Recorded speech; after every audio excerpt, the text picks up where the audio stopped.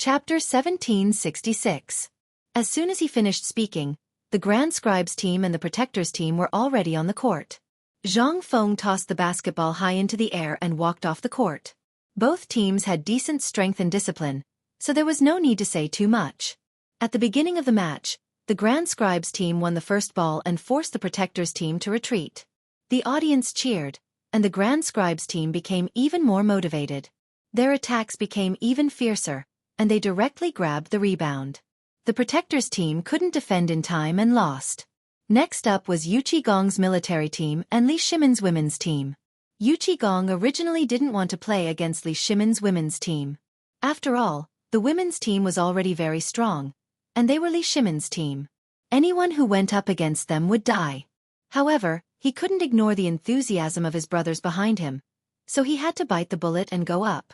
As soon as he went up, Xiao Zi led the charge and didn't let go of the basketball. Yu Qigong couldn't snatch it from her, so he got the rebound. The poor Yu Qigong could only defend. Xiao Zi took an inch and wanted a mile. She led the women's team and bombarded them, and they won in less than half an hour. At this moment, only the Grand Scribe's team and the women's team were left. The champion would be decided between them. The Grand Scribe was the same as Yu Qigong. He knew that this was the Emperor's team, so he didn't dare to fight them head-on. He just wanted to make sure that he didn't lose too badly. After all, he still had many brothers behind him. On the court, Xiao Zi led the women's team to attack again. The Grand Scribe's team was clearly inferior to Yu Qigong's team. At the beginning, he was still defending, but later on, he almost begged for mercy. However, the women's team didn't give him the chance. They attacked even more fiercely, and the Grand Scribe's strength gradually fell short of his desire. In the end, the Grand Scribe was defeated, and the women's team took first place with an absolute advantage. After the match, Zhang Feng walked up the court and stood next to the women's team. He picked up the microphone and said loudly, "Today's basketball match is officially over. Congratulations to the women's team for taking first place." As soon as he finished speaking, the crowd cheered. The women's team. The women's team is really strong. I had high hopes for them when they first came on the court. Yeah, look at the legs of that female army, tisk. Even Li Shimin, who was in the audience, kept applauding. Although he knew that part of the reason why the female army could win was because of him, winning was something worth being happy about. Who cared about how they won? Chang Yaojin and Yu Qigong had bitter smiles on their faces. How could they not be heartbroken when the team they had painstakingly trained had lost just like that? Sitting in the first row, Yu Shernan, Ouyang Xiao, and the others coldly snorted and ignored him. There were happy people, sad people, and even those who were unconvinced and prepared for a fight. It was very noisy. Zhang Feng held the microphone high and said again, "The basketball game has officially ended. The Academy's canteen has prepared free food for everyone. If you want to eat, you can go now. If you don't want to, you can go down the mountain at any time." As soon as he finished speaking, the audience cheered. They didn't expect that there would be free food while watching a football match. Who wouldn't be happy? The people rushed into the canteen. It wasn't that they were greedy, but that they didn't have any extra food. They either sold it or ate it themselves. Now, Zhang Feng's words immediately aroused their interest. The canteen was immediately crowded. Except for the people, everyone else went down the mountain, including Li Shimin and the others. They wanted to go back and celebrate. It was a happy thing to win the first place today. They had to have a big banquet. Chang Yaojin looked for Yu Qigong with an angry face and said that he wanted to fight. Yu Qigong naturally wouldn't back down. The two of them randomly found a place to fight. The food in the canteen was very popular with the people. It didn't take long for them to finish everything. Everyone went down the mountain with satisfaction, burping from time to time. Chang'an City regained its peace. Peddlers walked on the street, and the stalls moved out tables and chairs. Servants shouted from time to time in the streets and alleys. The prosperous Chang'an once again appeared in front of everyone. The next day, the golden crow was born, and the jade rabbit had fallen. The golden sunlight shone on Mount E, as if the whole mountain was covered in golden bricks. The sounds of students reading aloud rang out from the White Deer Institute. This was their morning lesson, and also the time when they were the most serious. The old scholar stood on the podium, and from time to time, he would say something. On the basketball court, A few scantily dressed students were chasing each other. Suddenly, a loud shout came from not far away.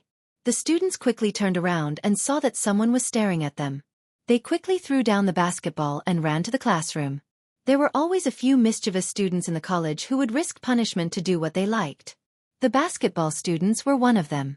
The last dormitory in the college was Zhang Feng's residence. He had just woken up. Ha! Zhang Feng yawned and drowsily washed his face with the water that the student brought over. Then, he picked up a cigarette from the bedside and lit it. He took a deep puff and said, "Ha, this feels so good." He walked to the classroom with his hands behind his back. He checked his homework. This was something he did every day. Chapter 1767.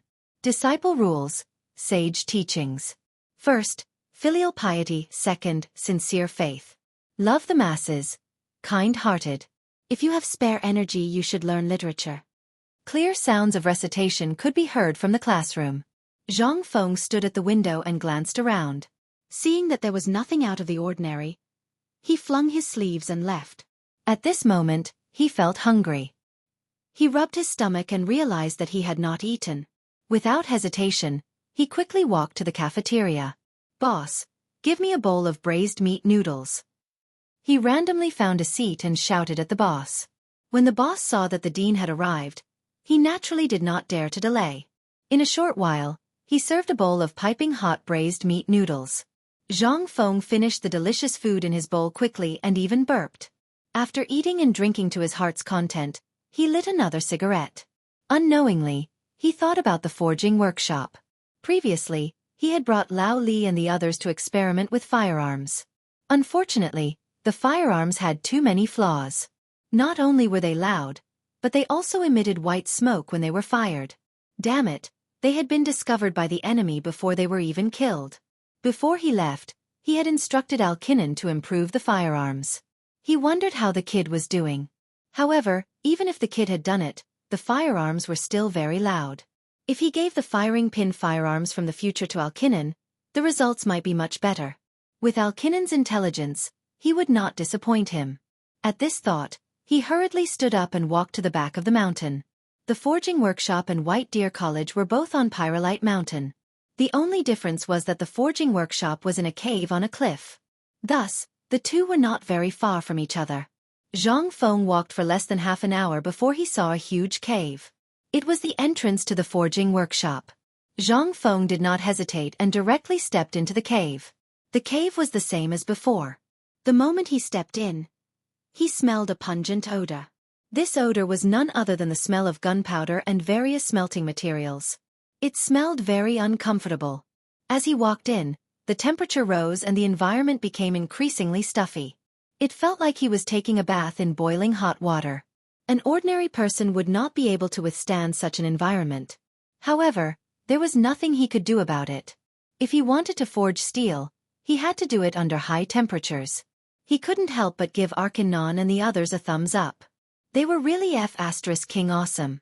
They could still persevere in such a hot environment. It showed how much they loved forging. At the same time, it also proved that he hadn't misjudged them. Ding ding! Sounds of metal clashing could be heard. Zhang Feng knew that he had arrived. He quickened his pace, and what appeared before him was the familiar scene from before. In the middle of the cave, there was a table with many messy parts on it. There were also some failed smelting weapons. There were also a dozen oil lamps on the side, illuminating the cave as if it was daytime. In the mountain wall, there were more than a dozen large holes. Inside each hole were oil lamps and water. These oil lamps allowed the smelters to find a trace of light in the darkness. Not far away, there was a huge furnace. Many shirtless men surrounded the furnace. They were sweating profusely and holding metal tools in their hands. They kept throwing things into the furnace. Upon closer inspection, they were all failed smelting weapons or deformed metals. They slowly took out the metals that had been smelted in the furnace with tongs. The shirtless men immediately surrounded them. They held hammers in their hands and kept hitting the metal tools that had just been smelted. Below, there were people adding charcoal. Not far away, there were a few men picking up the weapons on the ground. There were Mitsubishi bayonets, Miaodao and so on. Their bodies were red from the reflection of the fire. There were many black scars on their faces. Sweat kept dripping onto their weapons. There was a sizzling sound as if the weapons were being quenched. One of the men who was picking up the weapons inadvertently glanced at Zhang Feng. He exclaimed, "Dean? Why are you here? Is Arcanon here? I'm here to look for him." Zhang Feng glanced at the crowd and asked, "He's working on the second floor." The man replied. Zhang Feng nodded and walked to the second floor. After the expansion of the workshop, there were now a total of 6 floors. There were different weapons and smelting materials. On the second floor, Zhang Feng had just walked to the entrance of the cave when he saw Arcanon holding a gun. He was thinking about something. There were many people around him. "Arcanon, how's the modification of the gun coming along?" Zhang Feng quickly walked to the front of the crowd and asked Arcanon. Only then did Arcanon react. He hurriedly turned around, but he didn't answer Zhang Feng's question. Instead he frowned. The people around him saw this and hurriedly said to Zhang Feng, "President Zhang, the gun is already in mass production. I believe that once this batch of guns is shipped to the north, there will be no worries about the war there." Zhang Feng nodded and looked at Arcanon. He didn't understand why Arcanon looked so unhappy. Weren't the guns already in mass production? "Arcanon, what's wrong with you? Is there a problem with the guns?" This was the only question Zhang Feng could think of. Chapter 1768. Hearing this, Arcanon looked at Zhang Feng with a worried expression. "Dean, there is no problem with the gun, but it is a bit troublesome to reload. I was thinking that it would be great if the gun could be reloaded in the time it takes to drink a cup of tea, or if it could be used like a crossbow." As soon as he finished speaking, Zhang Feng suddenly thought of the firing pin gun.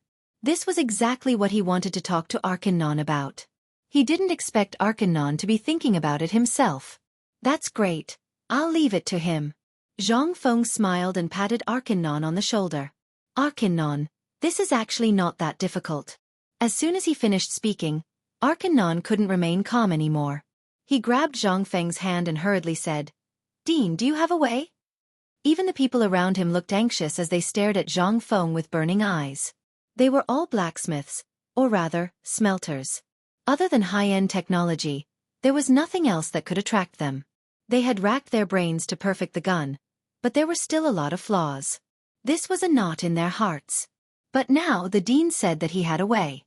How could they not be excited? Zhang Feng glanced at the crowd and waved his hand to signal them to calm down. Then he said solemnly, "First, you have to know how the firing pin works." Hearing this, the crowd looked at Zhang Feng in confusion. Then, they looked at Arcanon. The latter helplessly spread his hands, indicating that he didn't know either. Then the crowd turned back to Zhang Feng, waiting to hear more. Zhang Feng smiled faintly and continued, "The gun can only hold 1 bullet, which is a steel ball. You only need to add a spring, a spiral groove, a spiral chamber, and a bullet chamber to hold 6 steel balls at a time. Then the trigger will push the iron, and when the iron moves back, it will compress the metal spring in the stock. The compressed metal spring will eject the iron forward, and the iron will hit the primer behind the steel ball. At that time, the primer will ignite the propellant, and the propellant will ignite, instantly pushing the steel ball to kill the enemy. However, there is a flaw in this principle. It can only hold 6 steel balls at a time. Every time you pull the trigger, you have to pull the trigger every time, and the steel ball will have to be reloaded." After speaking, Zhang Feng glanced at the crowd and found that they were all looking at him in confusion. "Do you understand?" Zhang Feng asked. Arcanon frowned and slowly said, "I understand half of it." "Half is not bad." Zhang Feng nodded and continued, "You just follow my method and perfect it. If there is anything you don't understand, you can come to me at any time." After speaking, Zhang Feng walked to the table next to him, picked up a pen, and wrote down the principle he had just explained for Arcanon. "This is the principle of the firing pin. Look carefully." Zhang Feng handed the paper to Arcanon and turned to leave. Arcanon took the paper and began to admire it. For him, it was simply a treasure. He was a person who was obsessed with technology. With this, he was very confident that he could improve the gun and reach the level that the director had mentioned. Just then, an untimely voice came from beside him. "Arcanon, have you heard? President Zhang is going to Jiangnan?" "What?" Arcanon exclaimed. The paper in his hand was no longer fragrant.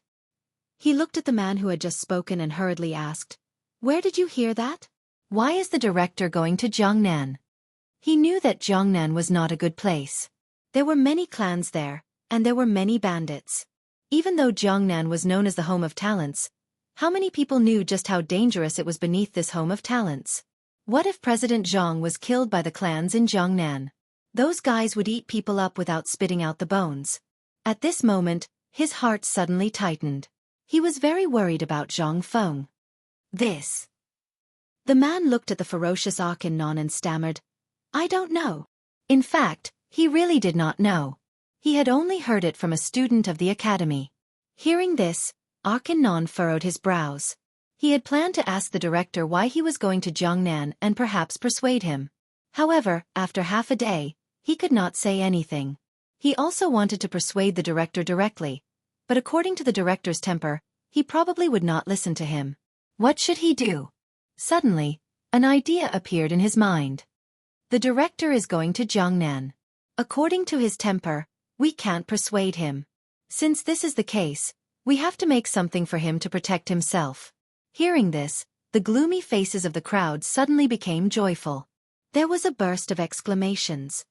That's right. We are indebted to the director. This time, the director is going to Jiangnan. It's time for us to repay his kindness. But how can we make something for him to protect himself? You know, the director doesn't lack anything. Everyone shifted their puzzled gazes back to Arkan. Arkan narrowed his eyes and pondered for a moment. He seemed to have thought of something and suddenly said, "I have an idea.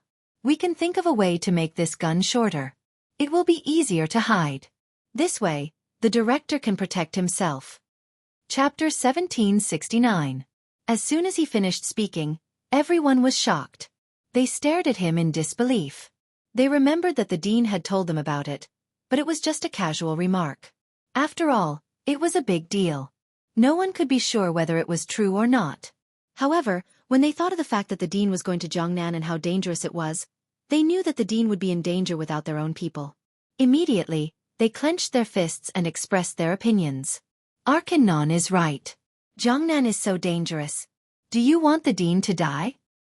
Since the dean said so, there must be a chance to shorten the gun. I'll do it. Me too. If I can't repay the dean's kindness, I won't be able to rest in peace. Arkan nodded with satisfaction. He looked at the crowd and said, "In that case, we have to make it before the dean goes to Jiangnan. Only then can we give it to the dean to protect himself." Just then, a shirtless man came forward and asked, "Arkan, should we mass-produce it? Maybe it'll be a big profit." Hearing that, Arkan grabbed the Tang knife on the ground and put it against the man's neck. He said fiercely, "Do you want to die? I'm warning you. Apart from the dean, if you tell anyone about this, I'll chop you off." The man looked away and kept glancing at the Tang knife. His forehead was covered in cold sweat and his face was pale. Don't worry. I won't." Hearing that, Arkan slowly put down the Tang knife. Then he glanced at the crowd and said coldly, "Think about it. If it weren't for the dean, we wouldn't have had the chance to touch such a magical object. The dean gave us a chance, so we have to have a conscience. We can't bite the hand that feeds us. Anyway, I'll say it again. If anyone dares to tell anyone about this, I'll chop him off first." Hearing this, everyone's body trembled. They were all men. They were all brave. Who didn't understand what Arkan was saying? Without the dean, they wouldn't have been able to touch such a thing.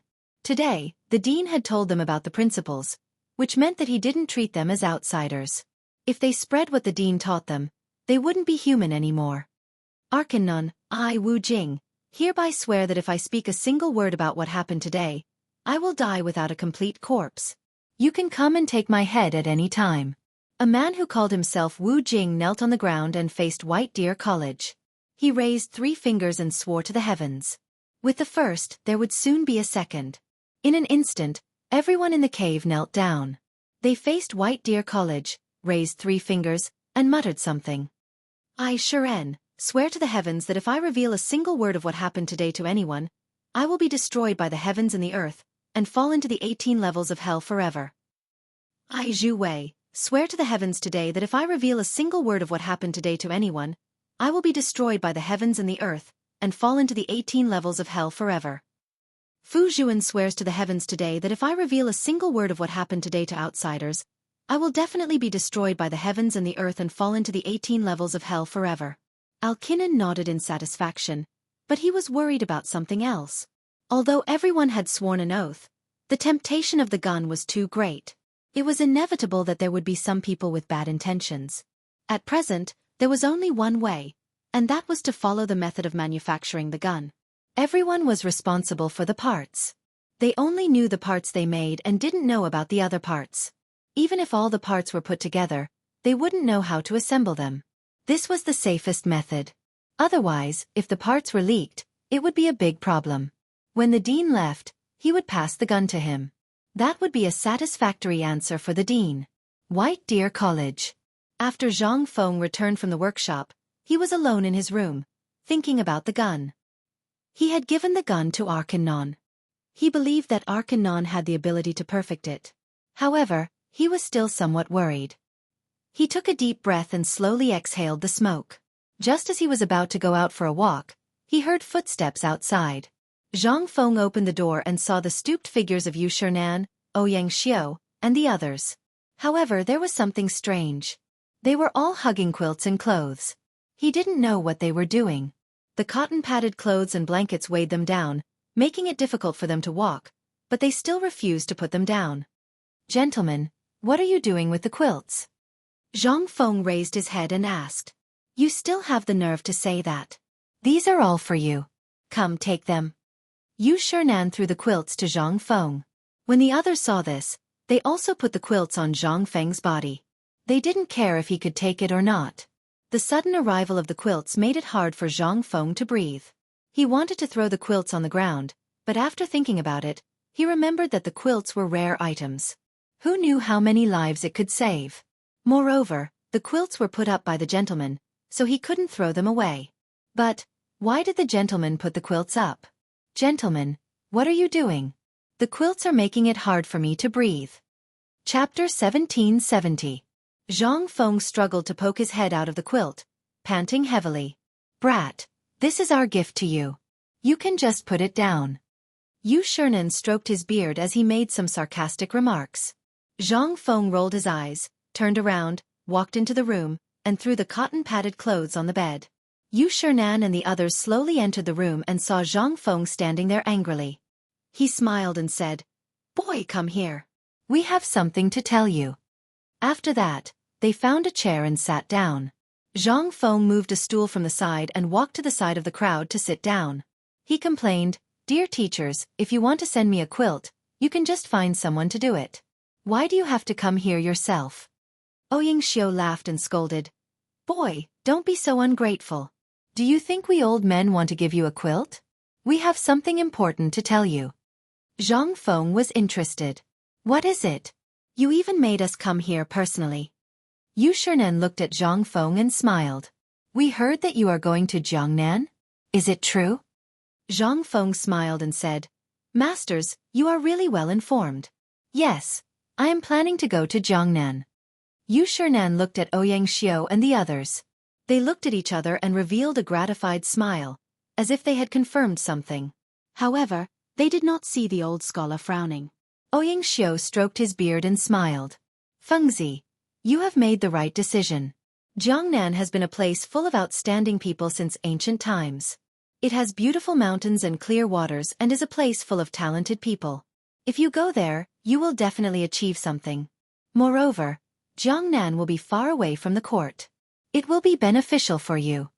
The four of them all hoped that Zhang Feng could go to Jiangnan. First, he could be far away from the court, far away from Li Shimin. Second, Jiangnan had always been known as a land of literature. Zhang Feng had been more or less influenced in the past. From then on, he had devoted himself to the study of Confucianism. However, the old scholar was a little unhappy. He looked at the crowd and said, "I'm afraid that's not necessarily the case. Although Jiangnan is far from the imperial court, there is an even more powerful guy there. That is the 5 families and 7 nobles. They have been entrenched in Jiangnan for many years and have a deep foundation. Moreover, there are many clans. If Feng Zi goes there, he will definitely accelerate the conflict with them. Seeing the two gentlemen arguing, Zhang Feng naturally knew that they were doing this for his own good. He hurriedly advised, "Masters, there is no need to be like this. Since this brat dares to go to Jiangnan, he naturally has full confidence. When the time comes, I will bring guards. Moreover, with my intelligence, I believe that those clans will not dare to do anything to me." "Kid, you're too confident." The old scholar snorted, his face full of worry. "Do you know how powerful the 5 families and 7 nobles are? How dare you boast so shamelessly?" Then, without waiting for the others to speak, he continued, "The earliest clans in Jiangnan can be traced back to the Zhou dynasty. Back then, the sons of the Zhou dynasty's Emperor Tai Bo and Zhongyong brought their relatives and settled in Jiangnan. They brought with them the most advanced farming techniques of the Central Plains.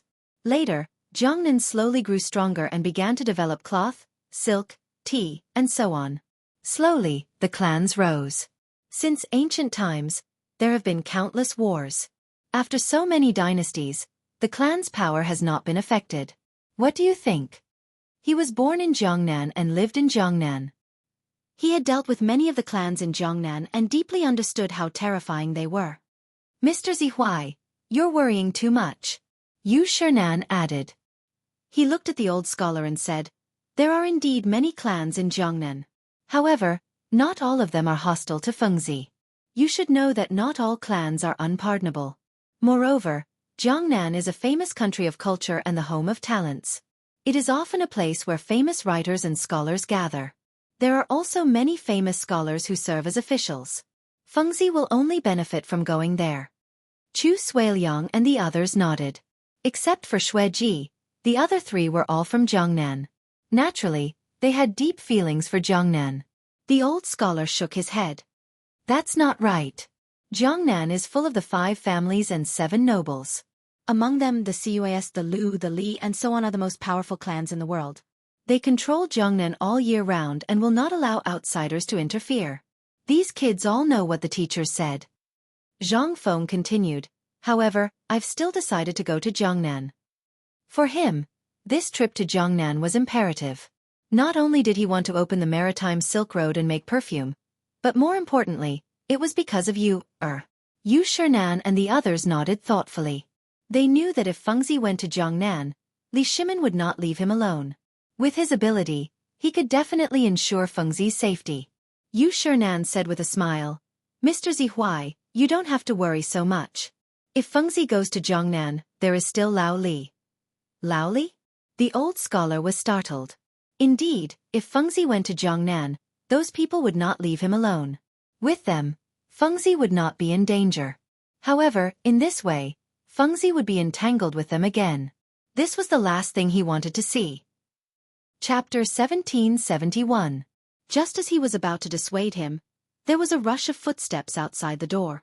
Then, Cheng Chumo, Gao Kan, Shiva, and the others walked in. "Fengzi, we heard you talking about Jiangnan just now outside the door. What's wrong? What happened in Jiangnan?" Cheng Chumo leaned in front of Zhang Feng with a sneaky look. "Nothing. I'm just going to Jiangnan." Zhang Feng moved his body and replied casually. "Jiangnan." Cheng Chumo's eyes turned quickly, as if he was calculating something. "Fengzi, when are you going?" "I'll go with you." Jiangnan was a good place. There were talents and beautiful women, and it could be far away from the capital. At that time, old Cheng would not be able to control him. At that time, he might even be able to make a lot of money. Wouldn't it be great to kill 2 birds with 1 stone? "You." Zhang Feng glanced at Cheng Chumo in confusion. "What are you going to do? It's not a fun place." He knew this guy. He would not get up early if there were no benefits. There must be something he did not say. Cheng Chumo patted his chest and said without blushing, "Hey, we are good brothers. If you want to go to Jiangnan, of course I have to escort you." As soon as he finished speaking, Gao Can also put on a smile and leaned in front of Zhang Feng. "Yes, Jiangnan is full of people from the clan. With us helping you, you won't be bullied. I don't need you to escort me. I'll find guards." Zhang Feng said with a little disdain. Who knew what these guys were up to? They wanted to go to Jiangnan with him for no reason. It was definitely not a good thing. Although he did not know why they wanted to go to Jiangnan with him, according to their character, it was definitely not a good thing. Boy, you don't know what's good for you. Gao Kan deliberately said with a dark face. You're not familiar with Jiangnan. With Chumo and me, you can get along well. Hearing this, Zhang Feng frowned. Jiangnan was not for fun. His life might be in danger. If something were to happen, how was he going to explain it to their families? Thinking of this, he immediately refused. No, I'm not going to Jiangnan for fun this time. What if there's danger? How am I supposed to explain this to your family? I say, Fengzi, aren't you worrying too much? Cheng Chumo patted Zhang Feng's shoulder, raised his head and said proudly, Who am I? How can I be bullied by others? It's good enough that I don't bully others. Which bastard dares to bully me? He was right. Who would dare to bully Cheng Yaojin's son? He must be tired of living. Zhang Feng pursed his lips, not wanting to bother with this arrogant guy. At this time, Shiva looked at Zhang Feng with a pleading gaze. Teacher, please let us go with you. I've been in the Tang dynasty for so long, and I've always heard that Jiangnan is the home of talents. I've always wanted to see it for myself. He was different from Cheng Chumo. He really wanted to see it. He had been in the Tang dynasty for so long, and he had always heard that Jiangnan was full of talents and beauties. It was rich and vast, and he had long yearned for it. Today, his teacher said that he was going to Jiangnan. How could he let go of this opportunity? Looking at Shiva's sincere eyes, Zhang Feng was a little hesitant. If it weren't for Shiva, he might have agreed. After all, Shiva was the prince of Zhenla. If anything happened to him in Jiangnan, it would be hard to explain. However, on second thought, if he had these guys to escort him, it might be much better. Just as he was hesitating, Yu Shernan said, Fengzi, what Chumo and the others said makes sense. After all, Jiangnan doesn't have your power. Take more people with you, just in case. Even the old scholar who had been against it, nodded and said, Yes, it's better to be prepared. It's always good to take more people with you. He finally understood that this guy had made up his mind to go to Jiangnan. No matter how he persuaded him, it would be useless. In addition, these troublemakers next to him were making trouble. It was better to let him be free. Hearing this, Zhang Feng nodded and agreed. All right then, but you have to listen to me when the time comes. He still had to give face to these gentlemen.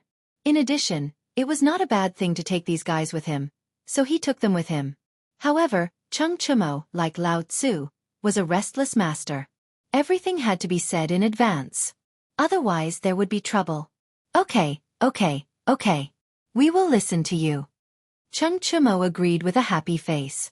He was overjoyed at the thought of being able to get away from old Cheng's evil hands. Gao Kan and Shiva also nodded quickly to show that they were very obedient. Zhang Feng was relieved. Later, they sat together and chatted about some trivial matters of the academy. Then they left. Zhang Feng went to Chang, an university. Before going to Jiangnan, he had to make some arrangements. Chang, an university. As soon as Zhang Feng walked into the school gate, he saw students wandering in the school. It was the end of class. Many students were resting on the playground, and many were playing basketball. When they saw Zhang Feng, they all looked at him with respect. Hello, director. Zhang Feng nodded to the crowd. He looked at a student next to him and asked, Where are Ma Zhou and Hao Chujun? Chapter 1772. Reporting to the dean, they are in the laboratory. The student said with a respectful expression. Zhang Feng thanked him and walked to the laboratory. The laboratory was a place for everyone to do experiments. Ma Zhou and Hao Chujun would usually be here. As soon as he entered, he saw the two of them lying on the table with glass bottles in their hands. He didn't know what they were doing. Ma Zhou, Hao Chujun, what are you doing? Zhang Feng asked curiously. The two of them turned their heads and looked at Zhang Feng with surprise. Benefactor, why are you here? After that, the two of them quickly put down the glass bottles in their hands and walked to Zhang Feng. I have something to tell you. Zhang Feng looked at the two of them and smiled faintly. I need you to develop a device for heat transfer. The two of them frowned and looked at each other in confusion. Benefactor, what do you mean? Can you explain? Ma Zhou scratched his head and didn't understand. Zhang Feng glanced at the two of them and explained patiently. Simply put, it is the flow of high-temperature gas or the gas composition changes and the interaction between the gas and the object. What kind of changes will happen when an object encounters a strong airflow? For example, why can a kite fly in the sky? It is affected by the airflow. Now I need you to make a device to transfer the heat to the other side. Ma Zhou and Hao Chu-jun were even more confused after hearing this. Zhang Feng didn't blame the two of them. Instead, he continued, "Actually, this isn't very difficult. Go and prepare an oil lamp, tweezers, wire, and paper. I will show you the experiment." When the two of them heard that there was an experiment to watch, they immediately ran off. After a while, the two of them brought the oil lamp, tweezers, wire, and paper over and placed them on the table. Zhang Feng took out a lighter and lit the oil lamp. Then, he took out a cigarette from his waist and flicked it over the oil lamp. He took a deep breath and exhaled the smoke. He looked at the two of them and said, "Watch carefully." Cough cough. "Okay. Benefactor." Ma Zhou covered his mouth and nose and said with difficulty. Obviously, the smell of the cigarette choked him. Hao Chu-jun wasn't any better. He pursed his lips and nodded vigorously. Zhang Feng smiled and shook his head. He put the cigarette in his mouth and picked up the paper and wire with both hands. He put the wire through the paper, leaving a gap of 2 centimeters in the middle. After doing all this, he used a pair of tweezers to clamp one end of the wire and place the other end on the oil lamp to heat it up. After a while, the iron wire turned black. Then it slowly turned red until it was completely red. "It's red. Benefactor. It's red." Ma Zhou exclaimed excitedly. For someone like him who was obsessed with academics, this was probably the only thing he was interested in. "I know it's red." Zhang Feng was grinning with a cigarette in his mouth. His words were a little unclear. After saying that, he took the iron wire from the oil lamp and looked at Ma Zhou seriously. "Feel the difference between the two ends of this iron wire. Touch it." Ma Zhou was a little confused. Although he was simple-minded, he wasn't stupid. Wouldn't he be scalded to death if he touched it? He shook his head to show his refusal. Seeing this, Zhang Feng showed a harmless smile. "Listen to me. I'm doing this for your own good. You can only experience the results of the experiment by touching it. After experiencing it, you can remember it forever. Besides, this iron wire isn't very hot. Look, I'm also holding it, right?" Ma Zhou glanced at Zhang Feng with a little suspicion. There was a huge struggle in his heart. In the end, he stretched out his hand. Hiss! A sudden pain hit him and he jerked his hand back. He looked back and saw a black mark on his hand. Ma Zhou glanced at Zhang Feng with disdain. What happened to not being hot? It was all a lie. Who would believe you? Zhang Feng didn't know these thoughts. He handed the iron wire to Hao Chu-jun. "Do you want to touch it?" Hao Chu-jun quickly waved his hand and took 2 steps back. "I'll pass. Ma Zhou will remember the results of the experiment." Zhang Feng nodded with a faint smile and looked at Ma Zhou. "Ma Zhou, in fact, I'm helping you. You see, in the future when you see the scar on your hand, you will think of this experiment. Now, tell me how you feel about this experiment." "Help me?" Ma Zhou rolled his eyes. However, on second thought, it seemed that there was nothing wrong. It was also a good thing that he could remember this experiment forever. He touched his hot hand, endured the pain and said seriously, "Benefactor, I don't feel anything. I'm curious about one thing. Why don't you feel hot, but I feel hot?" Zhang Feng put down the tweezers, took a deep puff of the cigarette, and held it between his 2 fingers, revealing a meaningful smile. "This is why I let you touch it. The side you touched was roasted by fire, and the temperature was very high. According to the speed of iron's heat conduction, my side was already very hot, but the temperature would never be as high as yours.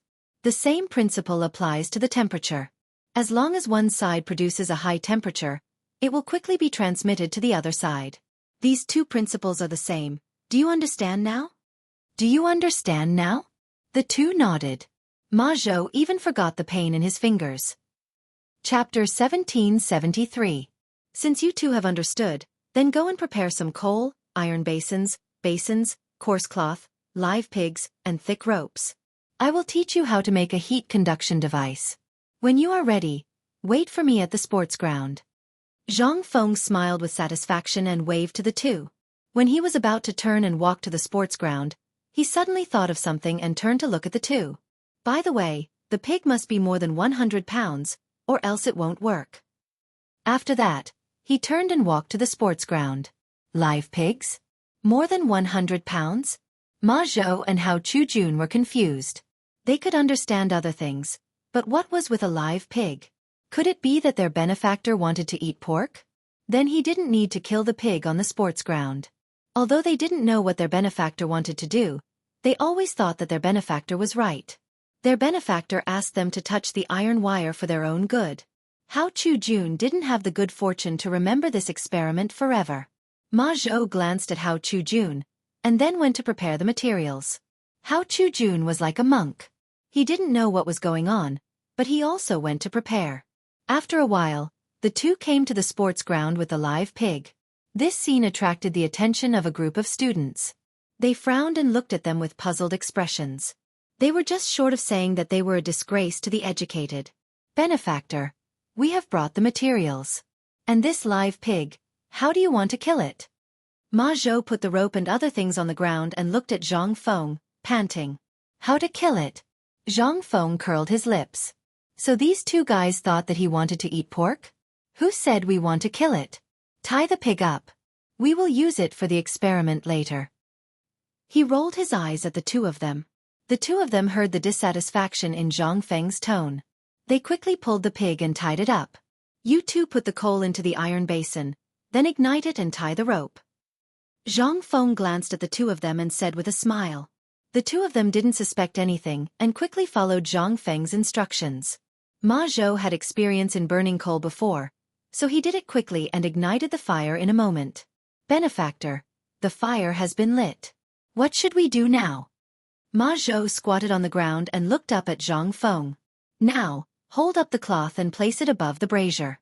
Then, hang the pig under the brazier and see if the cloth can rise. Zhang Feng looked up at the sky, a little worried. In fact, this was the only way he could think of right now. Without any other materials, he could only use coarse cloth and hemp rope as a substitute. Ma Zhou nodded his head and hurriedly tied the pig under the brazier. The coarse cloth had also been tied. Now, he was waiting for his benefactor to tell him to fly. The two of them held on to the rope, trying not to let it get burned by the fire. Unfortunately, the coarse cloth didn't move at all. It didn't even move. If it weren't for the two of them supporting it, it would have been burned away long ago. Benefactor, when can this coarse cloth fly? Ma Zhou held onto the rope and looked at Zhang Feng. He couldn't hold it in any longer. Ever since they had brought the pig over, many students had come over to watch. Now, more and more students had come over. Their gazes were as if they were looking at monkeys. Wait here. Zhang Feng took out a cigarette from his waist and then looked up at the sky. In fact, he had no idea when this thing would be able to rise. It was just that there was no ball bag, hanging basket, heating device, or strengthened nylon. Otherwise it could fly at any time. The three of them waited in the playground. After about half an hour, the students slowly dispersed. Benefactor, I can't hold on any longer. Ma Zhou's face was constipated. He couldn't hold on any longer. His arms were already sore. Wait a little longer. It will be done soon. Zhang Feng said impatiently. As soon as his voice fell, a gust of cold wind came. He was delighted. Once the wind blew, the hot air balloon would float easily. Hold up the coarse cloth, quick. Zhang Feng looked back at the two of them and said in surprise. Oh! Ma Zhou quickly called Hao Chujun. Each of them pulled a corner and held up the coarse cloth. At this moment, a strong wind blew and directly lifted the coarse cloth. The hot air balloon began to float in the air. However, the hot air balloon was a little crooked as if it was about to fall down. The pig was also kicking its legs in the air, making the hot air balloon look more unstable. However, this did not affect Ma Zhou's curiosity. He ran to Zhang Feng's side and exclaimed happily like a child. It's flying, benefactor, it's flying. Zhang Feng took a deep puff of his cigarette and nodded, putting on the look of an elder. See, this is a piece of cake. You can make it in the future. As soon as he finished speaking, the hot air balloon fell to the ground with a bang. Even the pig let out a scream and fainted. How did it fall? Zhang Feng looked at the fallen hot air balloon and was a little confused. Although he knew it wouldn't fly for long, he didn't expect it to fall so soon. He threw away the cigarette butt in his hand. Let's go and see what's going on. After that, Zhang Feng strode toward the hot air balloon. Ma Zhou and Hao Chujun followed closely behind. The fallen hot air balloon was not far away, about 10 meters away. The three of them quickly walked to it. Chapter 1774. Zhang Feng looked at the burnt rope and suddenly realized that it was burnt. It seemed that he had to find better experimental equipment. Just as he was thinking about a solution, Ma Zhou's voice came from behind him. Benefactor, the pig is dead. What should we do now? Zhang Feng glanced back. Sure enough, the pig was bleeding from its 7 orifices. It had fallen to its death. It has contributed to the research. You can give it to the cafeteria as its final contribution. Ma Zhou was surprised and said, Okay, I will give it to the cafeteria later. Who would not be happy to eat pork? If it was in the past, they would have thrown it away. However, after Zhang Feng, pork was very popular now. No one would refuse. Zhang Feng nodded and looked at the two of them. Both of you were present in the experiment today. Do you have any feelings? Or do you have any questions? Tell me now. I will go back to the academy later. Benefactor, I understand the experiment just now. It is to use the wind to blow this coarse cloth into the sky. However, this coarse cloth will not last long. Is there any other way? Ma Zhou scratched his head and expressed his doubts. If there is a way, why would I take you to do the experiment? I did it myself. Zhang Feng rolled his eyes at Ma Zhou and said snappily, The reason why I'm taking you to do this experiment is that I hope you can find a better way or find something to replace this coarse cloth. Do you understand? Ma Zhou nodded sadly. What about you? Do you have any doubts? Zhang Feng looked at Hao Chujun and asked. Benefactor, I feel that airflow is unreliable. Coarse cloth is heavier. Once the wind stops, the coarse cloth will definitely fall. We should think of a way to create wind ourselves, or not use wind and let the coarse cloth float. Hao Chujun looked at Zhang Feng with a serious expression. He had to admit that this idea was very creative, but it was a little unrealistic. Well, this idea is good. I will leave this to you too. Zhang Feng nodded with a proud smile on his face. Hao Chujun's face was a little ugly. He was only proposing a point of view. There was no need to hand over the entire experiment to him. At this time, he only felt a chill on his back. He didn't know if it was a fear of the hot air balloon or an illusion. He turned around and saw Ma Zhou staring at him. He quickly turned his head and was about to refuse when Zhang Feng said, I'll leave this experiment to you too. Don't let me down. Also, remember to use pigs for the experiment. Don't use living people. This facility isn't complete yet. People might die. The two nodded reluctantly. It wasn't that they didn't want to do this experiment, but this experiment was too difficult. Not only did they need a live pig for an experiment, but they also had to lift this heavy rope. How were they going to do this? Until now, their arms were still sore, but now that their benefactor had spoken, they had to accept it even if they didn't want to. It seemed that they could only ask the students of the academy for help. Zhang Feng didn't care about their thoughts. He waved his hand casually. You two pack up and deal with this pig. Find a chance to continue the experiment. I have something to do, so I'll leave first. After that, he left without looking back, leaving the two helpless people behind. How do we do this? My arms are still sore. Ma Zhou looked at Hao Chujun and shook his arms. I'm sore too. Hao Chujun was a little dissatisfied. It's all your fault. If it weren't for you, how could our benefactor leave such a huge experiment to us? How long do we have to do this damn experiment? Ma Zhou pinched his sore arms and complained. How can you blame me? It's obvious that our benefactor wants to leave the experiment to us. It's useless to refuse. Hao Chujun rolled his eyes at Ma Zhou. He was also lazy just now and his arms were sore. Find someone to move it. I can't move it anyway. Ma Zhou curled his lips and turned to leave. In fact, he had already seen that his benefactor wanted to leave the experiment to him. He couldn't refuse even if he wanted to. Now he could only concentrate on the experiment. The two left one after another. In less than a moment, a large group of students came over. They were all called by Ma Zhou and Hao Chu-jun to move the equipment. Their arms were sore and they could only do manual labor. What's this? You don't understand. Just now I saw the Dean and Mr. Ma sitting on this coarse cloth and directly ascending to heaven. Ah, this thing can ascend to heaven. Everyone surrounded the coarse cloth like curious babies and kept talking. A leading man stepped forward and picked up a roll of coarse cloth. He looked at the others and said, "You said the Dean used this thing to ascend to heaven?" His name was Jin Kai, Ma Zhou's disciple. He was usually the diligent type. Yes, I saw the Dean use a coarse cloth to tie a hemp rope. The hemp rope was connected to the brazier below.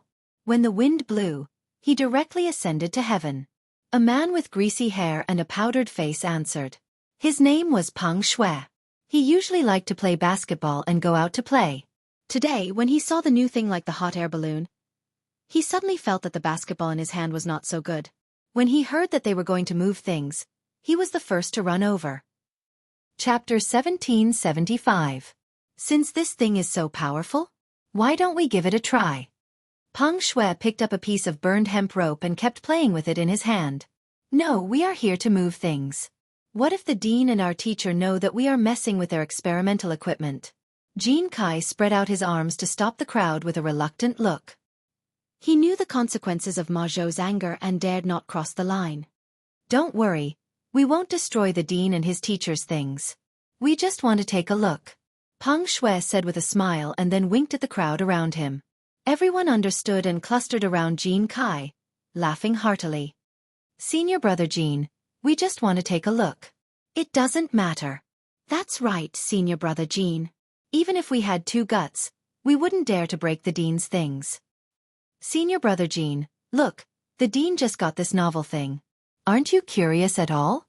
Anyway, it is damaged now. Why don't we also experiment with it? Maybe there will be some results. Why don't you go to Mr. Ma and ask for credit? Everyone chimed in one after another, and what they said was quite reasonable, which made Jin Kai a little shaken. This? Jin Kai looked back at the coarse cloth and was a little hesitant. In fact, he also wanted to see what this thing was at first. But he was afraid that the Dean and his teacher would blame him, so he didn't move and kept persuading his classmates. Now, all his classmates wanted to see it, and he couldn't stop them. Otherwise, he would be in a bad situation. Well, let's see it together, but we can't damage the Dean's experimental equipment. Jin Kai said carefully to everyone. Hearing this, everyone jumped up and said that their senior brother was righteous. Usually, Jin Kai was liked by Ma Zhou, so no one dared to embarrass him. In such a situation, they could only persuade him. Fortunately, the other party was a blockhead, and he was coaxed with a few words. This time was no exception. Everyone squatted beside the experimental equipment and formed a circle. Senior brother, tell us, how can we make this coarse cloth fly? Look at the operation of our teacher. Just tie the hemp rope to the coarse cloth, light the fire in the brazier, and hang the pig. Then it will fly. But the pig is already dead. What should we do? This sentence made everyone's morale drop.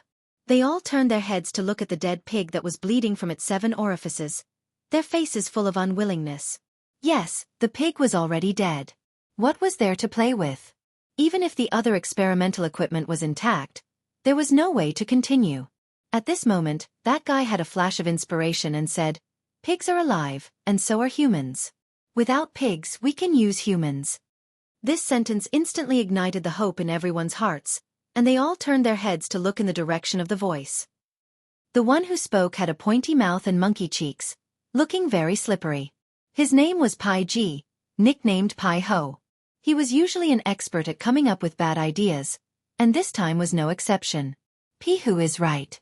Since there are no pigs, we'll have to use humans. Pihu, you'll do it later. Peng Shui looked at Pihu, not allowing any room for discussion. He was used to being a tyrant in school. He didn't dare to bully people like Jin Kai, but people like Pihu were still easy to deal with. Ah, I just came up with an idea. You don't have to be like this. Pihu was a little unhappy. Although he didn't know the use of this experiment, looking at the pig, he knew that it wouldn't end well. Since this idea came from you, you should contribute a little to the experiment. Later, we'll catch you below. Don't worry. Peng Shui went forward and patted Pihu's shoulder to make him feel at ease. Pihu lowered his head, and his eyes were a little evasive. After a while he slowly said, "All right then." However, Jin Kai was a little worried. He looked at Peng Shui and probed, "Peng Shui, it's not good to let Pai Ji go up. If there's any danger, how are we going to explain it to Master?" He didn't call him by his nickname because he felt that it wasn't respectful.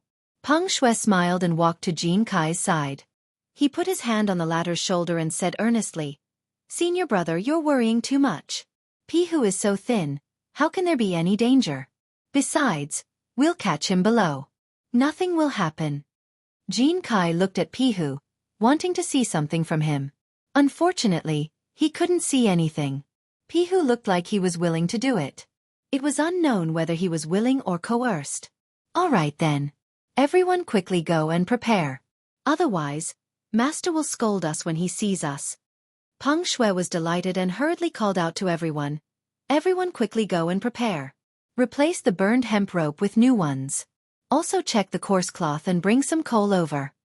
Hearing this, everyone hurriedly went to prepare the materials. Only Peng Shui, Jin Kai, and Pihu were left. Not long after, everyone came back one after another. Not only did they bring back the hemp rope, they also brought back other materials, such as iron wire. This made Jin Kai a little confused. "What did you bring iron wire for?" The dean used rope for his experiment. Chapter 1776. That person scratched his head and said awkwardly, "We were afraid that Pihu would break free from the rope, so we took the iron wire." Hearing this, Pihu's face immediately darkened. "Mother Fastress Cur, do you really think I'm a pig? Using iron wire to tie him up?" At that time, he wouldn't even be able to run. No, he couldn't do this job. Just as he was about to speak, a pair of eyes stared at him. It was Peng Shui. Peng Shui glared at him fiercely, causing him to take a step back and swallow the words he was about to say. At this time, Jin Kai's voice sounded again. He looked at Peng Shui. "Peng Shui, it's not good to use iron wire." "Haha, of course I know that." Peng Shui smiled and patted Jin Kai's shoulder. "Of course we'll use hemp rope. How can we use iron wire?" With that, he glanced at the guy holding the iron wire. Damn, he really wanted to strangle him to death. Without waiting for others to speak, he continued, "Since everything is ready, let's get ready to start. Tie Pihu up." Hearing this, everyone picked up the rope and walked towards Pihu. Pihu actually resisted in his heart, but due to Peng Shui's abuse of power, he could only choose to submit. Everyone moved quickly and tied Pihu up in a short while, as if they were very experienced in this field. "Come, everyone hold up the coarse cloth. Those who start the fire, start the fire. Those who hang the rope, hang the rope." Peng Shui glanced at everyone and gave the order. For some reason, at this moment, everyone suddenly became excited. It was not like the excitement of seeing the equipment, but the excitement of hearing the command. Even Peng Shui, who was usually serious, joined in. They didn't have much experience in starting a fire. Most of them were young masters of rich families, or children of high officials. How would they know how to start a fire? They all gathered around the brazier, not knowing how to use the fire starter. It was eldest senior brother Jin Kai who taught them how to start a fire. There was no other way. After following Ma Zhou, he had to learn everything. After half a day, the fire was finally started. Everyone's faces were black and blue. These were the traces left behind by the coal. The most serious was Jin Kai. His face was completely black. Peng Shui was in the middle of arranging coarse cloth with the others. He inadvertently glanced back and saw Jin Kai. He couldn't help but laugh. "Eldest senior brother, what's with your face?" Jin Kai still hadn't noticed, so he asked in confusion, "What's wrong with my face?" As he spoke, he even used his hand to wipe his face. With this wipe, his entire face turned black. Other than his teeth, which were a little white, no other color could be seen. Their conversation also attracted the attention of the other students. Everyone looked at Jin Kai and the people around him and immediately burst into laughter. "Ha ha ha, eldest senior brother, your face." "No, I can't help it." "Ha ha. Who would have thought that a fire would end up like this?" "Ha ha ha." Everyone pointed at Jin Kai and the others, laughing so hard that they were rocking back and forth. Some of them were even lying on the ground laughing. It was no wonder that everyone was laughing at them. Jianghu and the others looked too funny. They were all like monkeys. Other than their teeth and necks, their faces were all black. A few of them were slightly better. Their faces were full of bumps and bumps, as if they were dressed for an opera. After being laughed at by the crowd, they finally reacted. They looked at each other and their faces instantly turned ugly. No, the others didn't know why their faces turned ugly. It should be because their eyes were embarrassed. They looked at everyone awkwardly, especially Jianghu. As the eldest senior brother, he couldn't wait to find a hole to hide in and never come out again. Seeing Jianghu's awkwardness, Peng Shui hurriedly tried to smooth things over. He coughed twice, clenched his right hand into a fist and put it to his mouth. He couldn't help but smile. Ahem, ahem, don't laugh. After saying that, everyone's laughter gradually stopped. The few people on the ground also got up. However, they imitated Peng Shui and put their right hand to their mouth. From time to time, they would smile as if they hadn't had enough. Seeing this, Peng Shui put down his right hand and deliberately coughed twice. He glanced at everyone. Everyone don't laugh. Let's get down to business. Now that eldest senior brother has helped us start the fire, let's set up the monkeys and hold up the coarse cloth. In fact, he was also trying hard not to laugh. Although he also wanted to laugh, once he laughed, eldest senior brother would be angry and no one would be the scapegoat. However, Jianghu didn't know this. He thought that Peng Shui had helped him out and gave Peng Shui a grateful look. Everyone started to get busy again. They held up the coarse cloth. Pihu was also tied under the brazier, ready to fly at any time. Jianghu was a little embarrassed. He walked to Peng Shui and smiled. Thank you, Peng Shui. You're welcome, senior brother. Peng Shui waved his hand casually, as if he didn't care. Then, he looked at the busy people and seemed to have noticed something. Slow down, be careful not to strangle Pihu to death. Peng Shui, look, it's almost done. I'll take my leave first. Jianghu glanced at everyone, his eyes somewhat evasive. Chapter 1777. Hearing this, Peng Shui quivered and hurriedly shifted his gaze back. He pulled Jianghu's arm and said, Senior brother, you can't leave. We're only halfway through. Without you, we can't do anything. He knew that Jianghu was embarrassed and wanted to find a place to wash the coal off his face. However, he couldn't let him leave now. Otherwise, who would be the scapegoat when his teacher came? But my face. Jianghu lowered his head awkwardly. He wanted to say something but stopped. It's okay, senior brother. Peng Shui stepped forward and grabbed Jianghu's shoulder. He was afraid that the other party would run away. Peng Shui said earnestly, You are making a sacrifice for the research. It's glorious. Even if others see you, it's nothing. Besides, if you leave now, you won't be able to see the results of the experiment. Don't blame me if you regret it. It had to be said that Peng Shui was very good at tricking people. Jianghu hesitated after hearing those words. If he really left, he wouldn't be able to see the results. What was a little coal? What was being laughed at? These couldn't compare to the results at all. Okay, then I won't leave. Let's start the experiment. Jianghu nodded heavily, as if he had made a big decision in his heart. That's right. Come, let's start. Peng Shui patted Jianghu's shoulder and smiled. Let's go, senior brother. Let's do the experiment. After saying that, he pulled Jianghu to the side of everyone, not caring if he was willing or not. Coarse cloth, hemp rope, brazier, and other things were all prepared. Even Pihu was tied up. He could only speak through his mouth. This wasn't torture. They needed the hemp rope as a guide. Otherwise, if Pihu stomped, the cloth wouldn't be able to withstand it. Another reason was because they saw how the Dean and Mazhou worked. They wanted to try it. Everyone, hold up the cloth and hold the hemp rope. Get ready. Peng Shui glanced at everyone and began to give orders. He then looked at Pihu. Pihu, you get ready too. We're going to ascend soon. This is your honor. Pihu curled his lips, expressing that he didn't want such an honor. However, he didn't dare to say it out loud.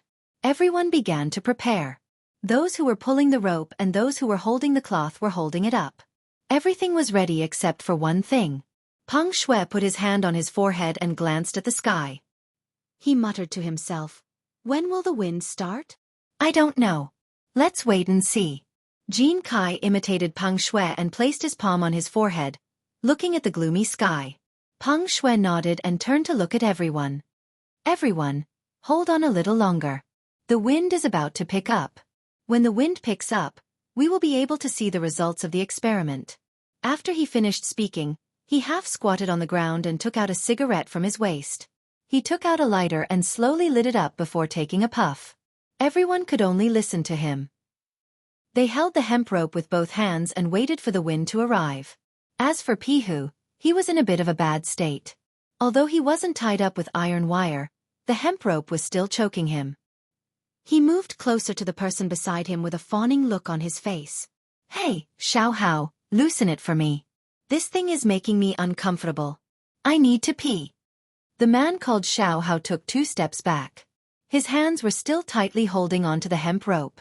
He said timidly, Pihu, don't make things difficult for me. Don't you know Peng Shui? His father is a second-rank official.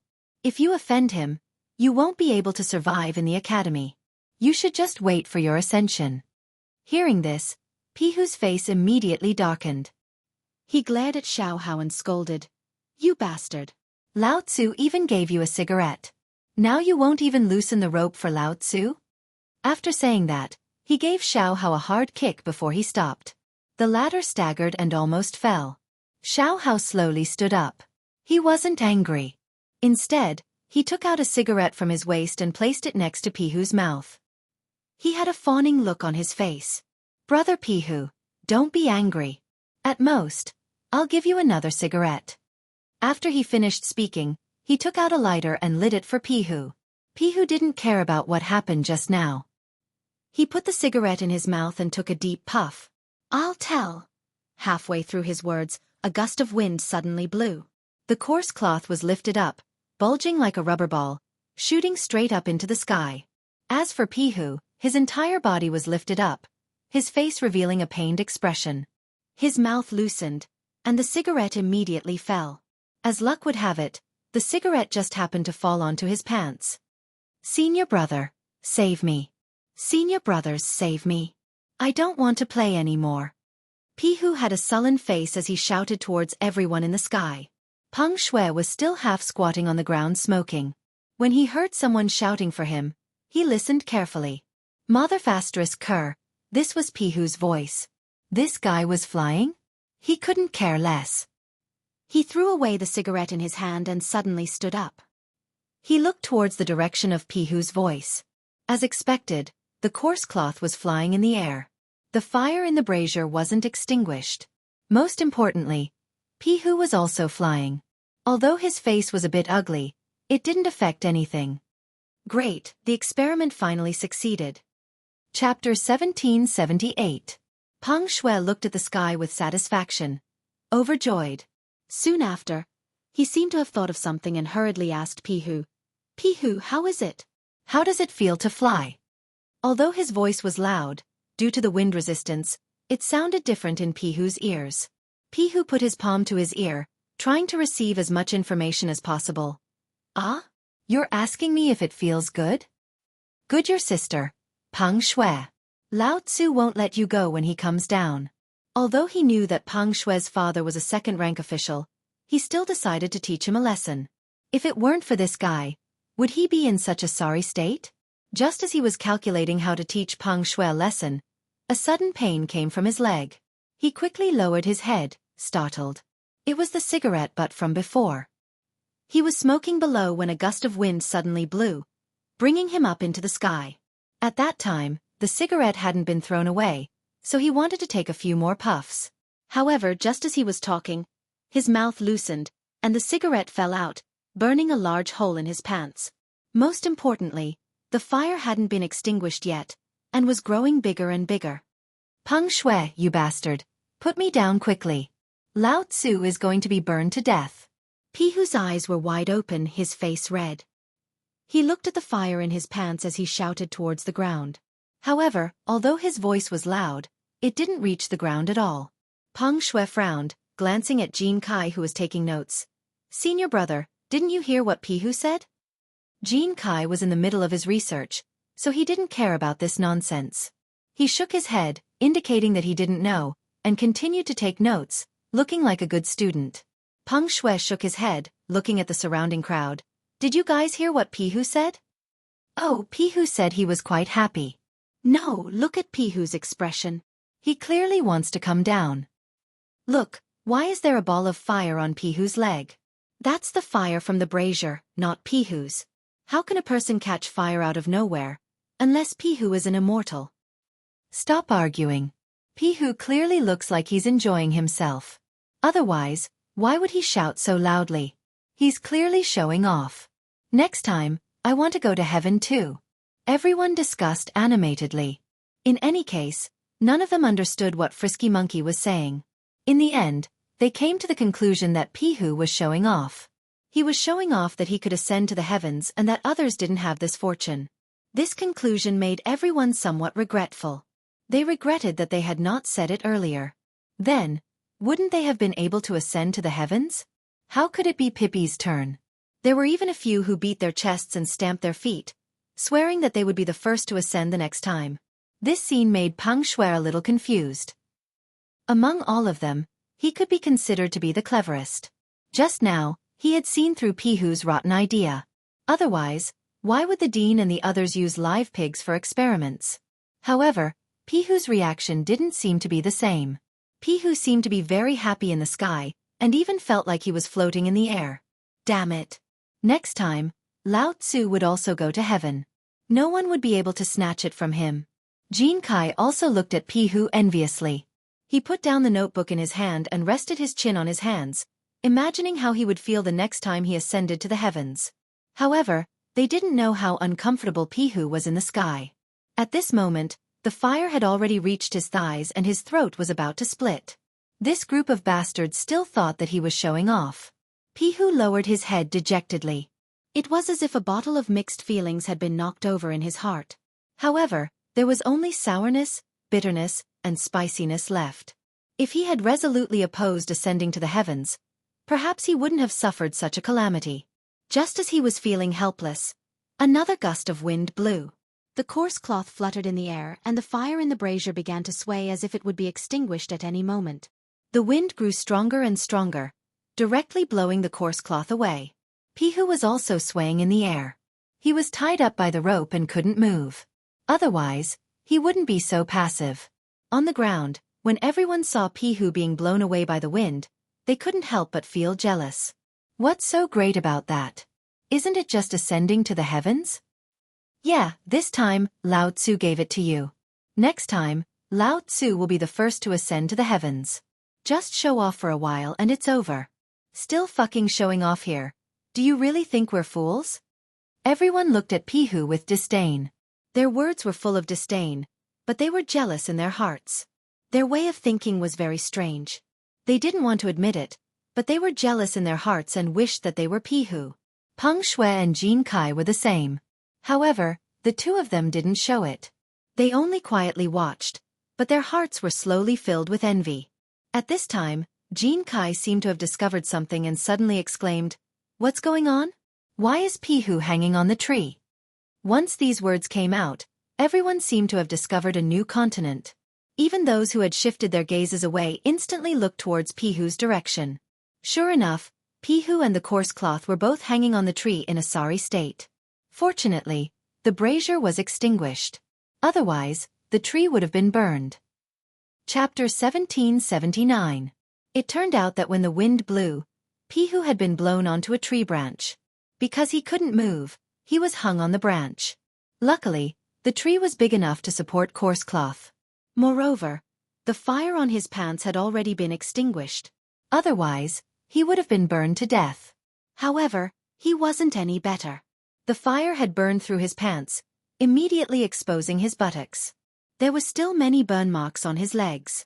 Some were green, some were red, and the most serious ones already had blisters. Pihu moved his body with difficulty. Looking at everyone, he roared, "You bastards, why aren't you coming to save Lao Tzu?" Because it was far away, when it reached everyone's ears, they were confused. However, they roughly understood what Pihu was saying. It was nothing more than saving a life. Jin Kai threw down the notebook in his hand and ran towards the tree. Peng Shui also hurriedly followed behind. If something really happened, the two of them wouldn't be able to escape responsibility. After all, they were the leaders. Right now, they didn't dare to be careless. Seeing their senior brother run over, the others didn't dare to delay. They all rushed over. The tree was still some distance away from everyone. Fortunately, they were still worried about coarse cloth and pihu, so they didn't dare to stop. After about an incense stick's worth of time, they finally arrived under the tree.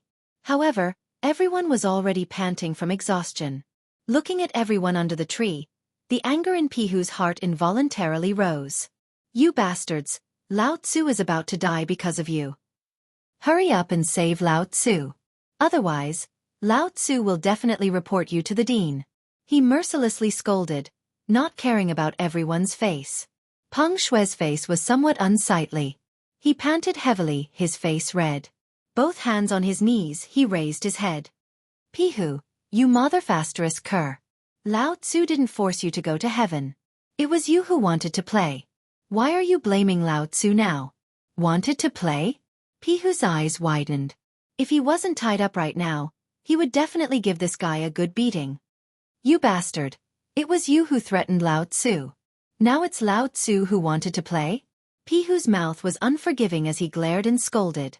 Hearing this, Peng Shui was immediately enraged. He stood up and pointed at Pihu, cursing. You motherfasterous cur, you still dare to curse Lao Tzu. I'm giving you face, or do you want to die? After saying that, he prepared to climb up the tree and beat up Naughty Monkey. Seeing that his posture was not right, the people beside him hurriedly stopped him. Pihu immediately felt a bit weak. He timidly said, I won't scold you anymore. Can you find someone to put me down first? Humph, let you go? Peng Shui snorted coldly and leaned against the tree, looking as if it had nothing to do with him. Seeing this, Jin Kai, who was beside him, hurriedly advised, Peng Shui, it's better to find someone to put Pai Ji down. Otherwise, if something happens, we won't be able to explain it to the dean and teacher. You know their temper. Hearing this, Peng Shui frowned, obviously thinking about something. After a while, he turned to look at Pihu with a teasing smile on his face. Pihu, it's not impossible to let Lao Tzu put you down, but you'll have to pour night incense for Lao Tzu every night. Peng Shui, this isn't too good. Jin Kai looked at Peng Shui, looking like a good guy. Senior brother, you don't understand. This is to teach this guy a lesson. Who asked him to curse me just now? Peng Shui patted Jin Kai's shoulder, indicating that it was fine. Then he looked at Pihu. His teasing smile even more obvious. Pihu, how about it? If you agree, Lao Tzu will put you down right now. Pihu's brows were almost knitted together. His expression was ugly, and he wanted to say something, but stopped. Peng Shui's request was too polite. However, if he did not agree, based on his prestige, the other students would not dare to put him down. Could it be that he had to stay here forever? He was a bit hesitant. After a while, he seemed to have made a decision. All right, I agree. Hurry up. Peng Shui nodded in satisfaction. He glanced at Little Hao behind him and ordered, Little Hao, you go up. Ami? Little Hao exclaimed and pointed at himself. His expression was a bit ugly. Can you let someone else go? I'm afraid of heights. Stop talking nonsense. Brother Peng asked you to go, so go. A student behind pushed Little Hao, his words sharp. Little Hao slowly stood out from the crowd and looked at Peng Shui timidly. Seeing that the latter was unmoved, he then obediently prepared to climb up the tree. Little Hao, hurry up. Lao Tzu can't take it anymore. Pihu lowered his head, looked at Little Hao and kept urging him. Hearing that, Little Hao quickened his pace. Using both his hands and feet, he worked hard to climb up. Everyone formed a circle under the tree, looking up at Little Hao. This scene was like watching a monkey. At this moment, a scolding voice came from not far away. What are you guys doing? Hearing that, Peng Shui was enraged. Who the hell was ruining Lao Tzu's fun? Just as he was about to curse, he turned around and saw Ma Zhou and Hao Chu-jun staring at him. Instantly, he lost his previous elegance and smiled softly. Respected teachers, why are you here? Chapter 1780. Everyone turned around. When they saw Ma Zhou and Hao Chujun, they quickly lowered their heads like children who had done something wrong. Xiao Hao, who was on the tree, was also attracted by the sound. He turned his head and was so shocked that he couldn't help but let go of his hands. He immediately fell on his butt. Ouch, my butt. Xiao Hao's eyes were half closed. His face was a little ferocious. He touched his butt and screamed in pain. His screams attracted Ma Zhou and Hao Chujun's attention. They pushed the people in front of them and said, "Move aside." What happened inside? No one dared to disobey and made way for the two of them. Ma Zhou and Hao Chujun walked under the tree and saw Xiao Hao lying on the ground and screaming. "What's going on?" Ma Zhou pointed at Xiao Hao and questioned the crowd. He had asked this group of brats to move the equipment. After waiting for a long time, not only did the equipment not return, but the people were also gone. So, he and Hao Chujun decided to come out and look for them. Then they saw this scene. Jin Kai walked out from the crowd and said respectfully, "Teacher, this." "Wait." Ma Zhou reached out and interrupted him. He walked around Jin Kai twice and touched his chin with his palm. He was puzzled and asked, "Why don't I remember having a disciple like you? What's your name?" Hao Chujun nodded and echoed, "That's right. We don't have a disciple as black as you." "Teacher, I'm Jin Kai." Jin Kai pointed at himself. After that, he used his hand to rub his face hard, trying to erase the traces on his face. "Jin Kai?" Ma Zhou widened his eyes in disbelief. Because in his impression, Jin Kai was a fair and clean man. How did he become so black? He looked as if he had just come back from digging coal. "You said you're Jin Kai?" Hao Chujun pointed at Jin Kai. His eyes were full of disbelief, but the latter kept nodding. This made his confidence waver. "Since you said you're Jin Kai, prove it." They all know." Jin Kai pointed at the crowd and hurriedly proved himself. Then, he pointed at the students who started the fire with him. "Just now, my face was black because of the fire. These people are the same." Everyone nodded and admitted that Jin Kai was telling the truth. Seeing this, Ma Zhou and Hao Chujun temporarily admitted that the black-faced man was Jin Kai. Ma Zhou didn't have the time to care so much. He casually waved his hand and said, "All right, tell me what's going on now. Why did you take so long to get the equipment? And they're all crowding around the tree?" Jin Kai lowered his head like a child who had done something wrong. "Master, it's like this. At first, there was no problem with us taking the experimental equipment, but Peng Shui said he wanted to do an experiment, so we used the materials you left behind for the experiment. We even tied Pai Ji to it." "What? You dare to experiment on living people?" Ma Zhou's eyes widened, and his body trembled as he pointed at the crowd. At first, he didn't hear anything in the beginning, but the more he listened, the more he felt something was wrong. Using experimental equipment for experiments? Just how much guts did he have? Lao Tzu had just used the experimental equipment left behind by their mentor, and now it was being used by these bastards again? And most importantly, these guys actually dared to experiment on living people? One had to know that before his teacher left, he had repeatedly warned him not to use living people for experiments. These bastards. "Where's Pai Ji now?" Hao Chujun panted heavily, and his eyes were red as he said fiercely. He was also very angry, and now he wanted to give these guys a good beating. He asked this guy to take something, but not only did he not take it back, but he also caused a lot of trouble. Jin Kai lowered his head and pointed at the tree branch. Ma Zhou and Hao Chujun looked at each other, a little confused, but they still looked in the direction Jin Kai pointed. In the end, they saw Pai Ji hanging on the tree branch, panting heavily, as if he was dying. This. Ma Zhou's body trembled even more. He tried hard to turn around, and his eyes were red as he stared at the crowd. Why did you put Pai Ji on the tree?" Seeing this, Hao Chujun quickly helped Ma Zhou up and glared at the crowd. "Master, we didn't do it. It was the wind." Jin Kai lowered his head and said timidly, "I don't care who put Pai Ji on the tree. Put him down now." Hao Chujun's eyes were red as he pointed at the crowd and shouted angrily. Hearing this, Peng Shui quickly used his elbow to poke a man beside him, indicating for him to go up the tree and save Pai Ji. The man stole a glance at Ma Zhou and Hao Chujun, but he didn't waste any time. He knew that he couldn't bear the pressure from the two teachers. He quickly walked to the bottom of the tree and used both his hands and feet to climb up the tree in no time. At this moment, Pai Ji was panting on the tree branch. His eyes were half closed as if he was asleep, but he knew that was not the case. He should have fainted. Pai Ji, wake up. He gently pushed Pai Ji, trying to wake him up. Pai Ji shook his dizzy head and slowly woke up. His face instantly turned ugly as he stared at the person who came. Shui Huan, you bastard. You still know how to save Lao Tzu? Do you want to see Lao Tzu die before you are satisfied? Chapter 1781. Shui Huan lowered his head, feeling wronged, and said softly, Pihu, lower your voice. Master and the others are watching below. Hearing this, Pihu glanced below the tree and saw Ma Zhou and Hao Chujun glaring at him. He quivered in fright and quickly shut his mouth. Pihu, don't move. I'll save you now. Shui Huan whispered in Pihu's ear, and then began to untie the ropes on the latter's body. It was unknown which bastard tied the ropes, but every one of them was tied to the flesh. Shui Huan finally untied the ropes after using all his strength. In the end, Pihu seemed to be a bit impatient. Once the ropes were released, he struggled to break free.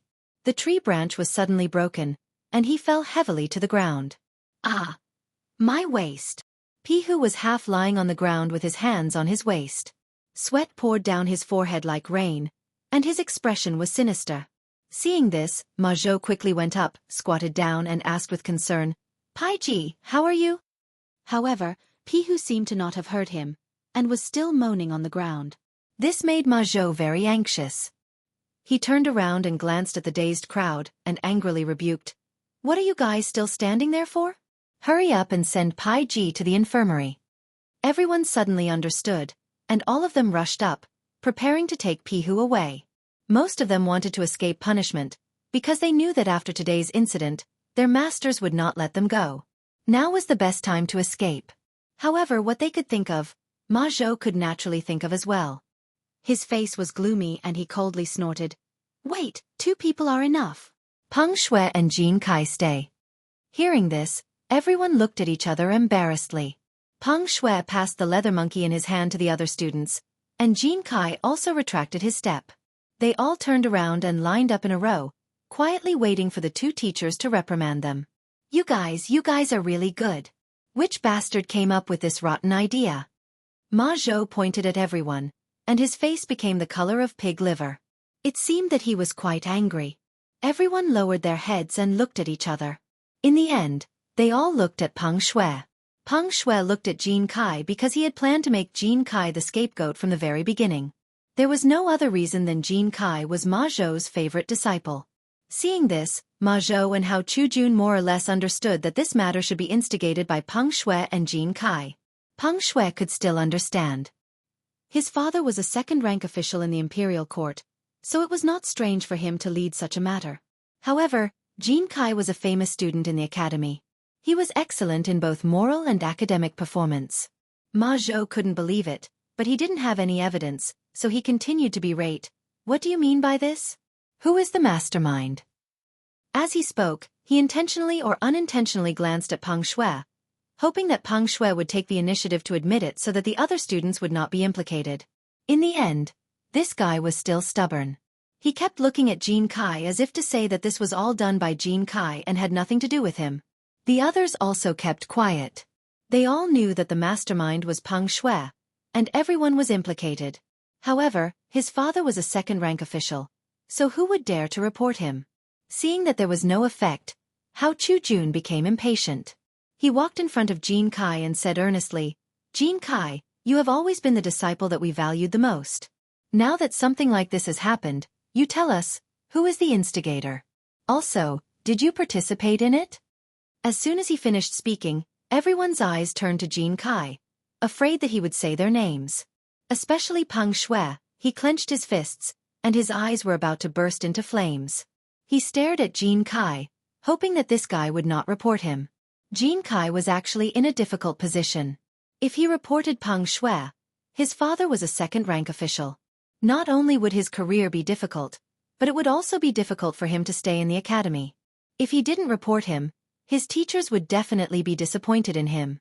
He glanced at everyone who was looking at him with hopeful gazes, and then looked at Peng Shui. He was very conflicted, but in the end, he made up his mind. He took a step forward and said seriously, "My two teachers, everyone here is the mastermind behind this matter, and they are all responsible, including myself. Please punish me." Hearing this, everyone's eyes widened as they looked at Jin Kai, because they had not expected him to say this. Those students who did not participate in the mastermind had already cursed Jin Kai's 18 generations of ancestors in their hearts. They were only following Peng Shui's instructions, so how did this guy become the mastermind? And Peng Shui could be said to be the one who benefited the most. Not only was he the mastermind behind the entire matter, he had also threatened Pihu, so he should receive the heaviest punishment. In the end, when it came out of Jin Kai's mouth, it was as if he had been erased, just like everyone else. Ma Zhou and Hao Chu-jun were a little dumbfounded. They had thought that Jin Kai would report Peng Shui and explain everything clearly.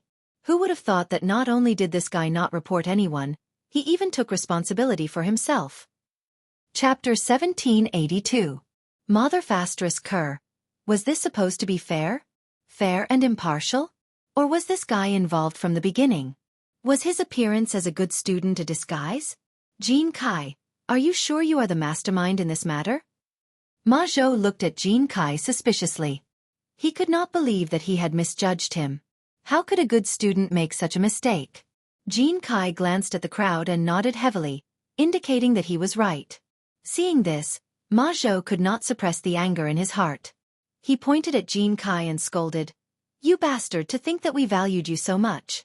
Now, you almost killed someone. What should we do with you?" "Yes, we thought this matter had nothing to do with you. In the end, Sai, you really let us down." Seeing that everything was confirmed, Hao Chu-jun rushed forward and pointed at Jin Kai's nose and scolded him. Jin Kai was like a wronged child. He lowered his head and remained silent, listening to the teachings of his two respected teachers. The crowd looked at Jin Kai gloatingly. They covered their mouths and laughed. Jin Kai had just reported them, and now he was being scolded by his two respected teachers. It would be strange if they were not happy. There were even a few who laughed out loud. Ma Zhou seemed to have heard something and turned around abruptly. In the end, he saw those fellows giggling. He was instantly enraged. "Mother Fastress Kerr, I am reprimanding my disciple and you still dare to laugh?" He stared at the crowd and spat. "You bastards still have the face to laugh? If it were not for you, would Pai Ji be hanging on the tree? If it were not for you, would the director's experimental equipment be damaged? That's right. I really don't know where you get the face to laugh at others. Do you think you can act like a tyrant just because your family is rich?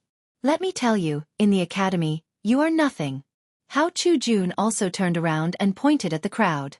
His words were merciless. Everyone knew the severity of the matter. They lowered their heads tightly and did not dare to speak. After about the time it took to smoke a cigarette, the two of them were almost done scolding. They glanced at the crowd and said impatiently, "Today, go fill the canteen with water, then take the dung to water the flowers and plants. Finally, find a place to buy the damaged experimental equipment. If these 3 tasks are not completed, you are not allowed to eat today." As his voice fell, everyone's expression became more and more unsightly. They were all pampered young masters. When had they ever done such menial work? Carrying water? Carrying dung? He still had to buy experimental equipment? Who the hell knew where these experimental equipment were sold? "Teachers, can you finish it tomorrow?" Peng Shui smiled until his face was full of wrinkles. He put on a fawning look. His family was rich. If he went out and called a servant over today, he wouldn't have to do it himself tomorrow. Just thinking about it made him happy. "I see." Ma Zhou frowned as if he had thought of something. A scheming smile appeared on his face. "Then let's add one more thing. Pull out all the weeds on the field.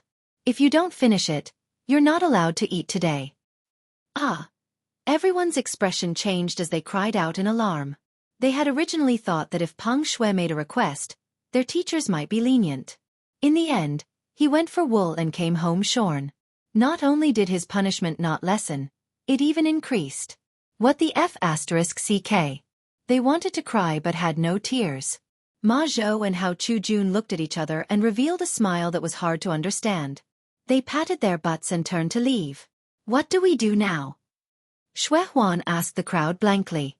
What else can we do? Let's go pick up the dung. Someone casually replied, causing everyone's mood to fall to the bottom again. They looked at each other and helplessly walked back to the academy. At the same time, in White Deer College, Zhang Feng had just returned to the academy and was about to go to his residence to have a good rest. However, he was stopped by a voice. Fengzi, wait. He turned around and glanced. The person who had come was none other than the old scholar. It turned out that he still had a knot in his heart because of the incident when Zhang Feng went to Jiangnan. However, the 4 old men were there and he couldn't open his heart. Now that Zhang Feng was alone, he could talk about it. Old scholar, what are you doing here? Zhang Feng asked curiously. It turned out that it was class time. Normally, the old scholar should be in class. I just came out to relieve myself and saw you. I have something to tell you. Come sit. The old scholar smiled and pointed to a stone stool beside him, indicating for him to sit.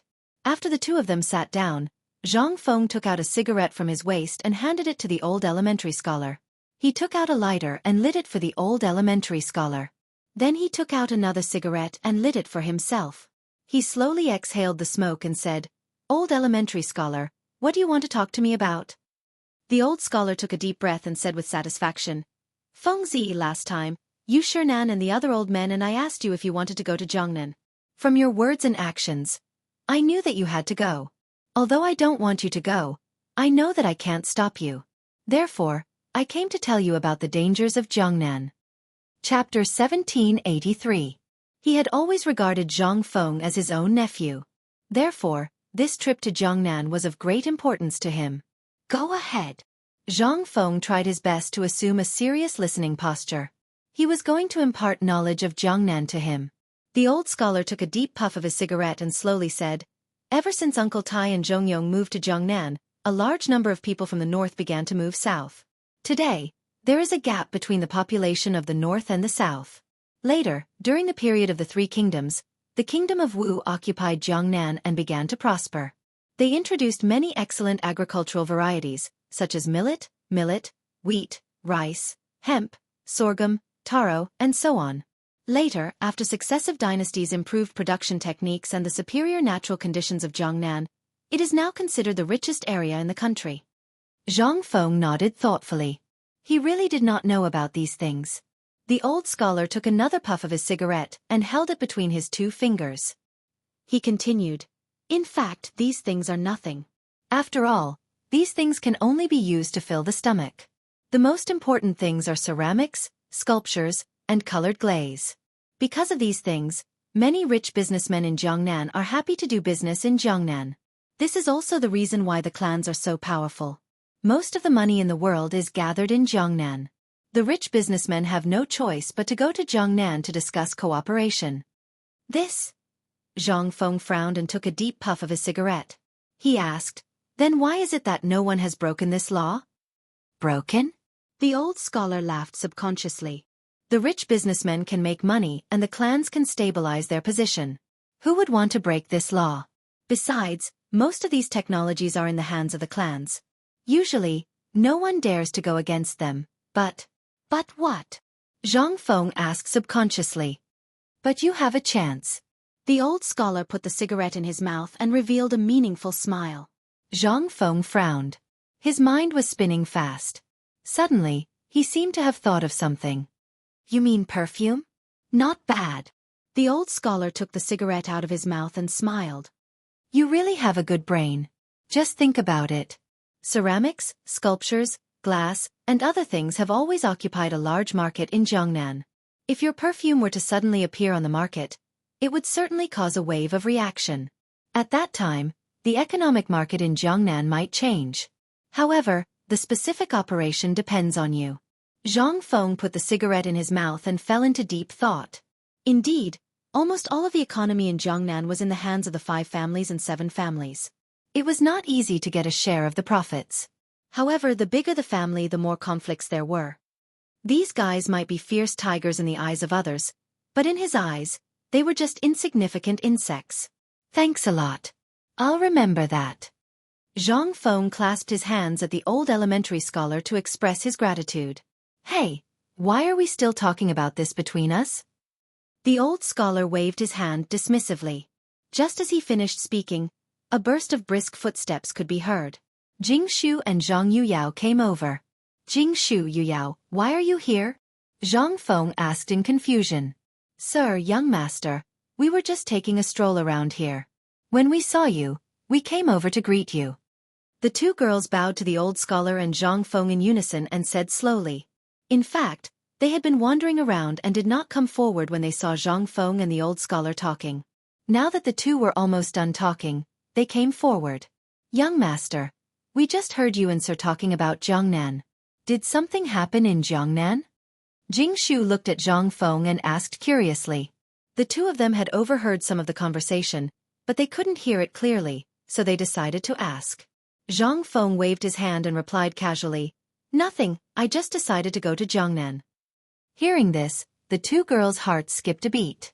Young master was going to Jiangnan? Was he going to find you? Apart from this possibility, they could not think of any other. If this was true, their status would be threatened. The two girls looked at each other as if they were communicating something.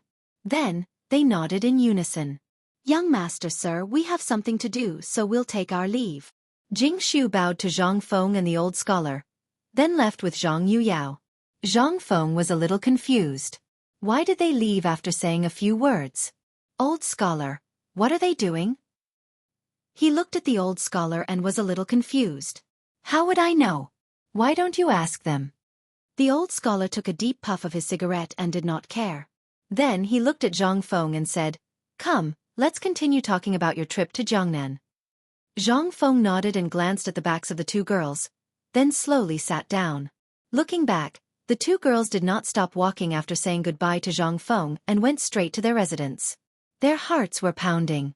Finally, they arrived at their residence after a while. Sister Jingshu closed the door. Zhang Yuyao said to Jingshu behind her as she entered the house first. Chapter 1784. Jingshu nodded and locked the door. Then, she turned around and sat on the bed. She looked at Zhang Yuyao, who was beside her. She looked a little nervous. Sister Yuyao, did you hear what they said just now? What do you think? Zhang Yuyao clenched her fists and tugged at the corner of her clothes. Sister Jingshu, I don't know either. Do you think Prince Zhang is going to Jiangnan for you? Jingshu's heart skipped a beat when she heard that. She thought so too.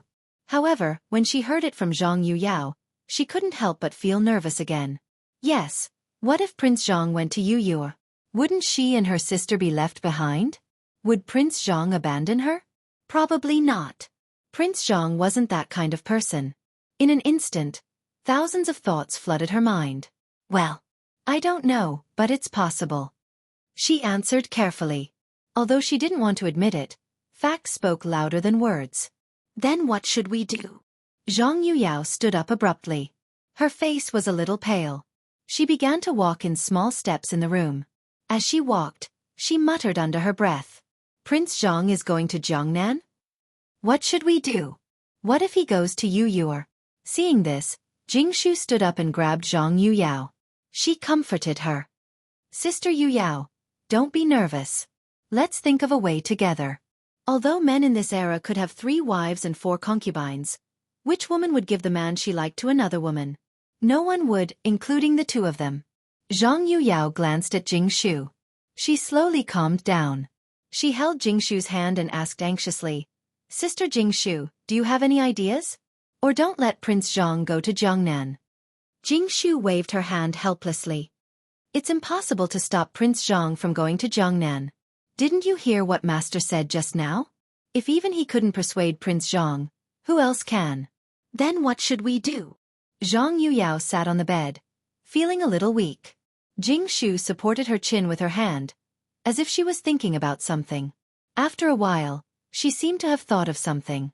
She looked at Zhang Yuyao and said with a smile, Big Sister Yuyao, since we can't persuade Prince Zhang, why don't we go with Prince Zhang? Sure. Zhang Yuyao exclaimed and stood up from the bed. But in the next second, she put on a disappointed expression. What if Prince Zhang doesn't agree? Jingshu held Zhang Yuyao's hand and smiled, No, as long as we talk to Prince Zhang properly, it will definitely work. Okay, then let's talk together. Zhang Yuyao nodded. After saying that, she prepared to open the door and look for Zhang Feng. However, as soon as the door opened, a sturdy chest bumped into Zhang Yuyao. Zhang Yuyao retreated. Fortunately, Jingshu supported her from behind. Otherwise, she might have fallen. Zhang Yuyao was a little angry. She suddenly raised her head and opened her beautiful eyes. Just as she was about to argue with the other party, a handsome face came into view. It was the man they were just talking about, Zhang Feng. It turned out that Zhang Feng and the old scholar had just finished talking and decided to come over because he remembered the two girls' strange behavior. Unexpectedly, he bumped into them. Prince Zhang, why are you here? Zhang Yuyao's face was slightly red. She lowered her head like a little quail. That's right, young Master Zhang. Aren't you discussing business with Sir? Jingshu also reacted at this time and deliberately interjected to ease Zhang Yuyao's shyness. It had to be said that she was a very considerate sister. Oh, I finished talking with Master, so I came to see you. Zhang Feng scratched his head and smiled, trying to hide the embarrassment on his face. After all, he and the two girls were not married yet. This was indeed a little inappropriate. Jingshu seemed to see Zhang Feng's embarrassment and hurriedly greeted, Prince Zhang, please sit. Yes, please sit. Zhang Yuyao also reacted and picked up the teapot beside her to make tea for Zhang Feng. However, she couldn't hide the blush on her face.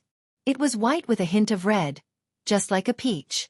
Zhang Feng nodded and casually found a chair to sit down. At this time, Zhang Yuyao also handed over the teacup in her hand and said shyly, Prince Zhang, please have some tea.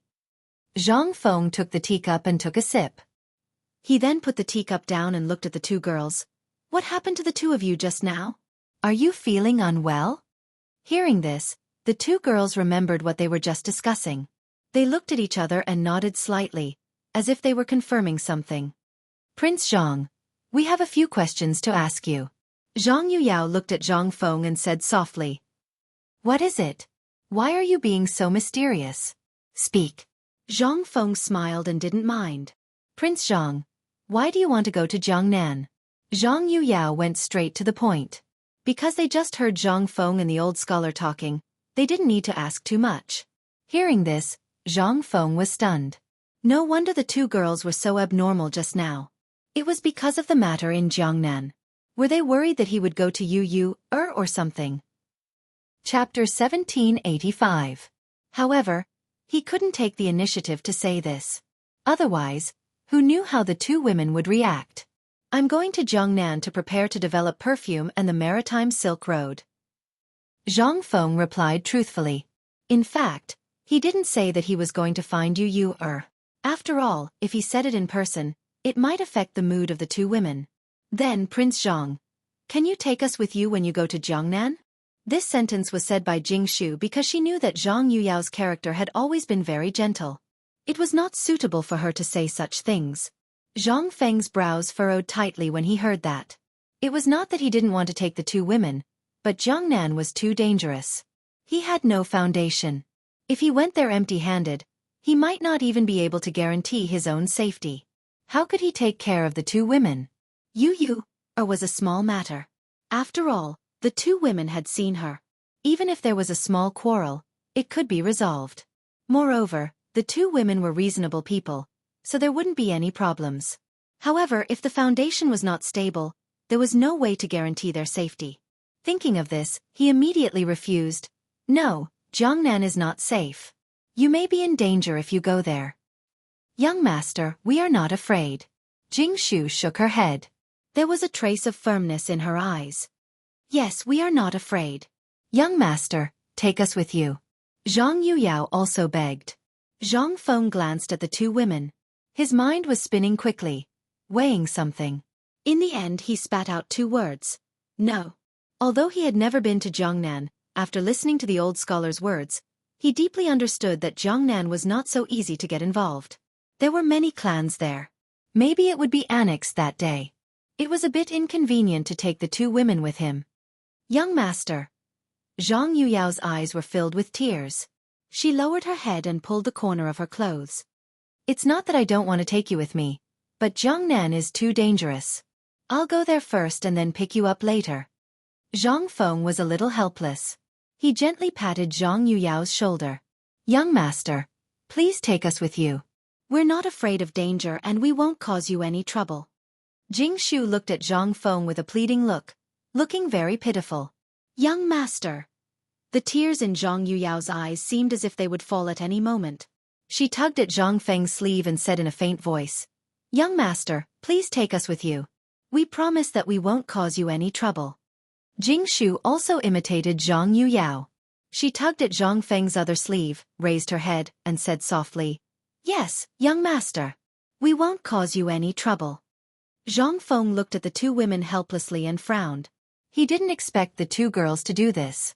It was not safe in Jiangnan, and they might run into Yu, which would be awkward. Don't agree. Which man could refuse two beautiful women acting coquettishly? Okay, I promise you, but you have to promise me one thing. Zhang Feng nodded heavily, as if he had made a huge struggle in his heart. Hearing this, the two women were instantly overjoyed. The sadness just now was also thrown away. With a satisfied smile on their faces they said, Thank you, young master. As for the second half of Zhang Feng's words, the two women didn't listen at all. He had no choice but to remind them, After you go to Jiangnan with me, you have to listen to me in everything. You can't make decisions on your own. He did this for the good of the two women. After all, he was not familiar with Jiangnan at all. What if something happened? She told them here to give them a heads up. The two women were completely immersed in joy. No matter what Zhang Feng said, they nodded hard. Okay, we promise you anything. Zhang Feng nodded with satisfaction and said with a smile, Well, I'll go first. After that, he walked straight to the door and closed it for the two women. Only the two women were left in the room. Their faces were full of joy as they held each other's hands. Sister Yu Yao, since young master has promised us, let's prepare the things to go to Jiangnan so that we won't be in a hurry. Jingshu looked at Zhang Yuyao and said with a smile, Okay, Sister Jingshu. After that, Zhang Yuyao pulled Jingshu to the bed. The two women sat on the bed and packed up the things they thought they could use. After a while, the two women's discussion came from the room. This dress is too thick. It's not suitable for Jiangnan. Sister Jingshu, let's take this rouge. We can't embarrass Prince Zhang when we go to Jiangnan. We also have to take this guqin. Otherwise, what if Prince Zhang wants to listen to music? In this way, the two women discussed happily as if they didn't know the meaning of tiredness at all. Women were like this. Once they were going on a long trip, they would take care of everything, from daily necessities to gold, silver, and jewelry. Looking back at Zhang Feng, he came out from the two women and went straight to his residence. He sat in a chair, slowly lit a cigarette, took a deep breath, and exhaled the smoke, showing a satisfied look. Chapter 1786. This feeling made him feel very comfortable. He narrowed his eyes and recalled the conversation he had with the old elementary scholar. The old elementary scholar was actually a nostalgic person. Although he said that Jiangnan was not good, he still understood that Jiangnan was powerful and irreplaceable. This time, he would go to Jiangnan to help the Xie family and repay the old elementary scholar's kindness. Thinking about it, he put the cigarette back in his mouth and took a deep puff. He glanced out of the window and saw that the moon was already high in the sky. It was already night time. Zhang Feng exhaled a mouthful of smoke and stood up abruptly. He threw the cigarette butt on the ground and stamped it out. He turned around and walked to his bed. There was no entertainment in the academy at night and everyone went to bed early. He was no exception, except for some naughty guys who liked to play basketball. He quickly took off his clothes and lay on the bed to count the stars. After a while, there was a light snoring sound in the room. The next day, a long yawn came from the room. Zhang Feng rubbed his sleepy eyes and slowly opened them. He glanced at the messy clothes on the bed and began to put them on. After putting on his clothes, he jumped out of bed and washed his face with the water he had prepared. He felt much more awake. Then, he took out a cigarette from his waist and put it in his mouth. He lit the match and took a deep puff. He exhaled the smoke and pretended to be satisfied. Another day. He enjoyed the impact of the smoke with a smile on his face. Zhang Feng opened the door and walked to the academy. He was going to walk around. This was what he had been used to doing every day since he returned to the academy. He would get up early in the morning to see how the students were doing. He also wanted to see if those fellows were slacking off. It was a bit like the director of academic affairs in the modern world. Before he reached the door of the classroom, he heard a burst of students reading aloud in a loud voice. A wise man must see far and see clearly. If he does not see clearly, he must not be selfish. A man of law must be strong and resolute. If he is not resolute, he must not be deceitful. Zhang Feng nodded his head. This voice was very familiar to him. He didn't walk closer, but instead glanced at the classroom. It was the old elementary scholar who was teaching. The student was holding a book in his hand, shaking his head and squinting his eyes as he recited the text. Seeing this, Zhang Feng nodded in satisfaction and walked towards the field. He wanted to see if that guy was slacking off. As soon as he reached the sports field, he heard a burst of cheers. "Pass the ball to me quickly. I'm going to shoot a three-pointer." Zhang Feng gently pushed aside the leaves in front of him and glanced at the field. He didn't know if he didn't look, but when he saw it, he was shocked. It turned out that a few guys were secretly playing basketball here, and they were playing quite enthusiastically. Among them were Yun Ping and Yiming. These two guys had guarded the school gate during the opening ceremony of the basketball tournament and had even woken him up. They were usually more mischievous. However, he didn't expect these two guys to be so bold as to play basketball during class time. Playing basketball was a good thing in itself. It could strengthen one's body. However, playing basketball during class was not only against the school rules, but also irresponsible to oneself. Therefore, he decided to teach these guys a lesson. In the past, he didn't study hard and suffered a lot in finding a job. Although there were no such restrictions in Chang'an, as the dean, how could he watch these guys degrade themselves? Thinking of this, Zhang Feng's chest was filled with anger. He shouted at the sports field, "Who allowed you to play basketball here?" Hearing this, the guys on the sports field were immediately stunned. They knew that the only person who could come to the sports field at this time was the dean. The students and teachers were all in class. They slowly put down the basketball and glanced at Zhang Feng's position. They shivered and turned to look at each other. Someone said, "The dean is so far away from us. He probably doesn't remember what we look like, right?" It was fine if he didn't say it, but once he said it, it instantly aroused everyone's thoughts. Yes, we're so far away. The dean can't see us at all.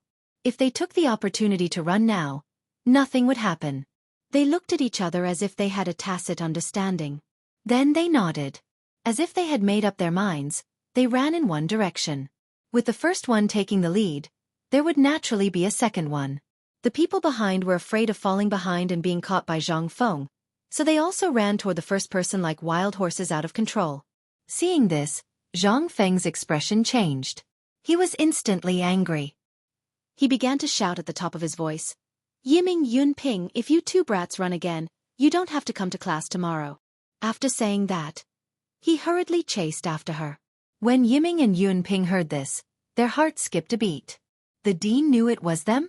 Then what's the use of running away now? Wouldn't they still be punished by the dean? Perhaps if they were caught, the punishment would be even more severe? The two of them looked sullen and subconsciously stopped in their tracks. This sudden stop was not a big deal, but the students behind them all tumbled down, and even they themselves staggered forward. Chapter 1787. It turned out that the two of them were running at the front. When they suddenly stopped, the people behind them did not notice and bumped into them. The result was obvious. Everyone fell flat on their faces. "Yiming, Yun Ping, why did you two suddenly stop?" A student hugged his injured knee and wailed on the ground, glaring at Yiming and Yun Ping in dissatisfaction. Yiming and Yun Ping did not feel good either. They were half lying on the ground, their knees bleeding. "Didn't you hear the dean calling us? Are you deaf?" Yun Ping rubbed his bleeding knee and said unhappily, "The dean is calling for you, not us. Why are you blocking our way?" Another student jumped out and pointed at the two of them, his heart filled with grief and indignation. He thought that he was about to escape the dean's clutches. Who would have thought that this stupid teammate would cause trouble in the middle? Blocking the way in the middle. This was great. Everyone could not escape and was ready to be punished. Damn you! When did Lao Tzu? Yiming's eyes were red as he glared at that person. However, before he could finish his sentence, he saw someone rushing over. It was none other than Zhang Feng. He quickly put on a fawning expression and said, "Dean, you're here." Hearing that, everyone instantly forgot about what had just happened and quickly turned to look at Zhang Feng. At this moment, Zhang Feng was half lying on the ground with his hands on his knees. Beads of sweat could be seen on his forehead. His mouth was wide open. He glanced at everyone from time to time and lowered his heavy head. He pointed at them and said, You. Obviously, Zhang Feng was tired from chasing these guys. He rarely exercised. Coupled with the sudden acceleration, his body could not take it. All of you, stand properly. He panted heavily and rubbed his back. He tried his best to stand up and pointed at everyone. No one dared to delay. They supported each other and stood up in pain. They tried their best not to make a sound. Zhang Feng glanced at everyone and patted his chest to calm himself down. Then, he looked at everyone with a gloomy expression and said, "Why did you come out to play basketball during class?" He had also been through this stage, so he could understand everyone's thoughts. He did not intend to pursue the matter of them running away. He just wanted to pull them back on the right track and not just think about playing every day. "Dean, we just want to have some fun. We'll go to class soon." Yiming scratched his head, feeling a little embarrassed. With the first person speaking, the others also began to plead for mercy, hoping that Zhang Feng would let them go. "That's right, Dean. We just want to have fun. Please let us off this time. Dean, please be magnanimous and let us off this time." Everyone was begging for mercy with a pleading look on their faces, which made one want to laugh. But how could Zhang Feng smile in this kind of situation? He coughed twice and said earnestly, "I know you're playful. This is human nature, and I don't intend to do anything to you. But your parents sent you to the academy so that you can learn something and serve the country and the people in the future, and become the pillars of the Tang dynasty. Look at what you've done today. How can you face your parents?" Everyone bowed their heads and said nothing, as if they were thinking about something. Then, Zhang Feng continued, "Since you violated the school rules today, the punishment is unavoidable. Everyone, go and water the flowers and plants on campus. Then, everyone will take turns to guard the school gate at night until everyone completes the punishment. Do you understand? These guys had violated the school rules and must be punished. Otherwise, more people would follow suit in the future, and the school would be in chaos." Everyone nodded and still did not speak. "Well, you can go to class first and complete the punishment after class." Zhang Feng waved to the crowd and motioned them to leave. They looked at Zhang Feng and wanted to say something but stopped on second thought. Then they dispersed in twos and threes. After everyone left, Zhang Feng walked to the cafeteria. He was so tired from chasing those guys just now that he was hungry. Besides, he got up early in the morning and did not eat anything. Now, his stomach was growling. Unable to bear the protest of his stomach, Zhang Feng had to speed up. After a while, he finally arrived at the entrance of the cafeteria. "Boss, give me some lamb stew." He randomly found a seat and shouted at the boss who was busy at the side. When the boss saw that it was Zhang Feng, he immediately put on a smile. "Oh, it's President Zhang. Please wait a moment. The lamb stew will be served soon. Have some tea first." After saying that, the boss came up with a pot of tea. Zhang Feng was his big boss, so he did not dare to neglect him. "Come, have some tea. The lamb stew is being prepared at the back." The boss was very fast. He quickly poured a bowl of tea and handed it to Zhang Feng. Zhang Feng took the tea and slowly tasted it. "President Zhang, the basketball game you organized last time was really good. When can you organize it again?" The boss took the opportunity to chat with Zhang Feng while the lamb stew was being prepared at the back. He made a lot of money from the basketball game last time. Although a lot of business was taken away by the people, it was not a big deal. After all, without Zhang Feng, he could not have organized it. Therefore, he hoped that Zhang Feng would organize it again. Chapter 1788. "Oh, I don't know." Zhang Feng put down his teacup and replied calmly. He really wasn't sure when he would hold it again, so he could only give the boss a perfunctory answer. "I see." The boss was a bit disappointed, but he quickly covered it up and put on a smile again. "Then you can drink first. I'll go check on the lamb stew." With that, he turned and walked towards the kitchen. "Right, boss, Give me some braised meat. Zhang Feng turned around and added. The boss smiled and nodded, indicating that he understood. Moments later, the boss walked out of the kitchen with a waiter, carrying lamb stew and braised meat. Most importantly, there was a jug of fine wine. Here, President Zhang, the lamb stew and braised meat you ordered are here. The boss walked in front of Zhang Feng and put down the dishes one by one. Boss, I didn't order any wine. Zhang Feng pointed at the jug, a bit confused. Hey, Principal, eating meat without drinking won't last long. The boss smiled and put the jug in front of Zhang Feng. This wine is a gift from me. Drink as much as you want. With that, the boss walked away with the waiter, not giving Zhang Feng a chance to speak. Zhang Feng looked at the boss's back and thought to himself, the boss is quite interesting. Not only is he glib, but he also knows how to make trouble. He shook his head with a smile and didn't think too much about it. He picked up the skewers and began to roll them. He poured himself a bowl of wine, and under a gust of wind, his stomach was 70 to 80% full. Just as Zhang Feng was about to pick up the last piece of braised meat, a series of hurried footsteps came from the door. Moments later, a tall man walked in. He looked around as if he was looking for something. When he saw Zhang Feng, he immediately became excited. Principal, I've finally found you. Zhang Feng turned around and looked at the man, a bit confused. Who are you? Why are you looking for me? Basically, everyone in the academy called him Principal. There was no problem with this title, but he didn't have any impression of this person, so he couldn't help but be confused. The man grew anxious. Dean, I'm Xianxia. I'm researching firearms with Algernon. At this point, Zhang Feng suddenly remembered something. He pointed at the person and said, Oh, I remember now. You were the one who researched firearms with Algernon. A smile finally appeared on Xianxia's face. Dean, you finally remembered. Zhang Feng nodded with a smile. He had no choice. There were so many people in the smithing workshop in the academy, so how could he remember all of them? It was good enough that he had some influence. However, this little influence was a great gift to Xianxia. Oh right, aren't you in the forging workshop? What are you doing here? Zhang Feng placed the braised meat in his mouth and asked vaguely. As soon as he finished speaking, Xianxia cautiously scanned the surroundings.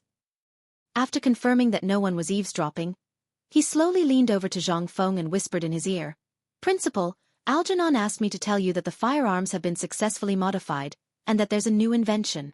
Before he came, Algernon had warned him that the firearms were not to be known by outsiders. That was why he was so cautious. Of course, he also knew the severity of the matter. He didn't dare to reveal anything to anyone. Hearing this, Zhang Feng's face lit up.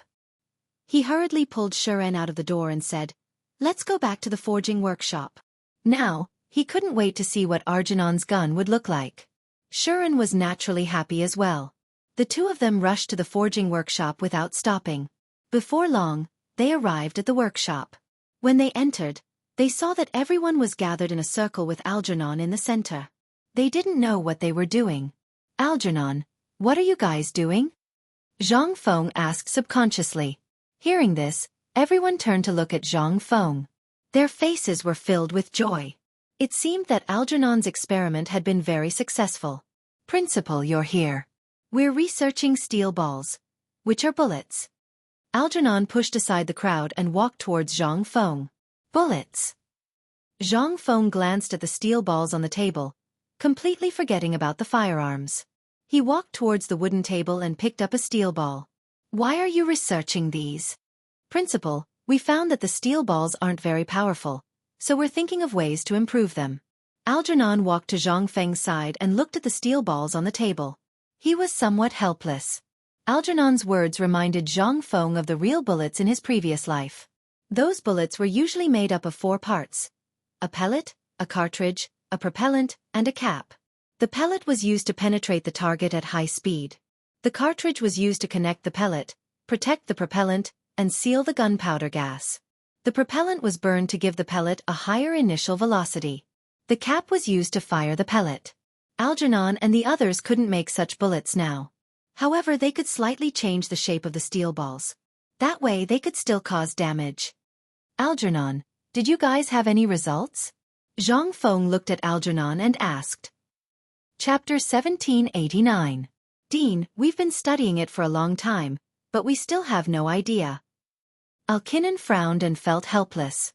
Zhang Feng patted Alkinnon's shoulder and encouraged him. Don't be discouraged. Have you thought of changing the shape of the steel balls? He decided to teach them the theory behind the bullets and let them slowly figure it out. Change the shape. Alkinnon's eyes lit up as if he had discovered a new continent. Dean, what kind of change do you mean? The Dean's words had opened up a wedge in his heart. However, he only had a vague idea, so he decided to ask for clarification. Think about it. How did a spear stab an enemy? Isn't it because of the sharp tip? If we make the steel balls like a spear and make them sharp, wouldn't the effect be different? Zhang Feng's gaze swept over the crowd as he tried to entice them. Hearing this, everyone lowered their heads and pondered deeply, their brows tightly knit together. After a while, Alkinnon seemed to have thought of something. He suddenly said, Dean, your suggestion is good. The sharp tip is much more lethal than the steel balls. Once it's shot, it can easily pierce through armor. Zhang Feng nodded with satisfaction. You're right. However, this won't do. We have to increase the size of the barrel. Once the sharp tip bullet is made, it will definitely be longer than the steel balls. Also, gunpowder will need to be added to the bullet and a cap at the base. Only then will it be able to unleash its full power. He knew that Alkinnon was a talent in this field. No matter what he said, Alkinnon would be able to react immediately. Dean, I know what gunpowder is, but what is a cap? Alkinnon looked at Zhang Feng with confusion. The others were also confused. They were helpless. Zhang Feng's words were too advanced. It was normal that they didn't understand. Give me a pen and paper. I'll explain it to you as I draw. Zhang Feng smiled faintly and said to everyone. As his voice fell, one of the men standing outside immediately ran out. After a while, he ran back in with a pen and paper in his hand. He handed the pen and paper to Zhang Feng. Zhang Feng took it and leaned on the table. He glanced at everyone and said as he drew, Look, this is the pointed bullet we talked about just now. It is made up of the shell, primer, propellant, and warhead. The shell is the outer layer of metal. It can be made of iron or steel, but it must be made into a cylinder. Look at the warhead. This is the tip of the entire bullet and needs to be made into a sharp point. The propellant, this is the gunpowder, needs to be filled in the shell. Finally, there is the primer, which is also the most important. It needs to be installed at the end of the entire bullet, which is also the cylinder, wrapping the entire back of the bullet. After saying that, the blueprint for the bullet was completed. Zhang Feng took the blueprint and handed it to Alkinnon. Take a look. Can you make this bullet? This was just an overview of the bullet, so it was relatively simple. A talent like Alkinnon could understand it with just a few glances. As Zhang Feng expected, Alkinnon took the blueprint and looked at it carefully for a while. Finally, he said seriously, This bullet can be made, but the trajectory of the gun needs to be changed. Okay. Zhang Feng nodded and rested his chin on his right hand. This is not a problem. Changing the trajectory will only increase the power of the gun. Take some time to study it. When he thought of this bullet, he already knew that the trajectory might need to be changed. The trajectory changed with the bullet, or in other words, the trajectory needed to adapt to the bullet. For modern bullets like this, the trajectory needed to be slender and flexible. Otherwise, the trajectory would be destroyed in a short period of time. Okay, Dean. Alkinnon agreed and began to study the drawing again. At this time, Zhang Feng seemed to have thought of something. He said to Alkinnon, All right, Alkinnon, didn't you ask me to come here to look at the gun? Yes. Look at my brain, I almost forgot. Alkinnon patted his head. A little embarrassed. Zhang Feng didn't blame him, because he knew that for a freak like Alkinnon who only cared about research, if something suddenly attracted him, he would quickly fall into it. Just like when they were talking about the bullet, everyone was so excited that they naturally forgot about the gun. Even Zhang Feng himself had forgotten about it until now. Here, Dean. This is the improved gun. Alkinnon took the gun from the table next to him and handed it to Zhang Feng. Zhang Feng looked at the gun in Alkinnon's hand with a strange expression. It was not for any other reason, but because this gun was very different from the previous one. Not only was the barrel much longer, at least 10 centimeters, but the body was also slender. He asked with some confusion, Arcanon, why does this gun look different from the previous one? Dean, this is our newly improved gun. It has been lengthened by 10 centimeters and the body has become slender.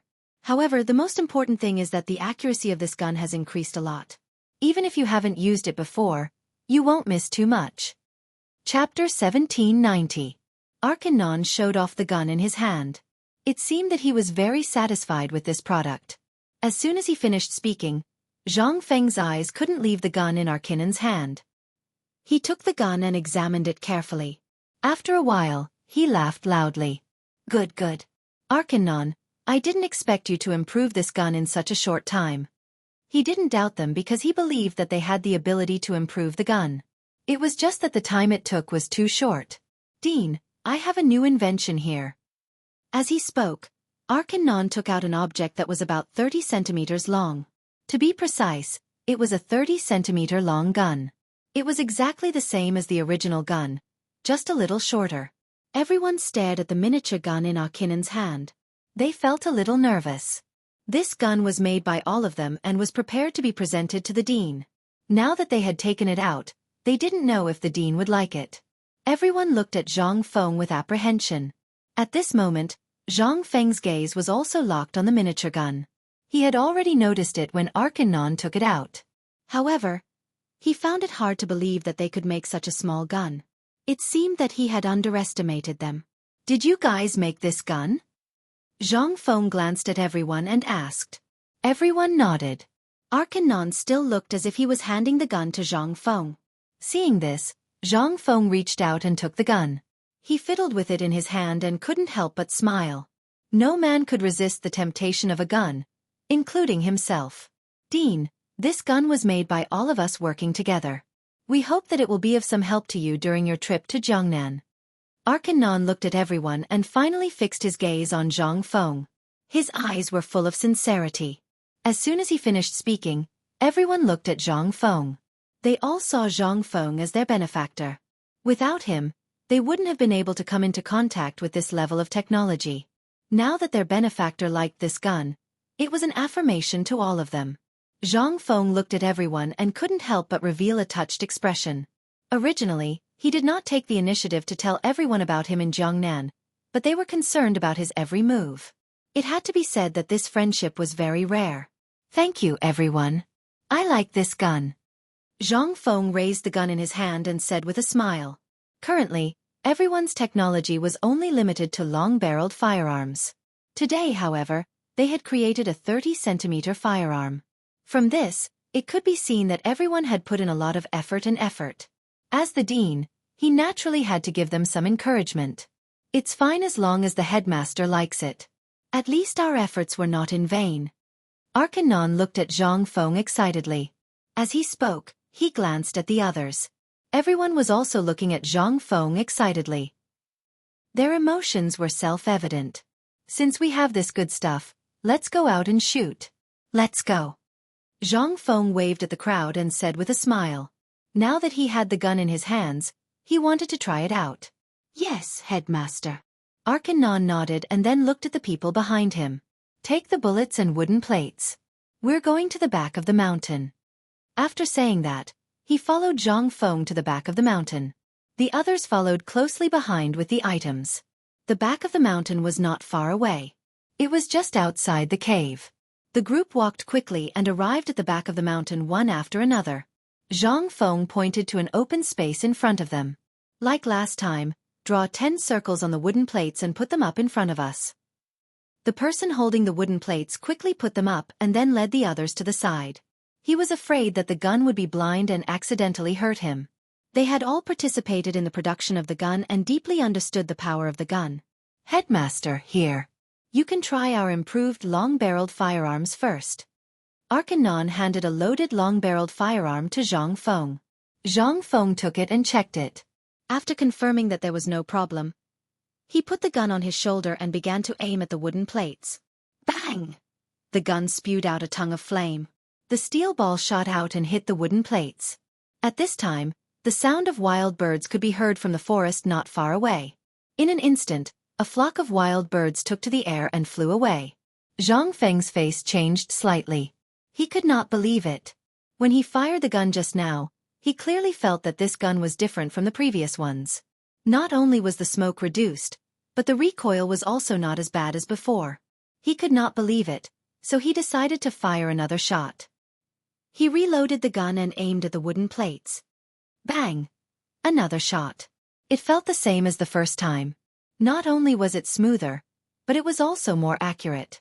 This time, Zhang Feng was finally sure that this gun was exactly as Arcanon had said. He quickly put down the gun and walked to the wooden plates.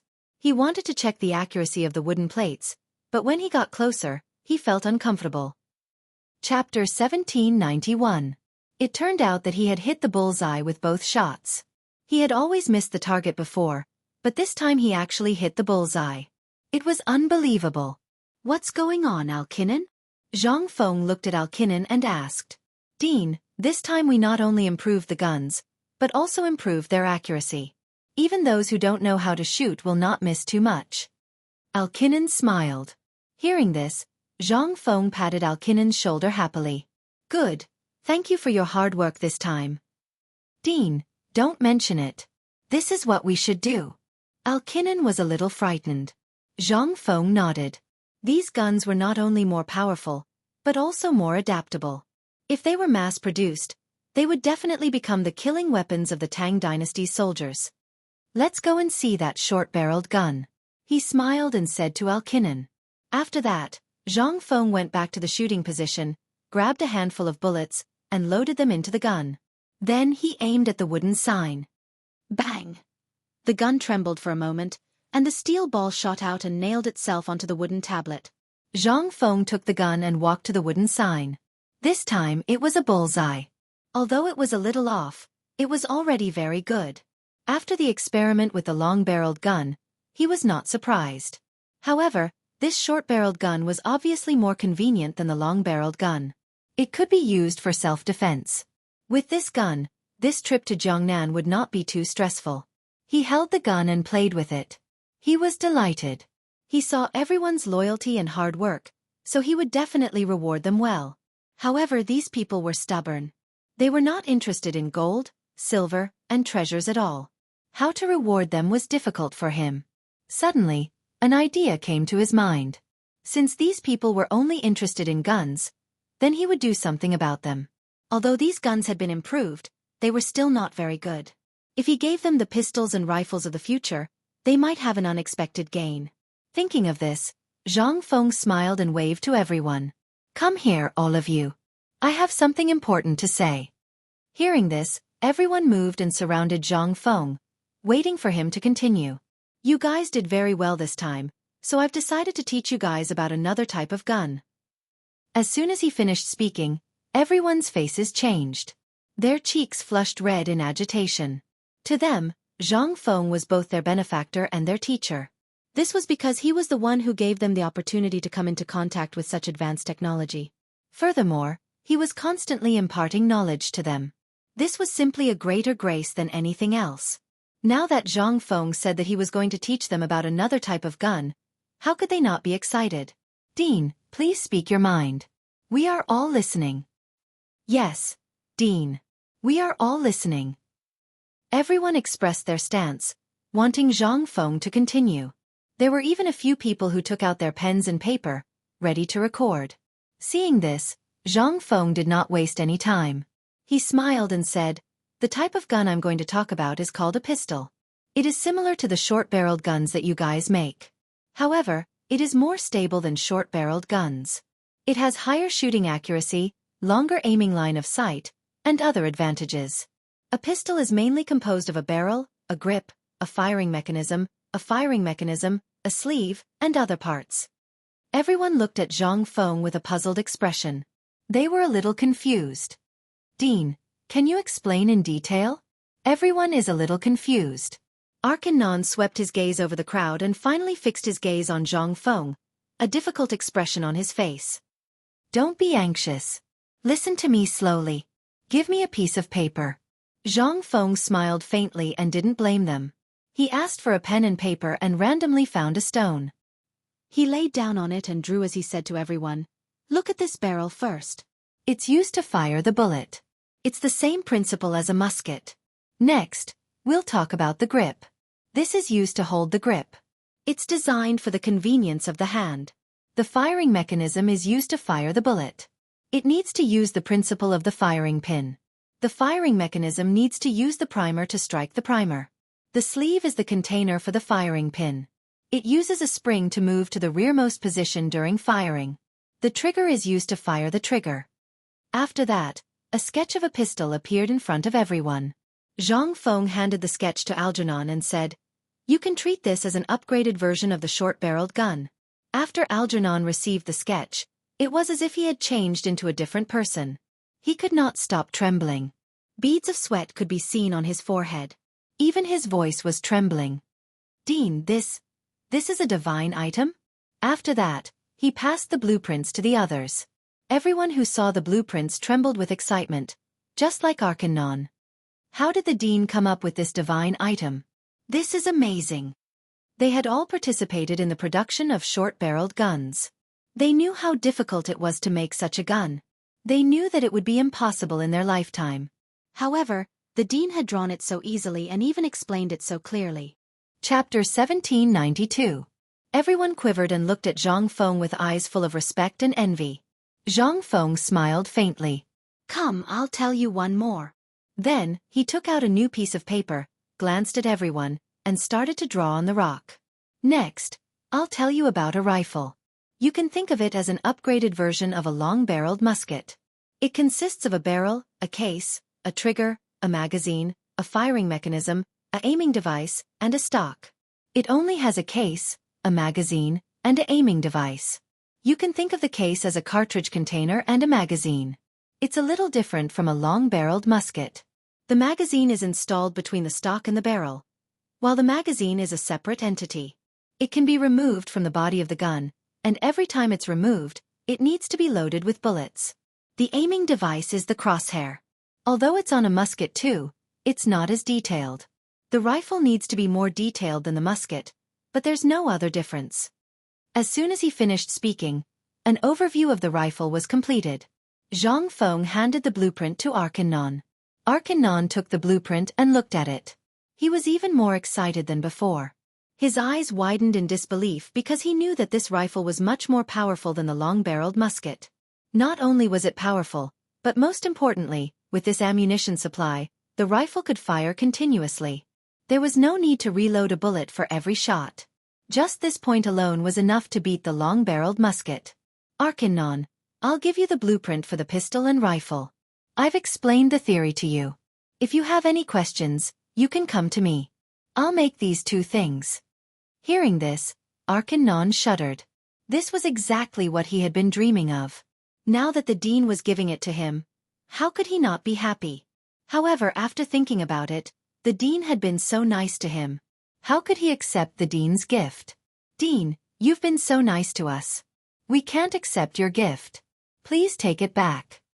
Arcanon respectfully put the blueprint in his hand and was about to return it to Zhang Feng. The others looked at the blueprints unwillingly because they had the same desire for the technology as Arcanon. However, they could understand what Arcanon was saying. Indeed, the Dean had taken them in and even taught them the technology. If they were to blindly accept them now, wouldn't that mean that they weren't grateful at all? Zhang Feng looked at the crowd, and his eyes flashed with a touch of gratification. He had thought that everyone would be very happy to accept the blueprint, but he didn't expect them to say such words. This was indeed beyond his expectations, but it was enough to see their loyalty. "There's no need for that. Since I'm giving them to you, just accept them. I still need these firearms." "This?" Arcanon looked at the blueprint in his hand, feeling a little troubled. He then turned around to look at the others. Seeing this, Zhang Feng smiled faintly and glanced at everyone. "Take it. I'll be happy if you can make the firearms as soon as possible." "All right then." Algernon nodded and expressed his loyalty. "Don't worry, Mr. President. We won't let you down. Even if we don't eat or drink, we'll make it and give it to you personally." As soon as he finished speaking, the others behind him quickly agreed. "That's right. Don't worry, Mr. President. We won't let you down. We'll definitely make it. Don't worry, Mr. President. We'll make it." They clenched their right fists and spoke with confidence. Of course I'm not worried about you. Zhang Feng nodded with satisfaction and waved at everyone. You can go back and do your research. I still have things to do at the college. After speaking, he turned and walked towards the college. Everyone said their goodbyes. He took out a cigarette from his waist, lit it, and slowly smoked. He didn't say anything along the way, and soon, he arrived at the college. At this time, classes had just ended, and the students were playing in the college. Some people were playing basketball on the field, and many students were taking a walk. Hello, Mr. President. When the students saw Zhang Feng walk over, they stopped and greeted him. Zhang Feng waved his hand at the crowd and walked straight to his residence. At this time, two figures in front of him attracted his attention. He took a closer look and saw that they weren't Yiming and Yun Ping, who he had just caught in the morning. He quickly walked up and patted them on the shoulder. Yiming, Yun Ping, what are you two doing? The two of them were shocked and turned around. When they saw Zhang Feng's face, their expressions changed and they stammered, President. What are you two doing here? Have you done your punishment this morning? Zhang Feng looked at them and asked. Yes, we did. Yiming lowered his head and replied with a trembling voice. Okay, I'll find time to check. If you didn't do it, your punishment will be doubled. Zhang Feng nodded and turned to walk back to his residence. He had been explaining the concept of pistols and rifles, and he was a little tired. He was going to go back and rest. He didn't expect Yiming and Yun Ping to run away as soon as he left, as if they had something important to do. Zhang Feng felt that something was wrong behind him. He glanced at them casually and saw their backs. A complicated smile flashed across his lips. Chapter 1793. What he said just now was naturally to scare the two boys. He didn't expect that they really didn't do it. Zhang Feng took out a cigarette from his waist, lit it, took a deep puff, and walked back to his residence. After returning to his residence, he half reclined on the chair and was about to take a nap. Just then, a loud roar came from outside the door. Fengzi, are you there? Without looking, he knew that it was old Cheng. His hoarse voice could be heard 2 streets away. Zhang Feng slowly sat up and looked at the door helplessly. Sure enough, Li Shimin walked in with Chang Yaojin. Haha, I knew you were here. Chang Yaojin took a big step forward and patted Zhang Feng on the shoulder. Well, if nothing goes wrong, I'll be here in the future. Zhang Feng rolled his eyes at Chang Yaojin and said unhappily. Fengzi, what's wrong with you? You look like you haven't woken up yet. Li Shimin looked at Zhang Feng and was a little worried. It's nothing. Zhang Feng waved his hand and gestured for the two to sit down. Why are you free to look for me today? He didn't intend to tell them about the forging workshop. Firstly, this thing was a little shocking. If he suddenly told them, they might not be able to accept it. Secondly, he didn't know if Arkanon and the others could make it. If they could, he would naturally tell them in the future. I asked you to come here to drink. What else could it be? Chang Yaojin pursed his lips, looking as if he was in the right. I don't have time to drink with you. Zhang Feng glared at Chang Yaojin. This guy only knew how to drink every day. Of course, it's not just about drinking. There's also about Jiangnan. Li Shimin interjected from the side. Jiangnan. Zhang Feng turned to look at Li Shimin and was a little puzzled. What can happen in Jiangnan? Aren't you going to Jiangnan? We just got some recent news in Jiangnan and wanted to tell you about it. Li Shimin smiled. Hearing this, Zhang Feng's interest was piqued. What news? Quick, tell me. Jiangnan was now the focus of his development, so he had to know all the important information there. That way, he would not be clueless in the past. Li Shimin moved closer to Zhang Feng and said with a smile, I heard? Cough cough. Just as Li Shimin was halfway through his speech, a cough from outside the door interrupted him. Zhang Feng and the others raised their heads to look outside the door. The coughing sound was rather obvious, but it happened when Lao Li coughed halfway through his sentence. It seemed to be intentional. He wanted to see who it was. Moments later, Yu Shernan, Ouyang Xiao, and the rest walked in with stooped backs. Seeing this, Zhang Feng immediately stood up from his chair and said respectfully, Greetings, teachers. These were all his teachers. They had just come in, so as a disciple, he naturally could not sit. He had to give up his seat for them. Li Shimin and the others also stood up to show their respect. These were all great scholars. They did not have to bow when they were in court, let alone when they were outside the palace. Naturally, they had to stand up to show their respect. Yu Shernan glanced at the people in the room, then looked at Zhang Feng and nodded. No need to be so polite. Sit down. After that, he casually found a chair and sat down. The other three did not stand on ceremony and went to find their own seats. Fengzi, what were you talking about just now? Yu Shernan looked at Zhang Feng and stroked his beard. In fact, when Li Shiming and the others had just stepped into the academy, the four of them had already received the news. They had specially come to see what Li Shiming had to say, but they hadn't thought that they would still be a step too late. Thus, they had specially coughed twice to stop Li Shiming from continuing, because they were worried that the other party would instill some bad thoughts into Fengzi's head. Teacher, just now Lao Li came to find me and said that they received the latest news in Jiangnan. They came specifically to tell me. Zhang Feng looked at Yu Shernan with a respectful expression. Oh! Yu Shernan smiled and looked at Li Shimin. What news did Mr. Li receive? Li Shimin smiled and said, I received news that there have been more ships in Jiangnan recently. There are also more merchants coming and going. Hearing this, Zhang Feng was a little confused. He was about to ask when Ouyang Xiu beat him to it. Is that so? Does Mr. Li know the reason? Ouyang Xiu frowned and asked doubtfully. He did not doubt Li Shimin's words, because he knew that the ruler of a country would not lie over such a small matter.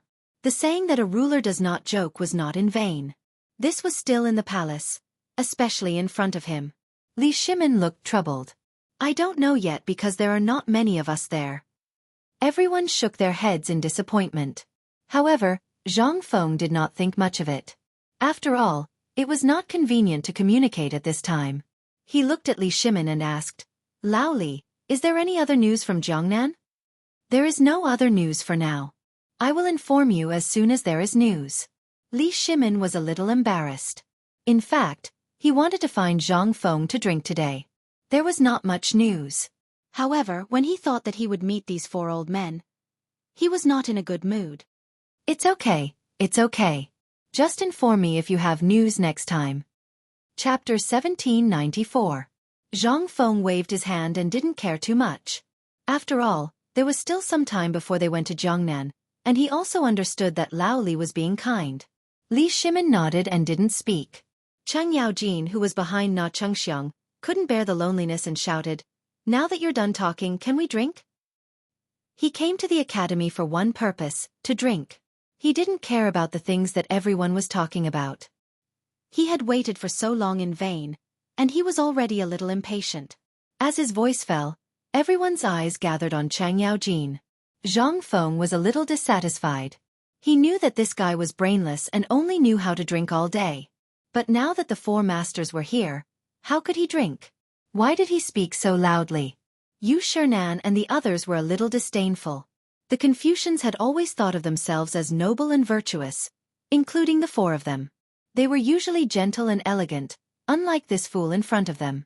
However, he was still a duke, so they didn't say anything. Li Shimin was different. He was a little angry. Cheng Yaojin was brought up by him, but now he was standing in front of everyone and embarrassing himself? Wouldn't that be throwing his own face as well? He gloomily stared at Cheng Yaojin. Don't drink all day. Calm down. From his tone, one could hear that he was a little dissatisfied. Hearing this, Cheng Yaojin resentfully lowered his head. It seemed that he wanted to say something, but in the end, he didn't say it. Everyone, sorry to disturb you today. We'll leave first.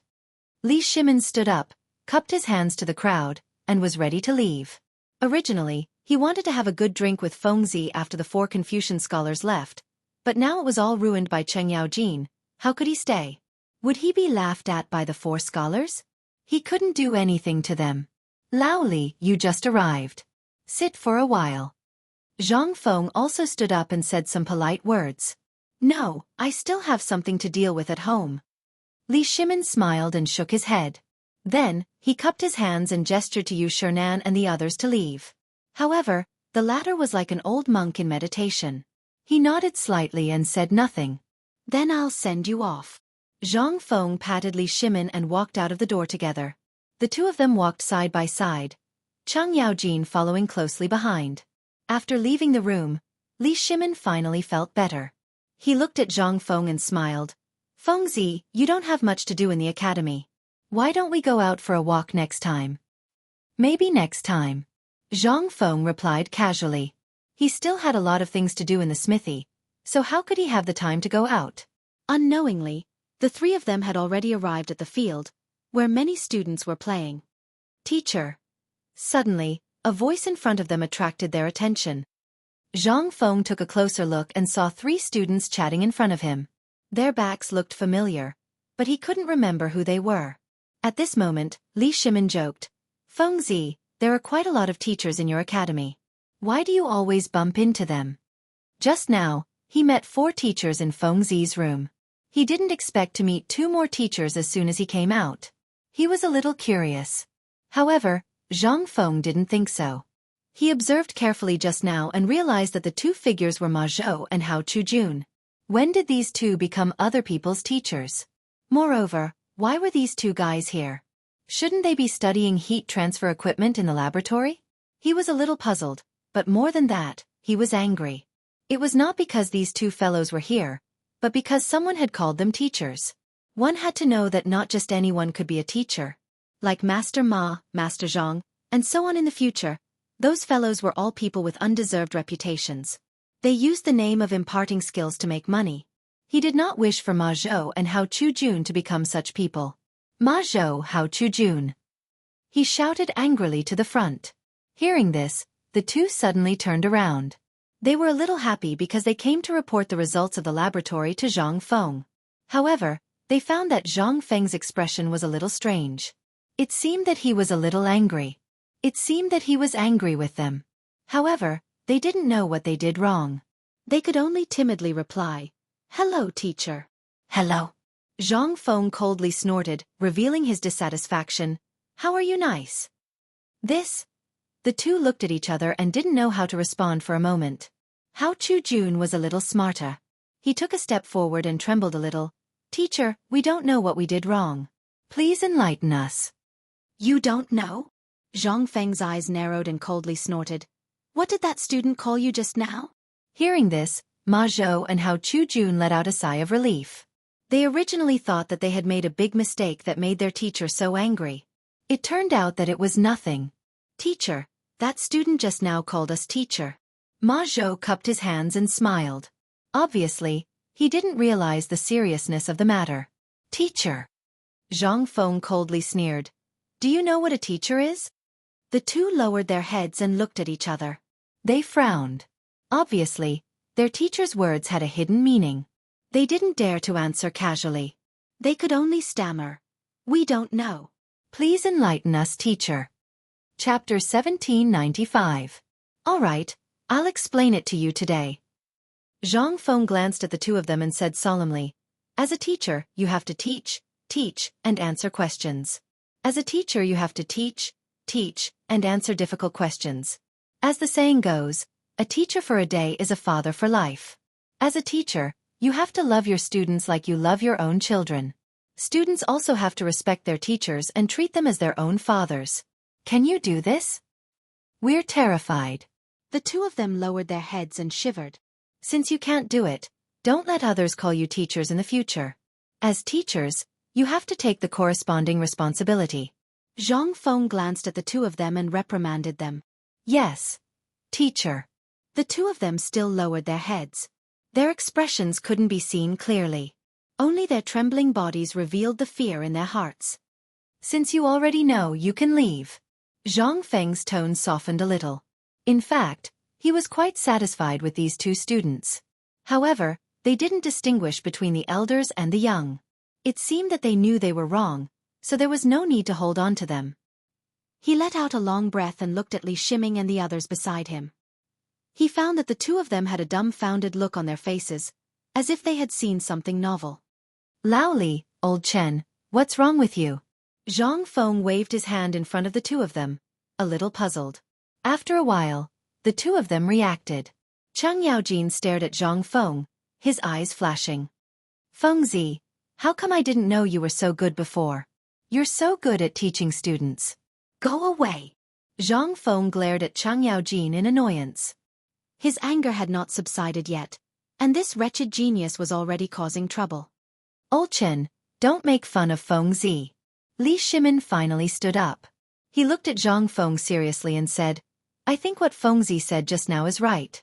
As a teacher, you should act like one. If you can't bear the responsibility of a teacher, you will only lead the students astray. It's better not to have such a teacher.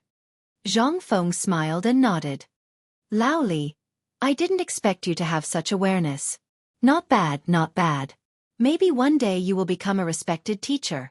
Haha. Li Shimin rolled his eyes at Zhang Feng in exasperation. No matter what, he was still the ruler of a country. How could he become so unbearable in the mouth of this brat? How could he have such awareness? Could it be that he didn't have it before? Of course, he could not say such words out loud. He did not care about Zhang Feng's teasing and continued, Feng Zi, what you said just now was really good. That sentence? Zhang Feng asked subconsciously. He had said so much, so how could he know what the other party was referring to? As a teacher, I preach and answer questions, Li Shimin said as he walked. Hearing this, Zhang Feng smiled slightly with a thought-provoking look on his face. Of course, this sentence was good. This was a selection of the works of Han Yu from the Tang dynasty. However, he did not say it out loud. Even if he said it out loud, no one would believe him. Let's go, I'll send you out. He smiled and waved his hand to signal Li Shimin to go out. Chang Yaojin was a little dissatisfied. Are you in such a hurry to chase us away? He still could not forget about drinking. Then you stay, we'll go drink. Zhang Feng rolled his eyes at Chang Yaojin. He was not worried that the other party would stay, but with 4 teachers around, they would not be able to drink well. Forget it, we'll drink next time. Li Shimin hurriedly grabbed Chang Yaojin, afraid that the other party would make a fool of himself. Then he looked at Zhang Feng. Feng Zi, we'll go first. You don't have to send us off. After that, he pulled Chang Yaojin to the door. The latter glanced at him unwillingly. Zhang Feng smiled and turned to walk to his residence. Finally, after sending these 2 guys away, he could go back and have a good rest. However, what he did not expect was that when he returned to his residence, his 4 teachers were still in the room and had no intention of leaving. He had no choice but to go forward and salute. Greetings to the 4 teachers. No need to be so courteous. Come and sit. Yu Shernan stroked his beard with a kind smile on his face. Zhang Feng nodded and moved a chair to sit near the 4 of them. He was quite respectful to the 4 of them and would not step out of line in front of them. Feng Zi, what do you think of Mr. Li and the others? Ouyang Xiao asked. Zhang Feng was startled. He originally thought that the 4 teachers might teach him some knowledge or how to be a good person. After all, he was about to go to Jiangnan. However, he never expected that they would ask about Lao Li and the others. Because he knew that the 4 teachers did not like Lao Li very much. Although they did not show it usually, it could be seen from some subtle expressions. Even though he knew this, he still replied seriously, Lao Li is an honest and reliable person. He is tactful and does things in an orderly manner. It's just that his servants are a bit like bandits. Zhang Feng smiled awkwardly, but he was telling the truth. Yu Shernan nodded. You're right. Mr. Li is indeed reliable. It's just that those servants. Chapter 1796. Speaking up to this point, he laughed. He directly ignored Li Shimin's other strengths, leaving only the fact that he was reliable. That's right, other than the emperor, there weren't many reliable people in the world. Feng Zi, you should build a good relationship with Mr. Li. He's a businessman. When you go to Jiangnan, he might be able to help you. Chu Sueliang's face was serious. Although they didn't like Li Shimin, they had to acknowledge his status. Once Feng Zi went to Jiangnan, his foundation would be unstable and he would definitely need help. Li Shimin was the best help. At the same time, this was the result of their discussion. Yes, teacher. Zhang Feng nodded, looking as if he had learned something. Feng Zi, you can seek their help, but don't rely on them. Remember? Yu Shernan's eyes flashed. He didn't want Feng Zi to get too close to them, but he could still help him. Zhang Feng frowned. He didn't understand. Seeing this, Xueji hurriedly added, Feng Zi, they're businessmen. Everything is more than scheming. You have to get too close to them or you'll fall too deep. Moreover, you're the dean of White Deer College. You have to understand your status. Hearing this, Zhang Feng suddenly understood. So his 4 teachers were worried that he would be schemed against by them. Who was he to be schemed against by them? Moreover, what did his status have to do with anything? Although this was what he thought, he couldn't say anything that went against his teachers. This student will remember. Zhang Feng replied respectfully. Yu Shernan stroked his white beard, feeling satisfied. Good. You can rest. We'll leave first. With that, he stood up and walked out of the door. The other 3 glanced at Zhang Feng and followed closely behind. Since his teachers wanted to leave, Zhang Feng naturally couldn't sit still. He stood up and sent them to the door. He bowed. Take care, teacher. Only when he saw the 4 people's backs getting further and further away did he slowly get up and return to the room, half lying on the chair. To be honest, he really liked talking with his 4 teachers and the old scholar because he felt that he could learn a lot of knowledge. It was just that the red tape was a bit cumbersome, and for a young man from the 21st century, it was simply torture. He lit a cigarette, took a deep drag, and slowly exhaled a cloud of smoke. He couldn't help but recall what his 4 teachers had said. He told him to look for Lao Li and the others for help, but not to get too close and not to rely on them. His teacher seemed to be afraid that Lao Li and the others would take advantage of him. Seeing his teacher's affectionate look, he couldn't help but reveal a trace of sadness on his face. That's right. Which master in the world wouldn't love and care for their disciples? Speaking of disciples, he thought of Ma Zhou and Hao Chujun whom he had just met. Did he reprimand the 2 of them a little too much? After all, the mouths belonged to others. They couldn't stop others from calling them whatever they wanted. Moreover, he had just reprimanded them in front of so many people. Would it embarrass the 2 of them in front of the other students? After all, people need to be thick-skinned. The 2 of them had a trace of innocence. Forget it, let's go and see the 2 of them. He took a deep drag of the cigarette, slowly sat up from the chair, and walked out of the door, ready to go to the laboratory to see Ma Zhou and Hao Chujun. The laboratory wasn't far from the school. Zhang Feng walked leisurely while smoking, and soon arrived at the laboratory. At this time, a large group of people had gathered in a circle on the field. He didn't know what they were doing. It was class time now. Did these guys skip class? With this thought in mind, Zhang Feng strode towards the crowd and shouted, "What are you doing here? Why aren't you in class?" Hearing this, everyone turned around. When they saw Zhang Feng, their faces were filled with joy. This made Zhang Feng even angrier. Not only were these guys not in class, but they were also smiling when they saw him. They really didn't know the immensity of heaven and earth. "Speak, what are you doing here? Where are Ma Zhou and Hao Chujun?" Just as he finished speaking, 2 figures emerged from the crowd. It was Ma Zhou and Hao Chujun. They hurried to greet him. They were a little flustered. It seemed that the matter just now was not over yet. "Master, please forgive us. We are researching the hot air balloon." They were a little uneasy. They were afraid that their master was still angry about what happened in the morning. Hearing this, Zhang Feng's gloomy face finally showed a smile. It turned out that he had wronged them. However, it seemed that they were unhappy about what happened in the morning. "I see. How is your research going?" He looked at the 2 of them and showed a warm smile. After all, he knew that he couldn't blame the 2 of them for what happened in the morning. Seeing Zhang Feng like this, the 2 of them finally showed a smile on their faces. Ma Zhou took a step forward, smiled, and cupped his hands. "Master, the hot air balloon is much better than last time. We are experimenting." "Really?" Zhang Feng was a little surprised. He didn't expect the 2 of them to improve so quickly. He was overjoyed. "Let's go. Take me to see it." Chapter 1797. The 2 of them looked at each other and were overjoyed.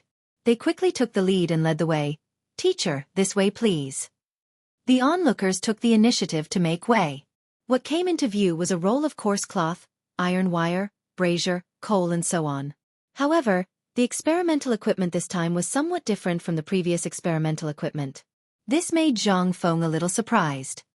He pointed at the experimental equipment in front of him and wondered, "Ma Zhou, Hao Chujun, why is the experimental equipment a little different this time?" "Teacher, we found that the iron wire is more stable than the hemp rope, and it is not easy to be broken by fire, so we made some changes." Also, the brazier has been increased in weight, and the coarse cloth has been increased in thickness. Ma Zhou cupped his hands and replied. Hearing this, Zhang Feng stepped forward and touched the coarse cloth to check. Sure enough, as Ma Zhou said, the experimental equipment had been changed. Well, you can give it a try. He glanced at the crowd and signaled to start. Originally, he wanted them to improve the hot air balloon, so there should be some changes. There was no dissatisfaction in his heart. Yes, teacher. Ma Zhou nodded. After he finished speaking, he called everyone to start preparing. You guys hold up the coarse cloth. You guys go and strengthen the rope. After he finished speaking, Ma Zhou and Hao Chujun personally went to start the fire. Usually, when Zhang Feng was here, they did the experiment by themselves. This was an important experimental equipment, so there was no room for any carelessness. The others busied themselves according to Ma Zhou's instructions. Zhang Feng took out a cigarette from his waist and went to Ma Zhou and Hao Chujun's side. He picked up a piece of coal that had just turned red and lit the cigarette. He took a deep breath and smiled. You two brats, now you are a lot more sensible. It seemed that the reprimand in the morning had some effect. Otherwise, why would these two be so obedient? Why would they do everything by themselves? Teacher, you must be joking. Student is not setting a good example for junior brothers. Ma Zhou scratched his head and showed a silly look. Zhang Feng smiled and did not speak. He knew that these two guys humbly accepted the reprimand in the morning. He was about to comfort them when there was a roar not far away. Dean, everything is ready. Should we start the experiment now? Zhang Feng slowly turned his head to take a look. Sure enough, the coarse cloth had been propped up, and even the iron wire had been fixed. Everyone was very familiar with the process, because Ma Zhou had led them to experiment once before. This was the second time, so the operation speed was very fast. Okay, get the live pig over here and get ready to start. Zhang Feng stood up and glanced at the crowd. The experiment had to use live pigs, otherwise, the effect would not be achieved. Yes, teacher. Ma Zhou cupped his hands and replied. After saying that, he led the two men to pull the live pig. Obviously, the live pig this time was much bigger than last time. It seemed that Ma Zhou and Hao Chujun had put in a lot of effort. The live pig was quickly subdued and tied to the ground. Then, they hung the live pig and the brazier up. The coarse cloth was propped up as they waited for the wind to blow. Zhang Feng put the cigarette in his mouth, looked up at the sky, and said to himself, "What can make the wind come?" Teacher, a gust of wind blew before we prepared to do the experiment. I believe the next gust of wind will come soon. Ma Zhou put his hand in front of his forehead and looked like a monkey looking at the sea. He looked while answering Zhang Feng's question. Yes, teacher. Now that the equipment has been set up, we can only wait. Hao Chujun narrowed his eyes. As he spoke, he intentionally or unintentionally glanced at the group of coolies behind him. These students were invited by Ma Zhou and Hao Chujun. Last time, the two of them held the rope and it could be said that they were suffering, so this time they thought of this method. It was a pity that these guys did not know the mystery. When they heard that they could participate in the Dean's flying experiment, each one was happier than the other. Now, they were holding the iron wire, and their hands were sore. Only they knew how uncomfortable it was. Finally, one of them could not stand it and said with a constipated face, "Dean, what wind is this? I can't stand it anymore." The person who spoke was Pai Ho, who was hung up on the tree last time. He did not see the spectacular sight of the hot air balloon with his own eyes last time. He was a little unwilling, so he followed. He did not expect the iron wire to be so heavy. Zhang Feng took out the cigarette in his hand and glanced back. How would I know? Ask the person who dragged you here. He very naturally threw the question to the pot. He was really smart. He was secretly happy. It was not that he did not want to say it, but he was not a god. How could he control the air? Pai Ho saw that his questioning was fruitless, so he turned his gaze to Ma Zhou and Hao Chujun. He looked troubled. Seniors, we can't stand it anymore. Can you put it down first? After saying that, Pai Ho prepared to put the iron wire in his hand on the ground. Seeing this, Hao Chujun's face changed. He hurriedly went up. Don't, please don't. What if the wind picks up as soon as you put it down? Now that he was in front of his teacher, he did not dare to mess things up. Pai Ho was a little embarrassed. Putting it down was not right, But not putting it down was not right either. Then what do you think we should do? In any case, I can't lift it up. Come, come, come. Give me the iron wire. I'll hold it. How Chu-jun took the iron wire and prepared to take it. Chapter 1798. This made Pihu overjoyed. He quickly handed the iron wire to Hao Chu-jun and said with a smile, "Here you go." After saying that, he ran to the side to rest. Ma Zhou took a look and quickly replaced the other students. He was afraid that these guys would screw up the experiment. He would be more at ease if he did it himself. Zhang Feng saw all of this and could see that these two people were really concerned about the experiment. It seemed that the reprimand in the morning was indeed serious. He thought to himself, "I'll appease these two later." After a moment, a trace of coldness came from the dry sky. The surrounding leaves rustled and their clothes fluttered. "Teacher, the wind is blowing." Ma Zhou faced the cold wind and was as excited as a child. As soon as he said that, a gust of wind blew and the coarse cloth was lifted. Following the squeals of the live pig, the hot air balloon was blown into the sky. Everyone raised their heads and put their hands on their foreheads. They looked at the flying scene with joy. Zhang Feng was no exception. He held the cigarette in his mouth and half raised his head. The corner of his mouth revealed a trace of a smile. The hot air balloon was blown higher and higher, flying into the distance. They could only see the shadows on the ground and the dissatisfied sounds of the live pig. "The hot air balloon has flown far away. Quickly chase after it, or we won't be able to find it later." Zhang Feng took the cigarette, but that was about to burn out, and threw it at his feet. He shouted at the stunned crowd. After saying that, he ran in the direction of the hot air balloon. Everyone looked at Zhang Feng's back and realized something. They quickly followed behind him. The hot air balloon was blown by the gust of wind as if it had an engine. It kept floating into the distance without any intention of falling. Zhang Feng led everyone to chase after it. He was afraid that he would fall behind. This thing had a brazier on it. If it fell in that flammable place, it would be a disaster. In addition, it was still winter and the weather was dry. If it touched a little fire, it would immediately catch fire. Therefore, he didn't dare to be careless. But then again, Ma Zhou and Hao Chujun's improved hot air balloon was much better than the previous one. Last time, the wind was so strong that the hot air balloon fell after a while. This time it was amazing. Not only did it not fall, it floated further and further away. Thinking of this, he turned around and glanced at the two of them. Suddenly, he felt that these two fellows were much more pleasing to the eye.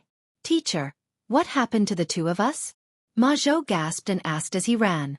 "You two brats want me to chase a kite with you, and you're asking me what's wrong?"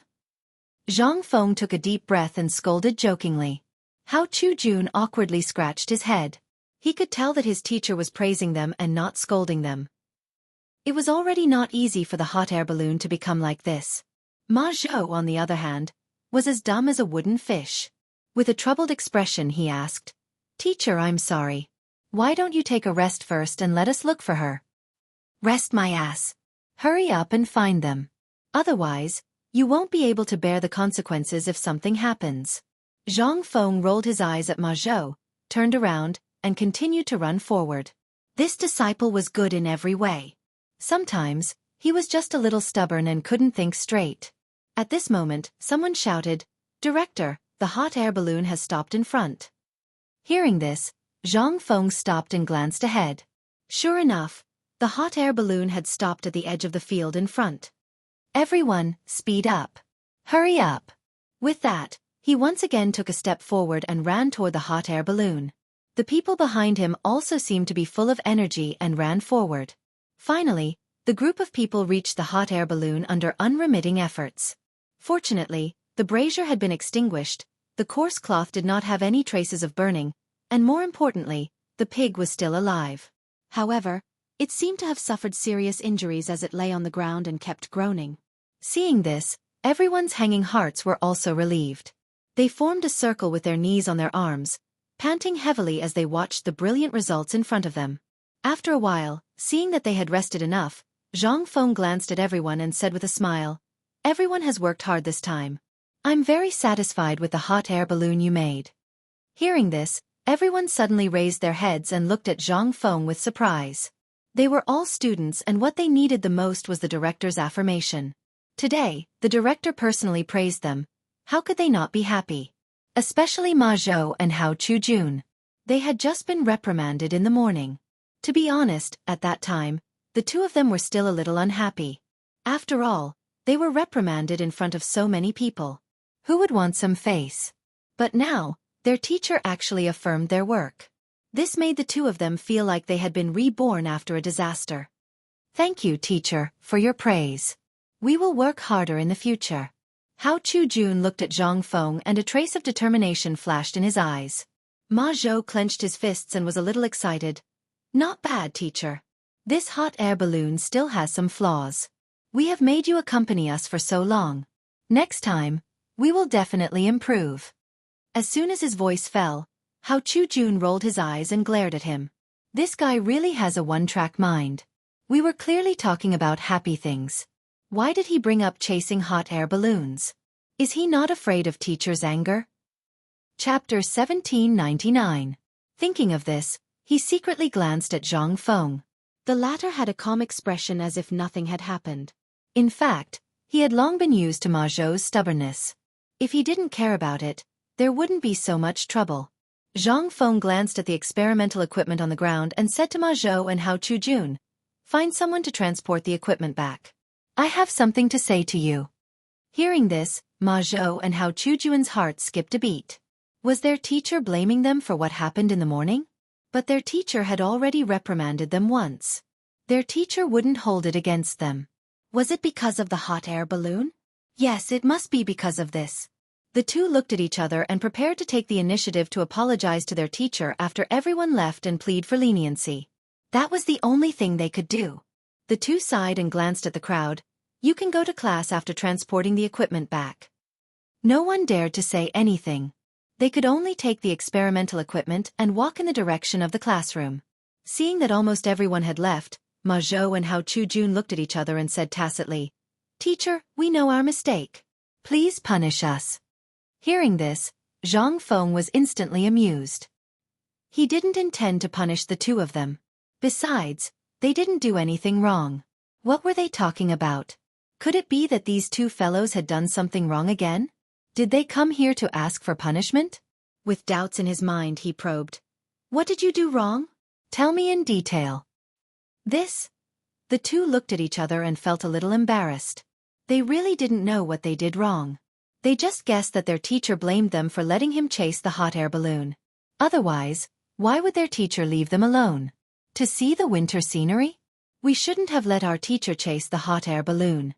Please punish us. Ma Zhou lowered his head and voiced out his conjecture. Chase the hot air balloon? Zhang Feng smiled. So these two guys thought that he left them here because of this? Did they think he was too petty? He couldn't help but laugh. Do you think I left you here because of this? Isn't that the case? Ma Zhou was a little confused. Hao Chujun was the same. They originally had good thoughts, but now they were all overturned by their teacher. I'm not so petty as to punish you for such a small matter. Zhang Feng faintly smiled. Then master is? Hao Chujun asked respectfully. He didn't dare to make any wild guesses about this benefactor in front of him. Zhang Feng looked at the two of them with a serious expression. I asked you to stay behind because I want to tell you some things. Since he was going to impart knowledge, it was better to be serious. Hearing those words, the two of them shuddered. This was because they knew that being able to listen to their teacher's teachings was something that could only be encountered by chance. To be able to meet him today was simply a gift from the heavens. The two of them looked at each other and cupped their hands together. Teacher, please speak. This student will definitely listen with respectful attention. Zhang Feng did not speak immediately. Instead, he took out a cigarette from his waist. Naturally, he had to brew it for a while. When he put the cigarette in his mouth and was about to take out the lighter, the sharp-eyed Hao Chujun hurriedly took out the lighter from his waist and lit it. He handed it to Zhang Feng's mouth and said flatteringly, Here, teacher.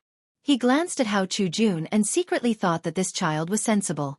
He lit the cigarette with his mouth, took a deep breath and exhaled the smoke.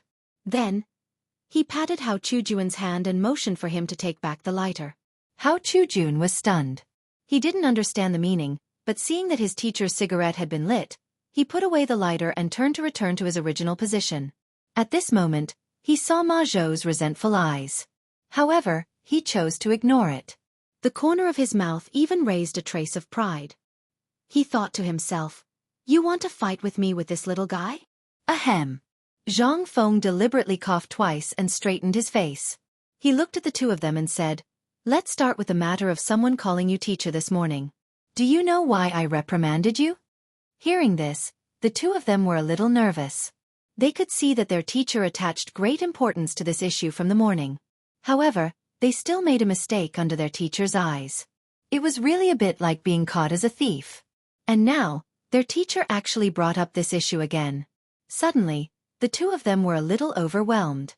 "Teacher, this student doesn't know. Please enlighten me." Ma Zhou's face was a little ugly. "Then I'll explain the reason to you one by one today." Zhang Feng took a deep breath and glanced at the two of them. Then he slowly said, "In fact, I'm doing this for your own good. If you want to be someone's teacher, you must first have your own skills. Then you must know the wisdom of others. You must know your own wisdom.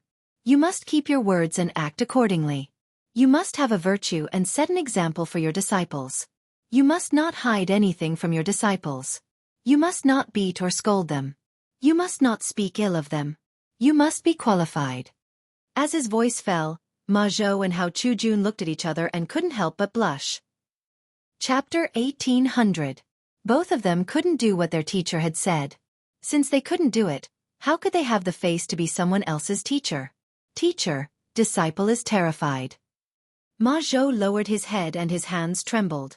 It was not because of what his teacher had said, but because he did not think that he was qualified to be someone else's teacher.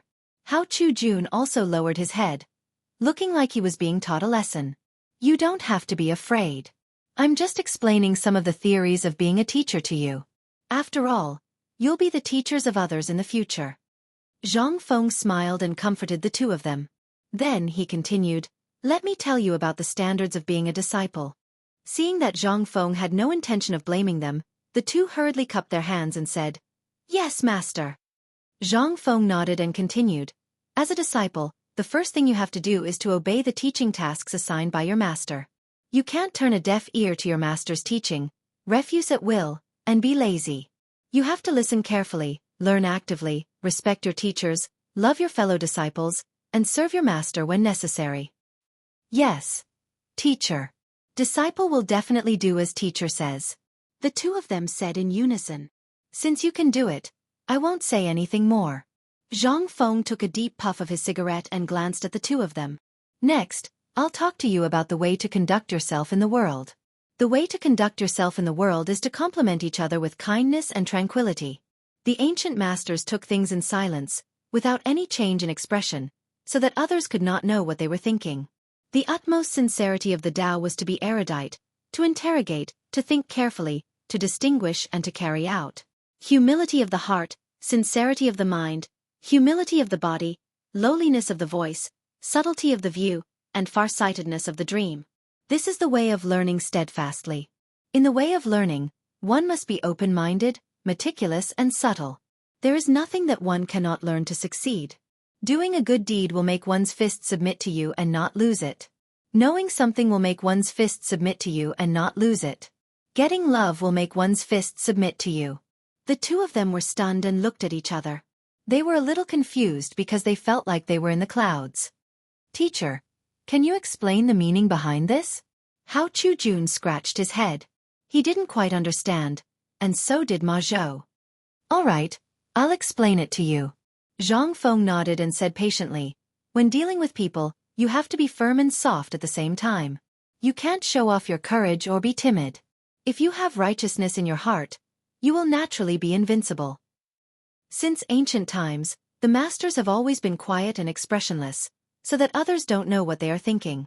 The highest level of learning is to be erudite, to ask questions often, to think calmly, and to distinguish right from wrong. When you are with others, you have to be humble and sincere, lower your status, lower your voice, observe others' every move, and have big dreams. This is the way of learning. As soon as he finished speaking, Ma Zhou and Hao Chujun shuddered. His teacher's words were simply words of wisdom. These words seemed to have enlightened the two of them, allowing them to see the light at once. Decades of knowledge seemed to gush out at this moment. They froze on the spot, carefully savoring these words. Zhang Feng looked at the two in a daze and was a little confused. He couldn't help but ask, "Ma Zhou, how Chu Jun, are you all right?" Hearing this, the two of them seemed to wake up from a dream and slowly looked at Zhang Feng. "Teacher, what you just said was wise words. I was intoxicated for a moment and couldn't extricate myself. Please forgive me." Hao Chu Jun cupped his hands and his body was trembling. "Yes, teacher. I was also intoxicated just now." Ma Zhou looked at Zhang Feng with admiration. His face was full of respect. Good, good, good. Since both of you have been enlightened, I didn't come in vain this time." Zhang Feng put his hands behind his back, looking like a master. Obviously, he was very satisfied with the reaction of the two. He was not bragging, but he really hoped that the two of them could become talents. "Everything is almost done. Now I'll tell you about this hot air balloon." Seeing the two of them humbly asking for advice, Zhang Feng planned to explain the principle of the hot air balloon once. "Thank you, teacher. We are all ears," the two of them said in unison. Zhang Feng nodded and said as he walked, "The hot air balloon uses heated air or some airflow to affect it. You all know this, right?" After that, he looked at the two behind him. Seeing Zhang Feng in front, the two of them followed and nodded. Not only that, there are many airflows in the sky that can cause the hot air balloon to float. In addition, the heating in the brazier below is constantly stirring the coarse cloth, causing the airflow in the middle to compress. This is the principle that controls the hot air balloon to float up and down. You can also understand it as thermal expansion and contraction. Zhang Feng said as he walked with his hands behind his back. Thermal expansion and contraction? Ma Zhou scratched his head and was puzzled. "Teacher, what is thermal expansion and contraction?" Zhang Feng stopped walking and glanced at the two of them. He earnestly said, "Thermal expansion and cold contraction mean that when an object is hot, it will expand and contract when it is cold. For example, this hot air balloon is made of coarse cloth. When it is hot, it will expand, and when it is cold, it will contract. Do you understand?" Chapter 1801. The two of them nodded as if they understood. Seeing this, Zhang Feng continued, "But the effect of this coarse cloth is not very good. It is too porous. You can try a new material next time." "Teacher, what material should we use?" Ma Zhou asked subconsciously. Hearing this, Zhang Feng paused. The hot air balloons of later generations were basically made of reinforced nylon or polyester. These two materials were relatively light and very strong. The most important thing was that they were not breathable. But there were no such materials now. Although the coarse cloth could be used temporarily, it was too porous. He had to change to another material. But what to change to was difficult for him. Ma Zhou and Hao Chu Jun stood aside and did not dare to say anything, for fear of interrupting their teacher's thoughts. About a quarter of an hour later, a faint smile appeared on the corner of Zhang Feng's mouth as he slowly said, "Change it to silk." "Silk." Ma Zhou and Hao Chu Jun looked at each other and said almost at the same time. Because they all knew that silk was very expensive in the Tang dynasty. Generally, only rich people had the money to use it. Now their teacher said to use silk. Where could they get it? Seeming to see the two of them, Zhang Feng smiled and said, "You don't have to worry. I will get it for you." In fact, he had long wanted to change to another material, but he just thought of silk and said it. Silk had good hygroscopicity, ultraviolet resistance, and heat resistance. With these characteristics, the hot air balloon could operate normally whether it was hot or rainy. Although it was a little expensive, it was still worth a try. After all, research was to find the right way out of thousands of wrong ways. Seeing Zhang Feng say so, the two of them did not say anything and nodded together. "Yes, teacher." Not only that, you can also try to change other experimental equipment. Zhang Feng glanced at the two of them and said. Now the hot air balloon had taken off, but it still needed the help of wind. It must be constantly experimented with other materials and replaced. "Yes, teacher. We understand." The two of them cupped their hands and replied. Zhang Feng nodded with satisfaction. He was very satisfied with these two disciples. They had good comprehension ability, and he believed that they would not let him down. "Since you all understand, I'll take my leave first.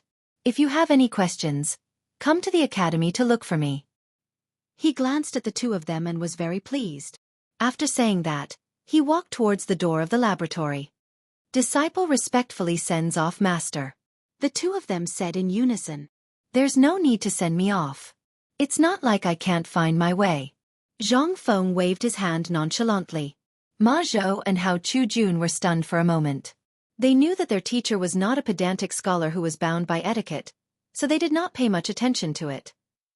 They stood where they were and pretended to send him off respectfully. Zhang Feng smiled faintly and walked out of the door alone. It seemed that the pacification this time had a good effect. The two of them also had an appearance of humility. Along the way, he was thinking about the silk. Now the silk of the Tang dynasty was more expensive than gold. It was a little difficult to get it. However, coarse cloth was indeed not a long-term solution. It was easy to leak. It seemed that he had to ask Cheng Chumo and the others for help. He did not speak on the way back. In a moment, he returned to the academy. At this time, it was the end of the class. The academy was full of laughter. A few roars could be heard from the basketball court. The students who had free time strolled in the academy. When they saw Zhang Feng, they all went up to greet him. "Hello, Dean." "Hello." Zhang Feng smiled and continued to walk to his residence. However, when he passed by the basketball court, a resentful sigh attracted his attention. He saw a group of people around the basketball court. They were wearing short-sleeved shirts and seemed to be discussing something. Zhang Feng's curiosity led him to walk over. He looked at the people sitting around and could not help but ask, "What are you all doing here?" Hearing this, everyone turned their heads. When they saw that it was Zhang Feng, they quickly stood up and said respectfully, "Hello, Dean." Zhang Feng nodded and continued to ask, "What are you all talking about here?" Everyone lowered their heads and looked at each other. It seemed that they had something to say. Zhang Feng was a little annoyed. He glanced at an acquaintance in the crowd and said, "Yun Ping, tell me what's going on. Don't dawdle like a woman." "This?" Yun Ping looked at the crowd hesitantly. In the end, he made up his mind and said slowly, "Dean, it's like this. After class, we played with another team in the academy. We didn't expect that we would lose." At this point, he paused and blushed. "What happened after that?" "Continue," Zhang Feng hurriedly urged. Just when he was getting excited, this kid actually stopped talking. He really suspected that this guy was deliberately whetting his appetite. He had to teach him a lesson in the future. After that, we were not convinced and agreed to play again later. "Now, aren't we here to discuss tactics?" Yun Ping was a little resentful. As he spoke, he would turn around and glance at his companions. It was as if he was saying, "It's all your fault. Now you've been caught by the dean." He was like a little quail. He lowered his head and waited for Zhang Feng's punishment. The people behind him were the same. They lowered their heads as if they were afraid that Zhang Feng would punish them. Chapter 1802. However, Zhang Feng didn't seem to care. Instead, he scolded with a smile, "You guys don't study hard but play basketball enthusiastically. How is it? Have you come up with a strategy?" He also had his youth, so he didn't object to this. After all, young people had to be courageous. Moreover, this was the Tang dynasty. If they didn't have any courage, wouldn't they be slaves? Yun Ping shook his head, indicating that he didn't. "No." Zhang Feng smiled, then twisted his wrist and pinched his biceps. "Then I'll be a good person and help you guys teach these guys a lesson." He rarely had the chance to exercise usually. If he didn't have something to do in the research institute, he would have something to do in the forging factory. Today, he happened to have this opportunity to exercise. Unfortunately, these guys seemed to be a little dumb. They didn't understand what Zhang Feng meant and put on a silly look. Zhang Feng was a little speechless. He rolled his eyes at these students who didn't understand. "What are you waiting for? Hurry up and train. I'll join you guys later." As soon as he said that, everyone suddenly raised their heads and looked at Zhang Feng excitedly. It was as if they couldn't believe what he said. Because in their hearts, the dean had always been a high and mighty person with profound knowledge. Why would he play basketball with them today for the first time? Was this **King illusion? Could it be that the dean took the wrong medicine? Or was the dean pitying them? Dean, is what you said true? You want to play with us? Yun Ping was a little in disbelief. He wanted to confirm it. Zhang Feng was a little annoyed and scolded with a smile. Why are you talking so much nonsense? Get ready for training. Hearing this, everyone was ready to confirm their inner thoughts. They jumped 8 feet high and kept exclaiming. Because they knew that the dean's basketball skills were the best in the entire institute. It would be a piece of cake for him to beat those brats on the opposite side. Moreover, with the dean's identity, who would dare to touch him? Thinking of this, they were very excited. One by one, they took the basketball and practiced on the field. Zhang Feng naturally didn't want to fall behind and joined them. At first, everyone was a little unused to it because this was the first time they played with Zhang Feng. Slowly, they got along well with everyone. At this moment, a provocative voice came from not far away. Hey, are you guys still fighting or not? Don't tell me you're planning to be a coward? Ha ha ha. As soon as the voice fell, Zhang Feng put down the basketball in his hand and looked in the direction of the voice. On the opposite side, there were also a few students wearing short-sleeved shirts and holding basketballs. It seemed that this was the team just now. At this moment, the students on the opposite side were also looking at Zhang Feng. Their smug expressions from a second ago suddenly collapsed and were replaced by bitter expressions. Dean, you're here? You're playing too. I still have something to do, so I'll leave first. Ziyuan looked at Zhang Feng with an awkward expression. He didn't know what to say. He just wanted to run away as soon as possible. If the dean found out that he bullied a classmate, he didn't know what kind of punishment he would receive. Wait. Zhang Feng stopped Ziyuan, who was about to leave, and smiled faintly. What are you afraid of? I'm here to play basketball. Ziyuan was a little confused. The dean wasn't angry? This surprised him a little. Seeing that the dean's expression didn't seem to be fake, he mustered up his courage and smiled. Dean, you're not going to stand up for these guys, are you?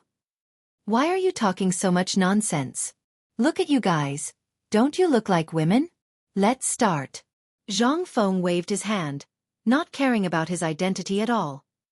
Dean, since you said so, then don't blame us for being ruthless. Ziyuan was very confident. His team was one of the best in the academy.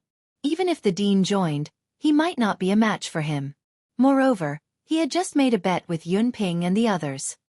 He couldn't leave so easily. That's more like a man. Zhang Feng nodded and took the opportunity to hit the basketball in his hand twice. Let's start. With that, the two teams stood on the center line, and the battle began just like that. In the beginning, Ziyuan's team still had the upper hand and couldn't help but feel proud. However, ever since Zhang Feng scored 2 3-pointers, Ziyuan began to become dispirited. He wasn't afraid of Zhang Feng's identity as the dean, but these guys on the opposite side seemed to have been injected with chicken blood. In the last game, when the dean hadn't joined, they were beaten by him until they couldn't raise their heads. Now that the dean was here, it was as if he had changed into a different person. He was stronger than a bull and couldn't be defended at all.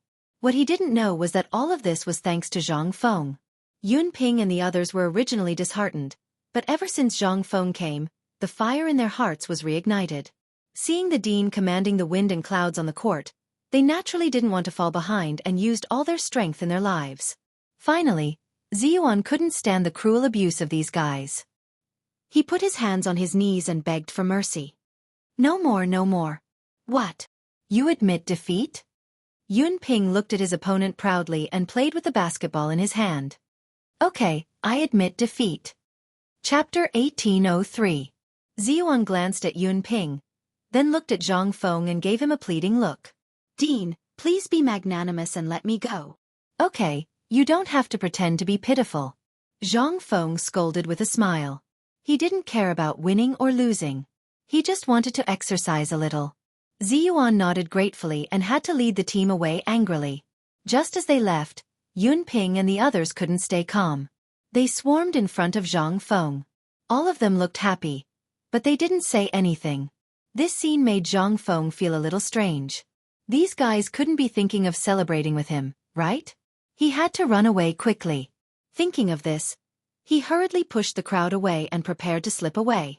Just as he was about to leave, Yun Ping grabbed his arm. Then, he felt his other arm being grabbed by someone. Oh no, There was someone else's leg. Yunping, you guys. Before he could finish speaking, Zhang Feng's feet left the ground and he suddenly floated up. No, to be precise, he was lifted up by someone. Everyone exerted their strength together. Zhang Feng was lifted up high and he kept exclaiming, Dean! Dean! Dean! Zhang Feng was not prepared for his body that was suddenly suspended in the air. He could only yell subconsciously, You bastards, wait for me to come down and teach you a lesson. He was a little scared. He was afraid that the guy who didn't know the severity of the situation would suddenly hurt his smart head. However, the crowd didn't seem to care about his shouts. They continued exerting their strength and cheering. Because to them, the Dean was their savior. The game that they were about to lose just now was revived. Of course, the reason why everyone worshipped Zhang Feng was not only because of this, but also because of his talent and innovation. It was just that poor Zhang Feng's mentality was messed up. He was thinking about how to punish these guys later. At this moment, a loud roar came from not far away. Fengzi, what's wrong with you? Hearing this, Zhang Feng turned his head with his swaying body and glanced. The people who spoke were Cheng Chumo and the others. What took you guys so long? Come and save me. He subconsciously roared because he really didn't want to enjoy this kind of pleasure anymore. Cheng Chumo and the others seemed to have understood something. They walked over slowly and did not persuade the crowd to let Zhang Feng down. Instead, they said sarcastically, Fengzi, is it comfortable up there? He was from a military family and naturally knew what these people were doing, so he didn't stop them. Iron Bull, Worm, if you guys don't let me down, I'll teach you a lesson later. Zhang Feng couldn't hold it in any longer and could only open his mouth to threaten. In fact, he himself didn't know how to deal with the other party. Seeing Zhang Feng's discomfort, Cheng Chumo smiled. He waved his hand and pulled Yunping and the others. That's enough. Be careful that your headmaster comes looking for you in the middle of the night. Hearing this, Yunping was a little unhappy. However, when he saw that the dean was a little unhappy, he hurriedly ordered everyone to put Zhang Feng down. Zhang Feng finally landed smoothly. He glanced at everyone and his face turned green and white. It wasn't that he was angry, but that he was a little uncomfortable from being shaken. You guys only won one competition. Is there a need to be like this? Quickly go back to class.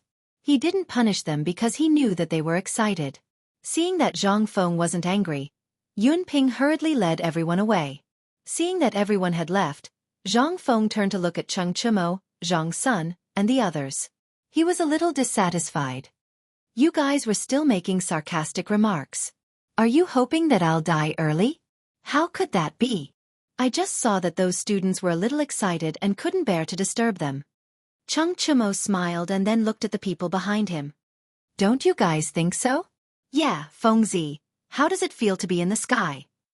Du Go stood out and continued. I almost vomited. What do you think? Zhang Feng rolled his eyes at Du Go and said unhappily. After saying that, he found a stone and sat down. He had just been thrown into the sky and had to rest. Fengzi, were you guys playing basketball just now? What kind of results made everyone throw you into the sky? Zhang Sun asked curiously. He was the one who liked basketball the most among them, so he naturally paid attention. Zhang Feng casually replied, It's nothing much. I just turned the tables. F***CK, so amazing. Cheng Chumo, Zhang Sun, and the others exclaimed almost at the same time. A glimmer of light flashed in their eyes as if they were sizing up Zhang Feng again. TSK, TSK, TSK. I didn't expect Fengzi to be so amazing. Zhang Sun couldn't help but click his tongue. He kept circling Zhang Feng as if he had just met him today. Yeah, why didn't I see it before? Cheng Chumo crossed his arms and stroked his chin. A glimmer of light flashed in his eyes as he looked at everyone. It just so happens that we have nothing to do today. Why don't we play a few rounds? Hearing this, Zhang Feng quivered. He didn't want to be thrown into the sky again and hurriedly stopped them. Stop your dangerous thoughts. Do you think that Lao Tzu has lived for too long? What are you saying? We're letting you play basketball, not asking you to die. Chapter 1804. Zhang Sun Chong was a little unhappy. He was usually so busy in the textile factory. Now that he finally had time to play basketball, This guy wanted to mess things up? Yeah, Fengzi, are you here to mess things up? If I knew this would happen, I would have asked the students to let you down. Cheng Chumo was also grumbling at the side. How could he not be angry when his suggestion was suddenly rejected? I've already played a game. Let me go. Facing these barbaric guys, Zhang Feng could only choose to beg for mercy. No, I'm finally free. Cheng Chumo rejected immediately. He stepped forward and grabbed Zhang Feng's arm, then looked at Zhang Sun Chong. Bug, come and help. Hearing this, Zhang Sun Chong quickly stepped forward and grabbed Zhang Feng's other arm. Dugo naturally did not want to be left behind. He wanted to hug Zhang Feng's leg. You bandits, how can you force people to play basketball? Zhang Feng's hands and feet were flailing around, constantly resisting. However, the others did not seem to care. They grabbed Zhang Feng's arm and leg and were about to lift it up. Stop, stop, stop. Zhang Feng was a little overwhelmed and quickly begged for mercy. Hearing this, the three of them looked at each other and hesitated. In the end, Cheng Chumo asked, What do you want? How about we go for a drink? We haven't gathered together in a long time. Zhang Feng smiled and began to tempt the crowd with his gourmet skills. Don't you guys miss barbecue skewers, braised meat, and hot pot? Hearing this, Cheng Chumo immediately could not take a step forward. Gulp. He could not help but swallow his saliva. He glanced at Zhang Sun Chong beside him, as if to say, Why don't we go for hot pot? What's so fun about basketball? Zhang Sun Chong's face was firm, as if he had made up his mind to play basketball. Seeing this, Cheng Chumo did not say anything. After all, he was the one who made the most noise just now. It would be inappropriate to say no now. However, the temptation of delicious food had been deeply engraved in his mind, lingering for a long time. Only the sound of saliva being swallowed could be heard. When Zhang Feng heard this, he secretly thought that there was hope, so he continued to say, It's a pity that no one has tasted my good old wine. Originally, I saw that you all came today and wanted to drink it together, but it seems that there is no chance. And the roasted flour duck and beggar's chicken. Unfortunately, no one has tasted them. Lao Tzu can't hold it in anymore. Cheng Chumo let go of Zhang Feng and glanced at Zhang Sun. Bug, what's so fun about basketball? Drinking is more important. After saying that, he didn't care about the other party's reaction and grabbed Zhang Feng. Fengzi, where is your good wine? Take me there quickly. Zhang Feng rubbed his aching butt and tried to squeeze out a smile. The wine is at my place. Hearing this, Cheng Chumo grabbed Zhang Feng's shoulder and laughed. Then what are we waiting for? Let's go quickly. After saying that, he grabbed Zhang Feng and ran out of the residence, not giving the other party a chance to talk back. Zhang Sun and Du Go hurriedly followed behind, afraid that they would be a step too late. Although the two of them liked to play basketball, they also liked good wine. Moreover, they could play basketball at any time, but there would be no wine if they didn't drink it. The group of people rushed to the residence. Zhang Feng could be said to be the most uncomfortable. He was sandwiched in the middle by these three guys and couldn't go up or down. Cheng Chumo was so strong that he couldn't even move. Finally, everyone arrived at the residence. Cheng Chumo put down Zhang Feng and said impatiently, Fengzi, where is your wine? Why are you in such a hurry? Since we are here, are you afraid that I will run away? Zhang Feng rolled his eyes at Cheng Chumo and said in a bad mood, How can there be wine without food? I will go to the cafeteria and get some food. After saying that, he turned and walked out of the door. However, before he stepped out of the door, he was stopped by Cheng Chumo. Wait, I will go with you. What if you run away? Cheng Chumo leaned on the door and looked at Zhang Feng with his two nostrils. Okay, come if you want. Zhang Feng waved his hand impatiently and walked out of the door. Cheng Chumo was like a shadow, following closely behind Zhang Feng, afraid that the other party would not give up the good wine and take the opportunity to run away. The two of them walked to the cafeteria one after the other. After a while, they arrived and ordered some hot pot, braised meat, and the like. Zhang Feng took some light things. As for the big pot, it was naturally taken by Cheng Chumo. That guy even had a smile on his face, as if he had found a treasure. When they returned to the residence, Zhang Sun and Du Go were already impatient from waiting. They quickly took the braised meat from Zhang Feng's hands. Fengzi, why were you gone for so long? As he spoke, His hand unconsciously picked up a piece of braised meat and put it into his mouth. Okay, don't pretend to be obedient. Set up the pot and start the fire. Zhang Feng rolled his eyes at Zhang Sun and said in a bad mood. Hearing that, Cheng Chimo quickly put down the big pot in front of him and prepared to set it up. Zhang Feng, on the other hand, turned around to get the wine. These were the wines that he brought when he came to the academy. He had not drunk them all this time. He did not expect to let these idiots take advantage of him today. Thinking of this, he was a little unhappy. However, he had no choice. If he did not take out the wine, these guys would drag him to play basketball. He did not want to be lifted up again. When he got the wine bottle, he turned around and saw that Cheng Chimo and the others had almost finished the hot pot. They were just waiting for the dishes to be served.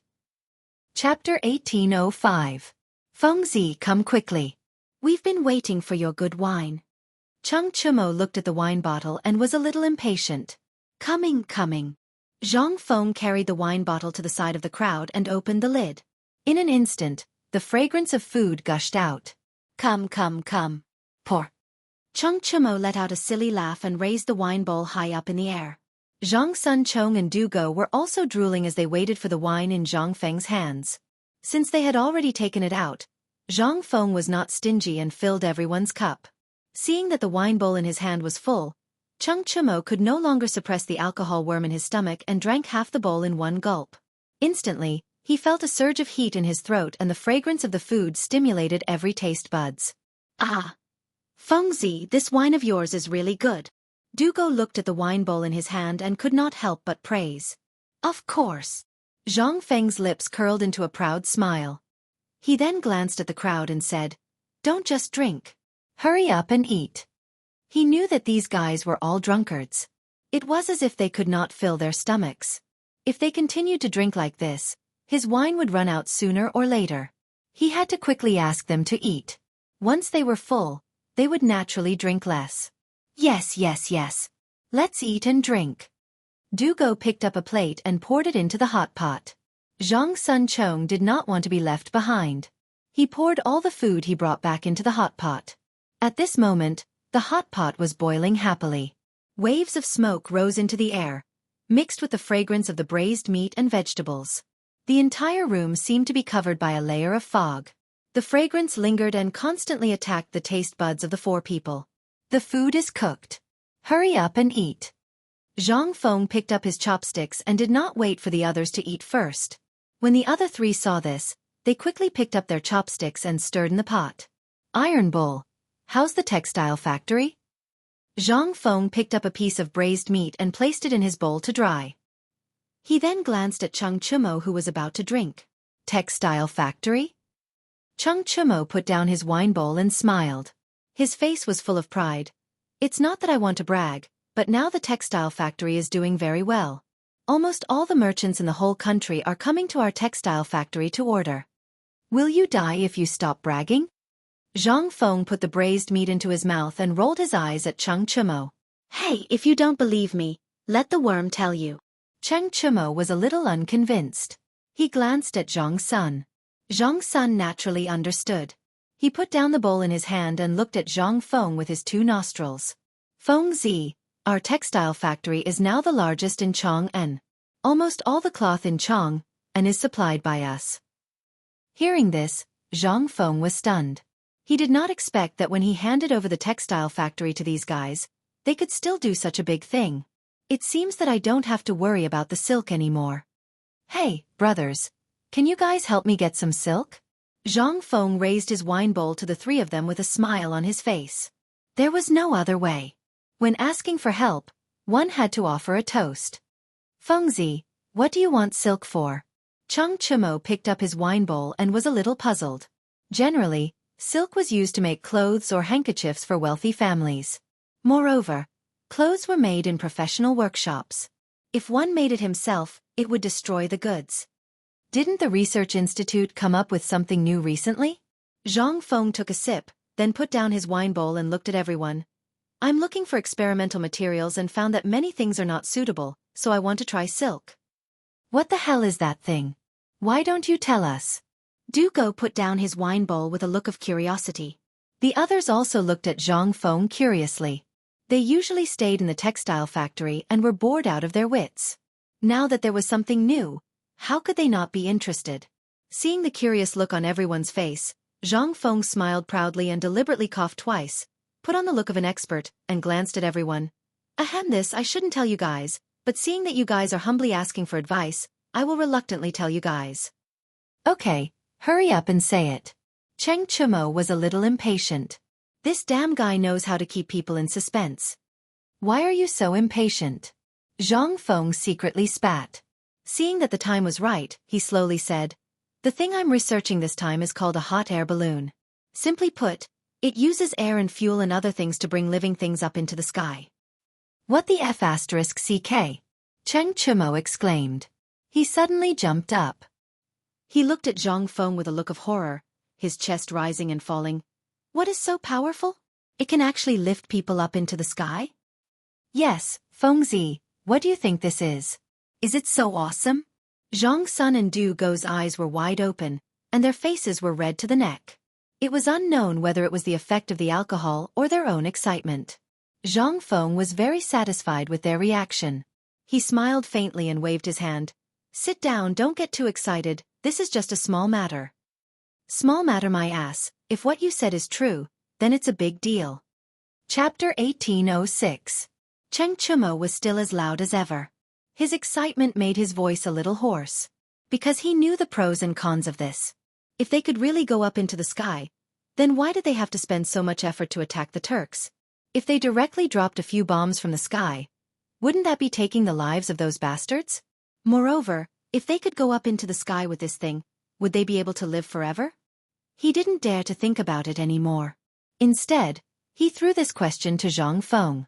He stared at Zhang Feng with goosebumps all over his body. "Fengzi, where is that thing you were talking about? Can you let me see it?" Cheng Chumo looked at Zhang Feng with a face full of excitement. He almost knelt on the ground. "There's no problem with looking at it. It's just that we're lacking some silk." Zhang Feng glanced at everyone and smiled. He originally wanted to get some silk from these guys and was afraid that they wouldn't agree. Now, these guys seemed to be very interested in this hot air balloon. There was nothing to be afraid of in the future. Damn. Isn't it just silk? I'll get it for you. Cheng Chumo patted his strong chest and agreed. "Yes, our textile factory still has a little bit of silk." Zhang Sun Chong also hurriedly chimed in. He did not want to be monopolized when the time came. Needless to say, Du Go repeatedly promised as if he was afraid that he wouldn't see it. Seeing the three of them agree, Zhang Feng was overjoyed. He smiled and said, "Okay, then after we finish drinking, you guys go and get some silk." After that, he picked up the wine bowl and began to drink. Cheng Chumo at the side was not happy. He snatched the wine bowl and hurriedly shouted, "What's the point of drinking? With this thing, isn't it better than drinking wine?" "Yes, Fengzi, you're not deliberately stalling for time, right?" Zhang Sun also instantly felt that the wine in his hand was not fragrant. He looked at Zhang Feng with a questioning face. "How can that be? It's not easy for you to come here, so we can't waste this good wine." Zhang Feng smiled embarrassedly and tried to snatch the wine bowl from Cheng Chumo's hand. The hot air balloon could be seen at any time. It wasn't like it would run away. The wine had already been taken out, but every sip was gone. Cheng Chumo couldn't take it anymore. He put the bowl of wine aside and pulled Zhang Feng up. "Fengzi, don't drink anymore. I'll go find you some silk. Then, take us to see that thing of yours that can ascend to the heavens." After that, he grabbed Zhang Feng's arm and ran out of the door. "Tainyo, you motherfastress cur.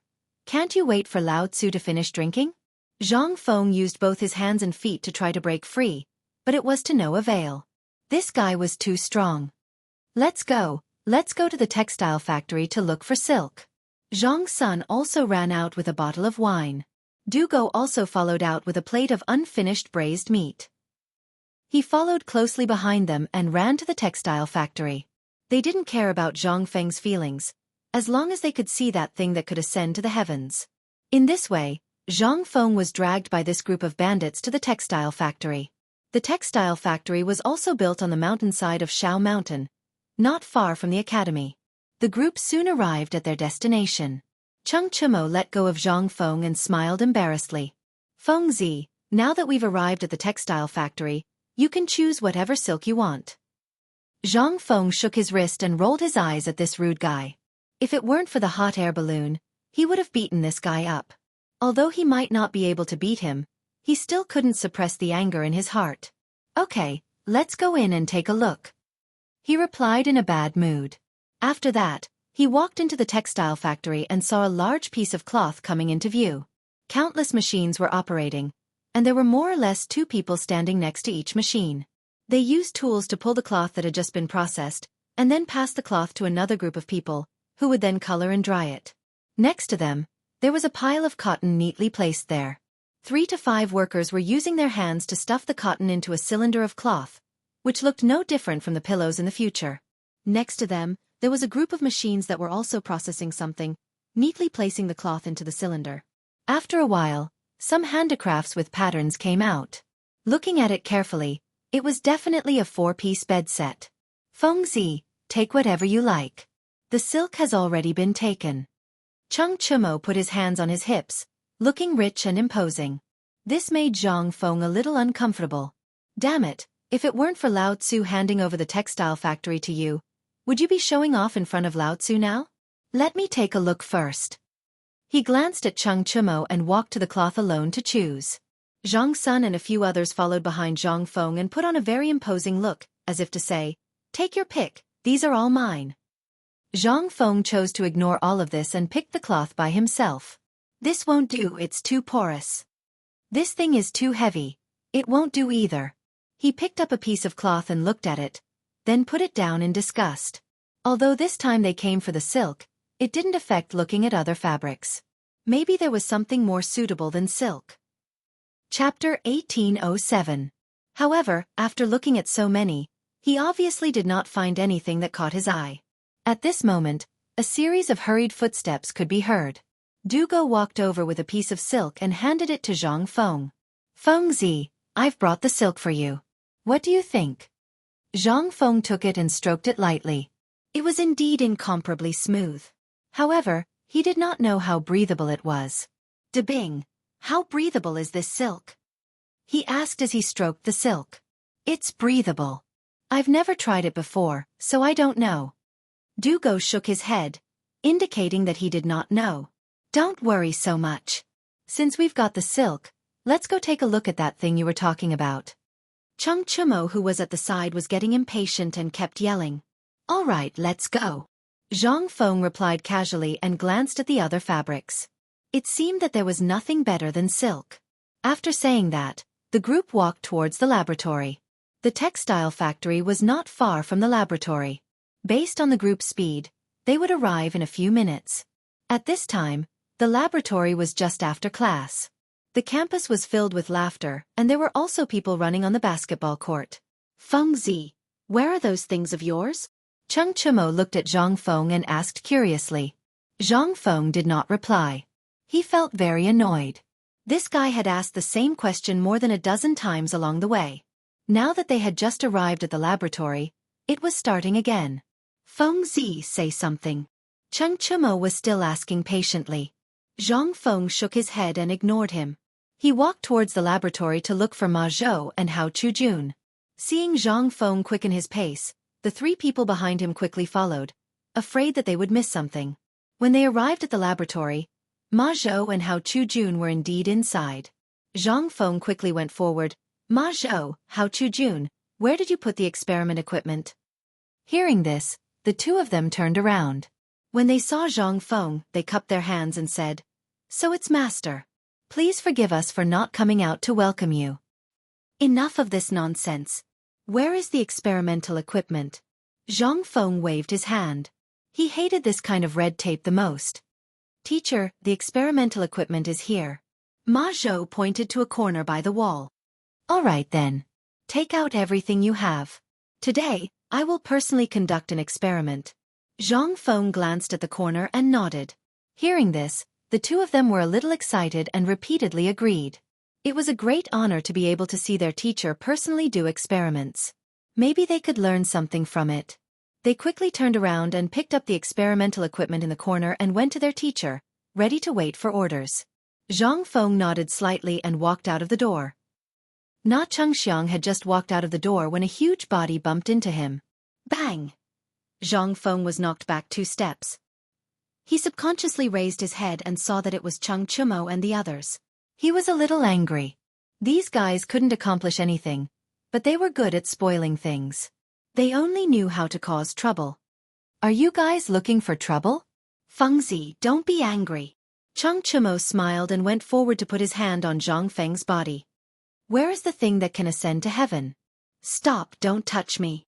Zhang Feng glanced at Cheng Chumo with disdain, then pointed to Ma Zhou behind him. There they are holding it. Hearing this, Cheng Chumo's eyes flashed with a bright light. This is the treasure that can ascend to heaven? Let me see it. As he spoke, his perverted hand touched it like a hot air balloon. However, how could Ma Zhou and Hao Chu-jun let him have his way? They quickly hugged it tightly and looked at Cheng Chumo as if they were guarding against a thief. What are you doing? You can't touch our experimental equipment. These things were left behind by their teacher. Without their teacher's permission, they wouldn't let others touch them. What are you afraid of? We are just taking a look. Zhang Sun also came over. His eyes were like looking at a young girl, full of possessiveness. Ma Zhou and Hao Chu-jun were a little scared. They knew the reputation of these demon kings. They quickly looked at Zhang Feng for help. Let them take a look. They won't lose anything. Zhang Feng waved his hand impatiently, then looked at Cheng Chumo and the others.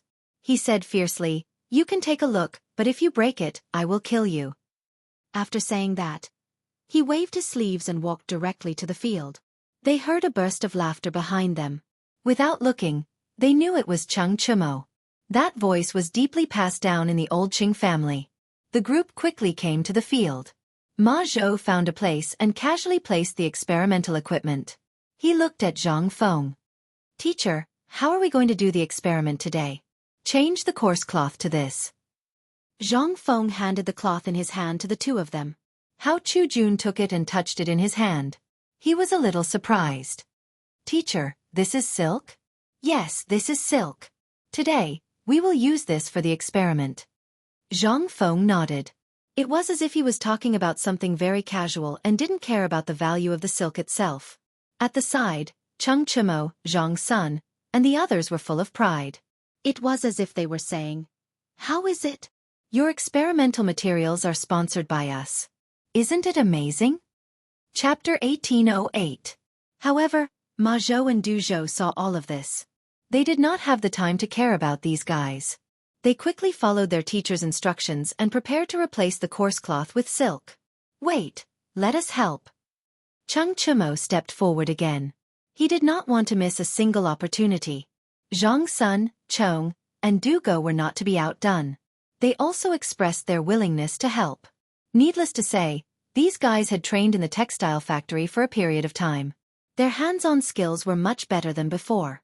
In addition, the assembly process was not difficult. It was done quickly and even sturdier than before. Feng Zi, we have already assembled the thing.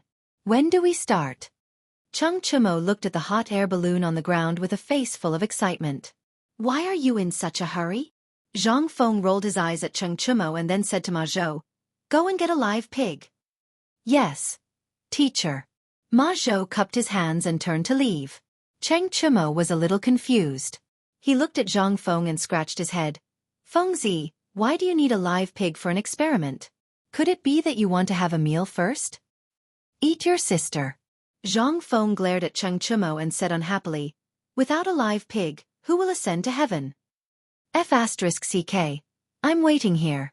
You actually ask who will ascend to heaven? Of course it's me. Cheng Chumo patted his chest. He was a little unconvinced. He believed that he could definitely take on a bigger responsibility than a live pig. Hearing this, Zhang Feng quivered and an idea flashed through his mind.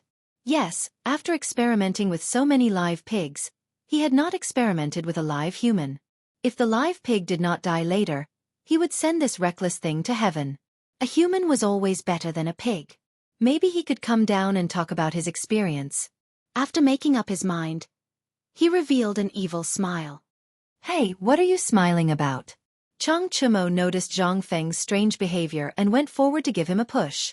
Suddenly awakened, Zhang Feng was a little confused. He glared at Chang Chumo and said, "You're F** king pushing Lao Tzu. Be careful that Lao Tzu won't let you go to heaven later." Go to heaven? Chang Chumo's eyes lit up. He was as happy as if he had eaten magpie poop. "Feng Zi, you said I can go up to the sky later?" "Sure." Zhang Feng rolled his eyes at Chang Chumo and said impatiently, "As long as you're willing." He had originally intended to use this fellow as a lab rat. What was the big deal? "Yes, of course." Chang Chumo readily agreed, as if he was afraid that Zhang Feng would go back on his word. After saying that, he took out a cigarette from his waist and handed it to Zhang Feng's mouth. He took the opportunity to take out a lighter and showed a despicable look. Zhang Feng was naturally not polite. He opened his mouth and took the cigarette. He took a deep breath and a proud smile appeared on the corner of his mouth. "Let me tell you, as long as you behave yourself, I promise you can go to heaven." "Behave? I'll definitely behave. If anyone doesn't behave, Lao Tzu will kill him." Chang Chumo patted his chest and promised. Zhang Sun and the others saw this and cast a disdainful look. Zhang Feng was secretly delighted. This fellow was too gullible. He fell for it with just a few words. He would let him go to heaven first later. At this moment, a pig's cry came from not far away. It was Ma Zhou. He walked over with a live pig. "Ma Zhou, tie up the live pig and prepare to start a fire," Zhang Feng said to Ma Zhou, who was walking over. "Yes, teacher." Ma Zhou nodded and led the live pig to the side and began to tie it up. "How can I trouble brother Ma Zhou for this? Let me do it." Chang Chumo shouted and volunteered to take over the live pig. Ma Zhou was of course happy. He handed the rope to Chang Chumo and went to the side to start a fire. Although Chang Chumo was strong, he had no experience in tying up a pig. The pig jumped around and he could not stand it anymore. He shouted to Do Go and the others behind him, "You two, quickly come and help. Do you still want to go to heaven?" "Oh, I'm coming." Do Go and Do Go answered and rolled up their sleeves, ready to go to work. With the help of teammates, the situation was finally better. The live pig was subdued and tied up by 3 people. Ma Zhou's fire was almost finished. He could only wait for Zhang Feng's order to go to heaven. "Is everyone almost done?" Zhang Feng asked patiently. He had to make sure everything was correct. "Teacher, everything is fine. We can start at any time." Hao Chu-jun glanced at everyone and looked at Zhang Feng. Zhang Feng nodded and said directly, "Ma Zhou, take care of the live pig. Tai Nyo and De Bing. Hao Chu-jun and the other 3 hold the wire and silk. Get ready to start." Ma Zhou and Hao Chu-jun nodded and began to do their jobs. Only Chang Chumo and the other 2 were confused. This was their first time participating in this experiment. They did not understand what Zhang Feng was talking about. "Hao Chu-jun, go and teach these 3 guys." Zhang Feng glanced at Chang Chumo who was at a loss and found it funny. Hao Chu-jun nodded and taught Chang Chumo and the others how to hold the wire and silk. At first, these guys did not follow the instructions. After a while, they slowly accepted it. Finally, everything was ready. They only had to wait for the wind to come and the experiment could continue. Chapter 1809. Zhang Feng had a cigarette in his mouth as he looked up at the sky. At this time, there was no wind in the sky. It seemed that today's experiment would have to wait for a while. He just didn't know if these guys could take it. Thinking of this, he turned around and glanced at the crowd. He saw that they all looked like they were constipated, especially Chang Chumo and the others. They looked like they owed him money. Actually, he couldn't be blamed. Because it was his first time holding the iron wire, he wasn't used to it. He felt like his hand was constricting, but he couldn't put it down. Because no one could guarantee when the wind would come. If the wind blew the moment he put it down, then he would suffer a huge loss. "Feng Zi, what wind is this? My hand can't take it anymore."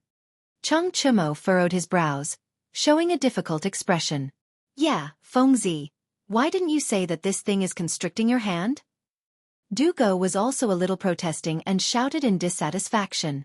Zhang Feng glanced at the crowd and didn't choose to answer. Because he didn't know when the wind would blow. He looked up at the sky again. The sky was still the same as before. There was no wind at all. It seemed that they would have to waste their time here today. Behind him came the howls of the crowd. He was a little annoyed and turned around. There's dried grass on the ground. Grab a handful of it and hold it in your hand. This way, the iron wire won't constrict your hand. Hearing this, the crowd looked like they had seen a life-saving elixir. They quickly bent down and grabbed the dried grass on the ground. They didn't doubt Zhang Feng's words because there was no point in doubting it. They still had to continue holding the iron wire, so they might as well listen. Sure enough, once the dried grass was in their hands, the constricting situation was greatly alleviated. Fengzi, your idea is not bad. It really doesn't constrict your hand. Cheng Chumo's mouth revealed a silly smile. Zhang Feng took a deep breath and thought to himself. Of course, this was the wisdom of the Chinese working people. Although the dried grass solved the constricting situation, the lack of wind made the crowd anxious. Especially since it was winter. Standing in the open air, it was fine for a short period of time. But after a long time, the crowd couldn't help but shiver. Fengzi, you're not being honest. Why didn't you say it would take so long? Dugo said while trembling. His body was weak, and he could not take it anymore. Big Ping, there's something wrong with what you're saying. Zhang Feng smiled and pointed at Dugo with his cigarette butt. I didn't force you. Hearing this, Dugo's face turned red. Indeed, no one had forced him. He was the one who had shamelessly tagged along. Now you're blaming him? That's not right. How long do we have to wait? Can you give me a definite answer? Dugo gave up resisting and pleaded. Zhang Feng took a deep puff of the remaining cigarette butt and threw it on the ground. I don't know. Let's continue to wait. Zhang Sun put on a bitter face. I can't take it. I'm going to rest. I'll come back later. After he finished speaking, he prepared to put down the wire. At this moment, a gust of wind blew. The leaves beside him rustled, and the air was like a wolf howling. Suddenly, the hot air balloon was lifted up, and the live pig was hung up, screaming in the air. It's flying! It's flying! Cheng Chumo shouted loudly. He was as excited as a child. Zhang Sun and Dugo were the same. They were dancing on the ground. Zhang Feng glanced at them. He only wanted to say that they had not seen the world. But after thinking about it, he held back. These guys were in high spirits. It was better not to provoke them. If they turned around and spat on his face, how embarrassing would that be? He still chose to look at the hot air balloon. He saw the hot air balloon floating in the air. Although it was a little shaky, it was much better than the rough cloth from before. At least it rose a lot higher, and floated further. Floated further? F*CK, it floated further. Everyone, quickly chase after it. Don't let the hot air balloon get too far. Zhang Feng shouted to everyone. After he finished speaking, he ran towards the hot air balloon. Everyone stood there admiring it. They thought that Zhang Feng was joking and did not pay much attention to it. But when they saw Zhang Feng's back, they knew that something had happened. They quickly took a step forward. Fengzi, wait for me. Cheng Chumo took a big stride and chased after Zhang Feng's back. Although he did not know what had happened, looking at Zhang Feng's appearance, it should not be a small matter. So he did not hesitate to chase after him. It was no wonder that the genes of the Cheng family were strong. Cheng Chumo took a few big strides and arrived in front of Zhang Feng. Looking at the slightly panting Zhang Feng, he smiled and said, Fengzi, what happened? Why are you running so fast? The hot air balloon has floated far away. I'm afraid that something will happen when it lands on the ground. Zhang Feng panted and glanced at Cheng Chumo opposite him. All right, where are Dabing and Ma Zhou? Behind. Cheng Chumo tilted his head and glanced behind him. Hearing that, Zhang Feng turned his head and glanced behind him. Sure enough, Ma Zhou was leading Zhang Sun, Hao Chujun, and the others to run towards him. Looking at their condition, they were not as good as him. They were panting like cows after running a few steps. It seemed that he had to strengthen their sports in the future. Otherwise, how would they find hot air balloons in the future? Chapter 18:10. You bastards, run faster. You'll be starving if you stay behind. Zhang Feng shouted at the top of his lungs. Then he looked at Cheng Chumo and panted, Tainyo, I can't take it anymore. Run faster and find the place where the hot air balloon will land. I'll let you be the first to go up. Really? Chang Chimo's face turned red as if he had been injected with chicken blood. Of course it's true. Would Lao Tzu lie to you? Zhang Feng straightened his neck and said firmly. However, these words were different in Chang Chimo's ears. He remembered that Lao Tzu once said the same thing. Would Lao Tzu lie to you? In the end, not only did he lie to him, he even got hit on the head. However, Feng Zi shouldn't be such a person. All right then, watch me. Chang Chimo touched the top of his head and tried to strike a pose that he thought was very handsome. Then, he rushed out like an arrow. Seeing this, Zhang Feng finally breathed a sigh of relief. He stopped and stood there, panting. He took out a cigarette from his waist, lit it, and slowly smoked. At this time, Ma Zhou, Du Go, and the others also rushed over. When they saw Zhang Feng standing there, they thought that everything was fine. They also stood there, panting. This made Zhang Feng angry. Lao Tzu was just standing there to rest. You guys dare to rest when you're late?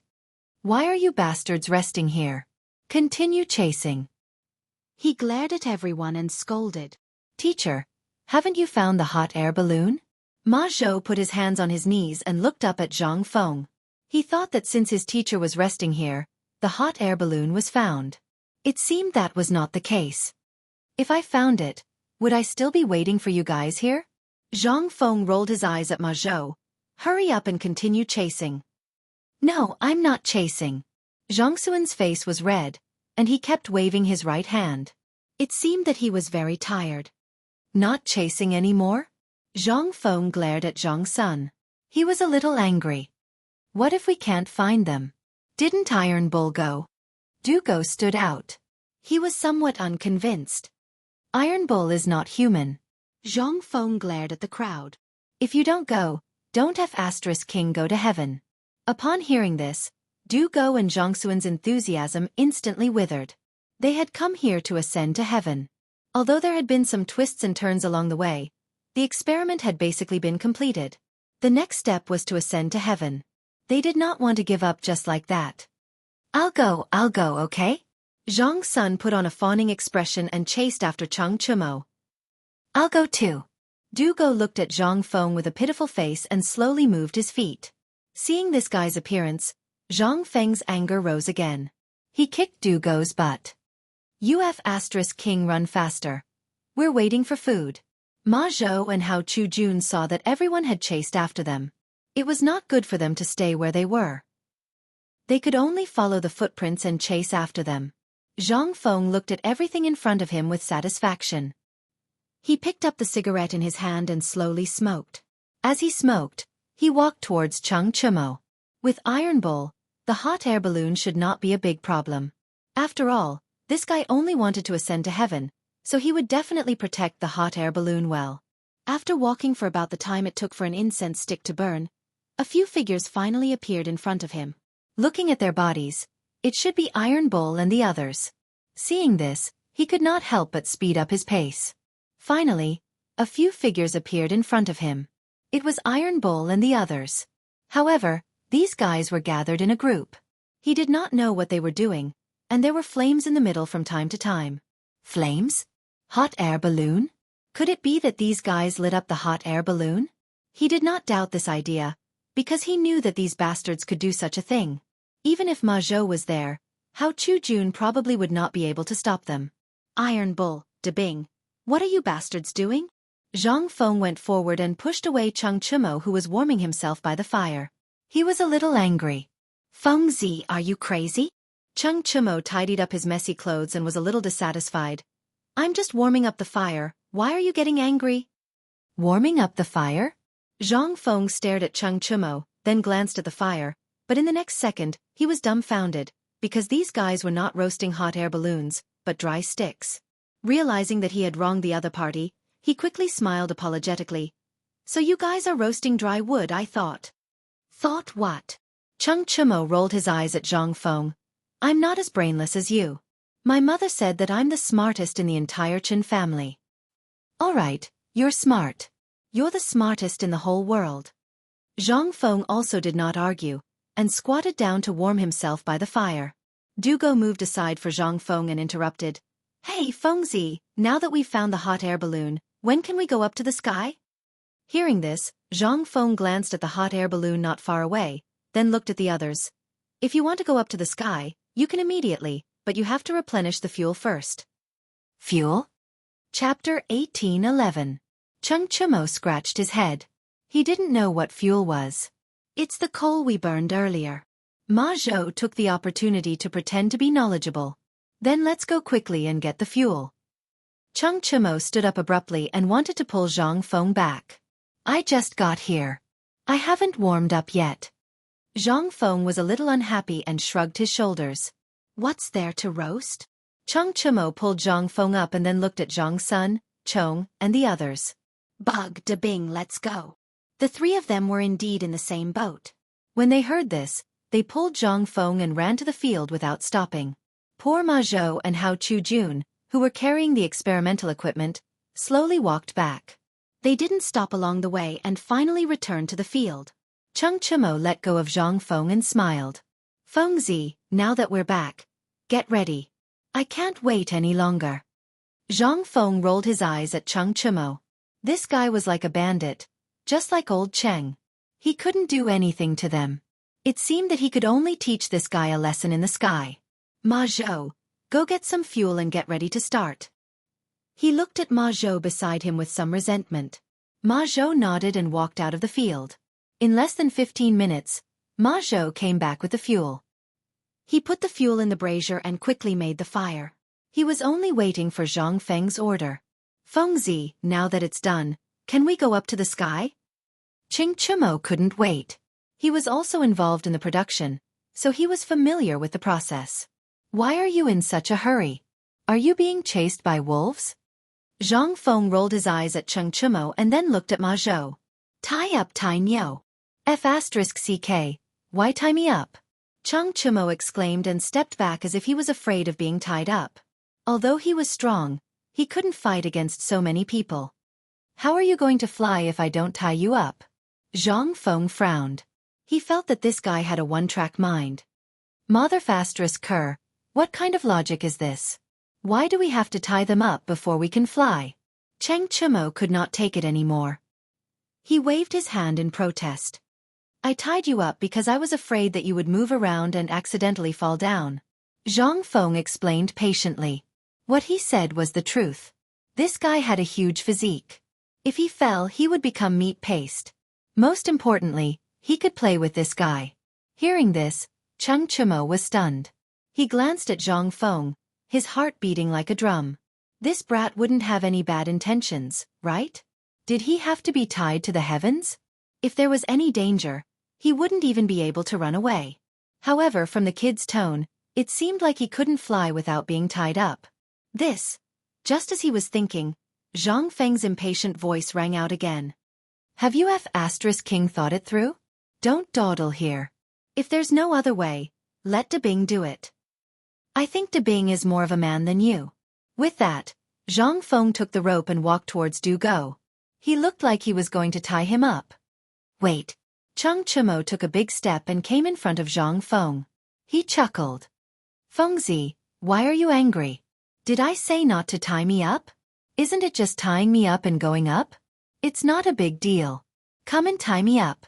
Use more strength. My skin is tough. With that, he looked like he was going to be tied up, like a hero dying for justice. Hee, if you said so earlier, this wouldn't have happened. Zhang Feng took down the rope that was about to be tied around Du Go and walked towards Cheng Chumo. Ma Zhou, Hao Chu Jun, come and help. This brat's skin is thick. It's not easy to tie him up. Fengzi, weren't you going to tie me up? Why did you change people? Du Go, who was behind him, could not take it anymore. He stepped forward and protested. Go. What's there to tie you up for? Wait for the next round. Zhang Feng pushed the thin and weak Du Go away. Then, he began to tie the rope around Cheng Chumo. Come. Iron Bull. Put your head in. Put my head in? Cheng Chumo frowned. Why did these words sound like what a butcher would say during Chinese New Year? Then wouldn't he be a pig? He glared at Zhang Feng but did not argue. Since he was going to go up, there was no need to talk nonsense. He obediently put the rope around his head. Ma Zhou, Hao Chu-jun, each of you hold one arm. Get ready to fasten it. Zhang Feng glanced at the two people in front of him and instructed with a smile. The two of them nodded and did not say anything. They directly pulled one arm each and tightened the rope. Although they did not use much strength, the rope's tightening force made Cheng Chimo feel a little pain. Hey, you two brats, be gentle. Be careful that I'll come down and teach you a lesson. Cheng Chimo glared at them, trying to use his authority to threaten Ma Zhou and Hao Chu-jun. What the F***ck are you saying? Zhang Feng was unhappy. He kicked Cheng Chimo's butt. We're doing this for your own good. As long as we tie you up tightly, you won't be in danger. After saying that, he did not wait for the other party's response. He turned to Ma Zhou and Hao Chu-jun. You two use more strength. Tighten it for me. Yes, master. The two of them nodded in unison. Before their master spoke, they did not use much strength. But now that their master had spoken, they had to tighten it fiercely. Chapter 18:12. Thinking of this, the two of them tightened their grip again and made a knot. Only then did they stop. Fengzi, is it okay now? Cheng Chimo gasped and felt a little pain. Although it was a little uncomfortable, he endured it for the sake of flying. Zhang Feng nodded with satisfaction and did not answer. Instead, he looked at Ma Zhou and the others and said, Set up everything and get ready to fly. The two of them nodded and began to prepare things. Zhang Sun, Chong, and the others also ran to the side to help. Fengzi, you have to make sure I'm safe later. Cheng Chimo said with a little guilty. Although everything was ready now, he was still a little nervous. After all, he was tied up. Don't worry. We are good brothers. Zhang Feng smiled and showed a meaningful smile. Then he took out a cigarette from his waist and lit it. After taking a deep breath, he handed it to Cheng Chimo and said, Come on, take a puff. You won't be afraid of flying. Cheng Chimo looked at Zhang Feng strangely. He felt that this guy was implying something, but he could not say anything. Now, he even asked him to take a puff first. What did he mean by, I won't be afraid of flying? Could it be that he would not be able to do so in the future? He looked at the cigarette but with some disgust. He did not understand the meaning of the two of them taking a puff, but he did not want to disobey Fengzi. He had to pretend to take a puff and asked curiously, Fengzi, it seems that you have done a lot. How many experiments have you done before? How many people have flown? Before? Zhang Feng took the cigarette but that Cheng Chimo had smoked and put it in his mouth. He did not have such a taboo. After all, in that era, those who could smoke together were good brothers. He smiled and said, You've really caught a good opportunity. No one has ever gone to the sky before. You're the first to do so. Really? Cheng Chimo was a little excited and his face turned red. No one had ever flown before. Then, wouldn't he be the first person to do so in the Tang dynasty? If word of this got out, wouldn't the Cheng family's face be flipped 2 times over? Thinking of this, he couldn't help but feel proud. However, what he didn't know was that the first spot to ascend had already been taken by Pihu. Otherwise, he would be squatting on the ground and acting shamelessly. Looking at Cheng Chimo's happy face, Zhang Feng was a little amused. He just wanted to see if this guy had the potential to be a lab rat. Was he that happy? It was like eating magpie shit. Ma Zhou and the others were very fast. In less than a quarter of an hour, they had refilled the fuel and the iron wires were all screwed up. Everything was ready and they were just waiting for the sky to rise. Teacher, everything is ready. When do we start? Hao Chu-jun asked while holding on to the iron wire. Now, get ready to begin. Zhang Feng glanced at the crowd and then looked at Cheng Chimo. He revealed an evil smile and said, Ma Zhou, take a cloth and gag this kid. Wait. Cheng Chimo looked a little flustered and kept stepping back. Fengzi, you don't really think Lao Tzu is a pig, do you? He was a little scared. Fu King tying him up and gagging him. Even a pig wouldn't be killed like this. He would be happy with just one cut. Come. Iron Bull. Take a puff first and listen to my explanation. Zhang Feng smiled and handed the cigarette to Cheng Chimo's mouth. Since they were going to do an experiment, of course they had to go all the way. They couldn't let this guy affect the whole plan. I don't smoke. Hurry up and tell me why you gagged me. Chang Chumo looked at the cigarette in disdain and turned his head away. Hey, if you don't smoke, Lao Tzu will. Zhang Feng wasn't used to this guy's temper. He picked up the cigarette butt and blew out smoke. After it was moisturized, he smiled and said, I'm doing this for your own good. When you go up in the sky later, no one will control your direction. You can change your direction with just a word. Even if you fart, the hot air balloon might drift away with the wind. He wasn't trying to scare Cheng Chumo. The hot air balloon didn't have any control equipment. With this guy's physique, he could really change its direction with just a few breaths and a fart. Of course, this was all speculation. It couldn't be true. Cheng Chumo didn't understand this, but seeing Zhang Feng's clear and logical explanation, he had already agreed in his heart. However, his face was a little embarrassed and blushed. Fengzi, it's not that I don't want to tie you up, but... But what? Zhang Feng looked at Cheng Chumo curiously.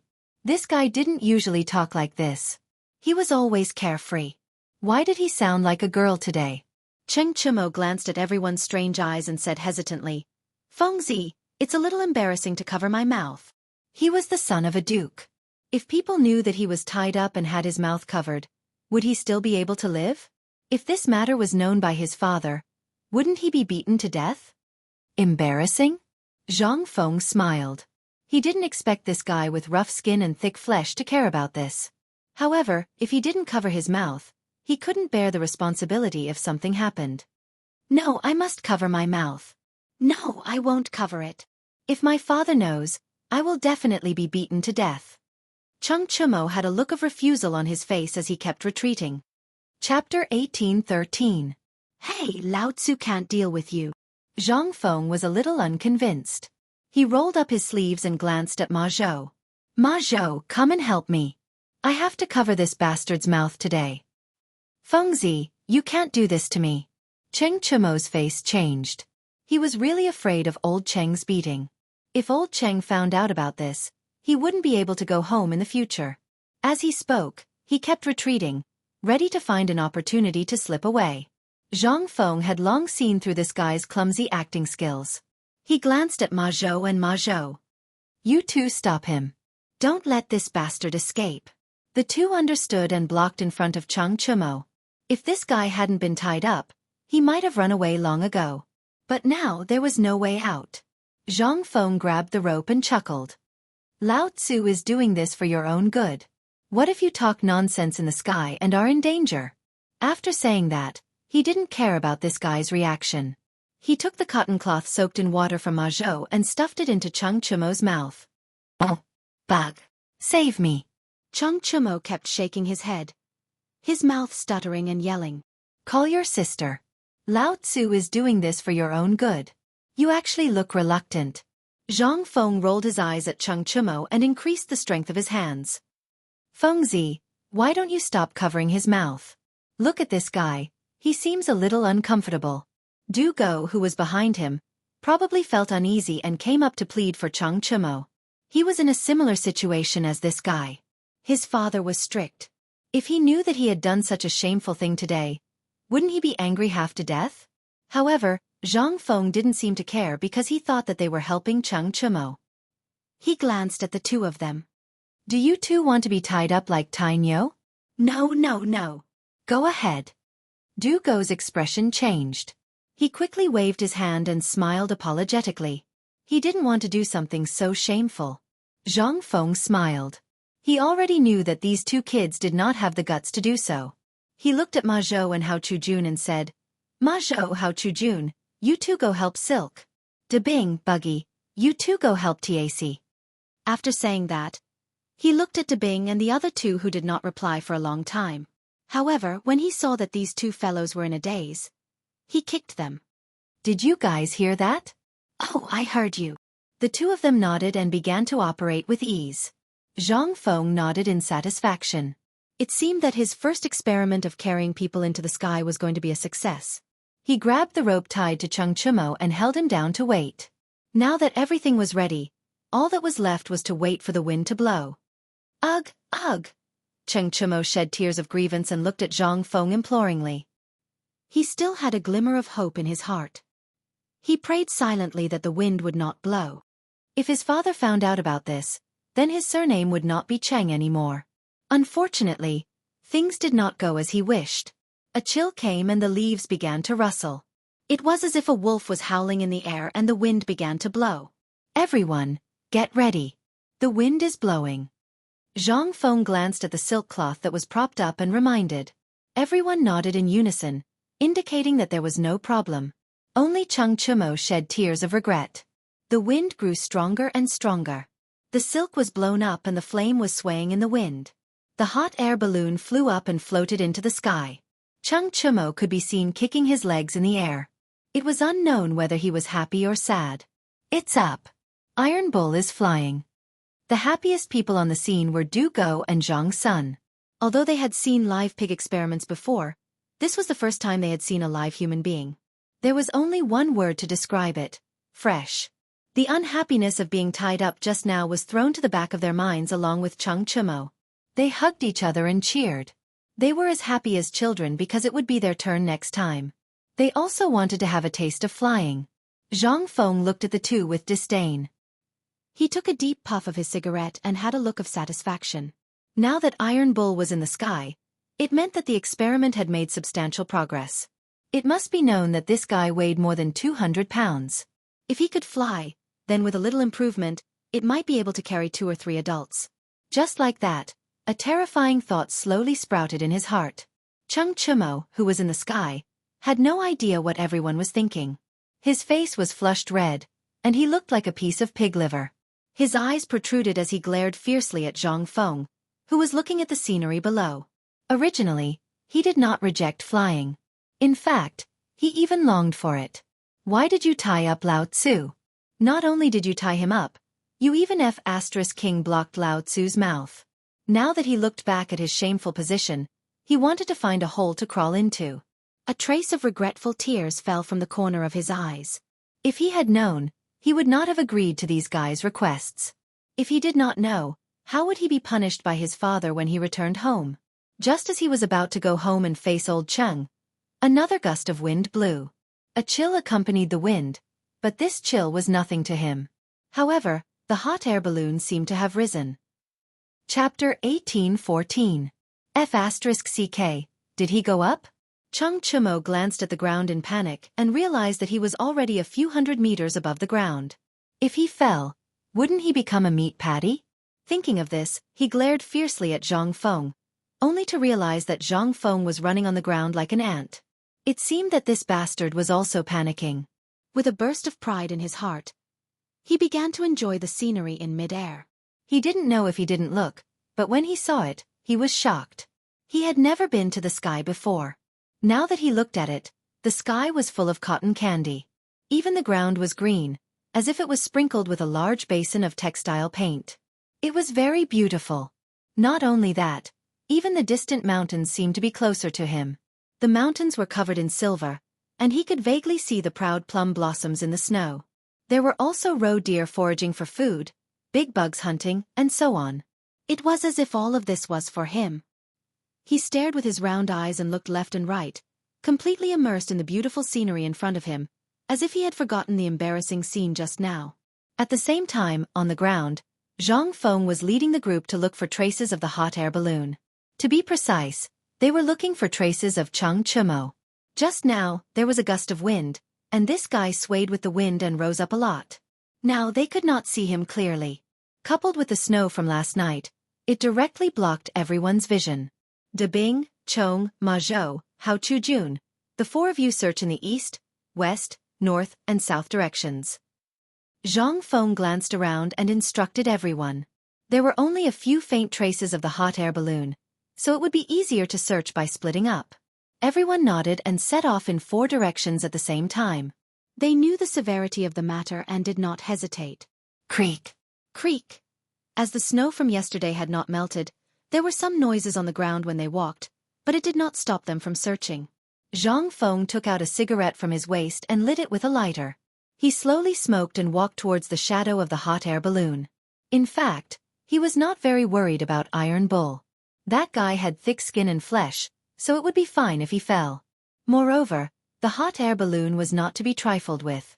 There were several layers of silk on top of it. Although it was still a little breathable, it was much better than before, so Iron Bull's safety was not a problem. However, he was thinking about a problem. Iron Bull's words made sense. Humans were not pigs. It was impossible to tie them up every time they went up into the sky. However, if they didn't tie them up, they would inevitably panic the first time they went up into the sky. If they panicked, they would be in danger if they moved randomly. It seemed like they had to think of a way to not tie them up. That's it. Kongming Lantern. Below the Kongming Lantern, there was something similar to a bamboo basket. If the fire was placed in the bamboo basket, and the silk and iron wires were enlarged and improved, it might be able to carry 2 people into the sky, or even more. I'm really *King genius. I'll reward him with a cigarette. He proudly took a deep puff of his cigarette and continued to walk in the direction where Chung Chumo had disappeared. However, if there were too many people, how would they control the direction? Even the brazier is not safe? What if it caught fire? Moreover, it was not a good idea to rely on the wind. What if there was no wind when they wanted to fly? This series of problems gave him a headache. Logically speaking, there was nothing to worry about. However, this was his personality. He either did not do it or did it to the best of his ability. Suddenly, a bold idea appeared in his mind. Hydrogen? Hot air balloons in the future were filled with hydrogen and helium, which were lighter than air. If these 2 types of gases were poured into the hot air balloon, wouldn't it be the same as the hot air balloons in the future? The problem just now would also be solved. Thinking of this, he kept recalling the method of making hydrogen that was taught by his teacher in the future. At that time, he had done this experiment with his own hands. Half of a glass cup was filled with water. When the water was added, a large amount of gas, including hydrogen, had already entered the cup. Then, a little salt was added to the cup because salt could help conduct electricity. Then, a cardboard board was used to cover the cup.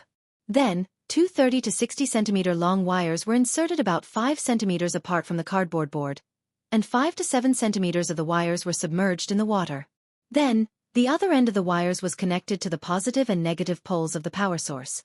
Soon, he would see that bubbles were produced near the wires in the water. Hydrogen was produced at the negative pole, and oxygen was produced at the positive pole. Then, he found a container, inverted the container, and sank it into the glass cup.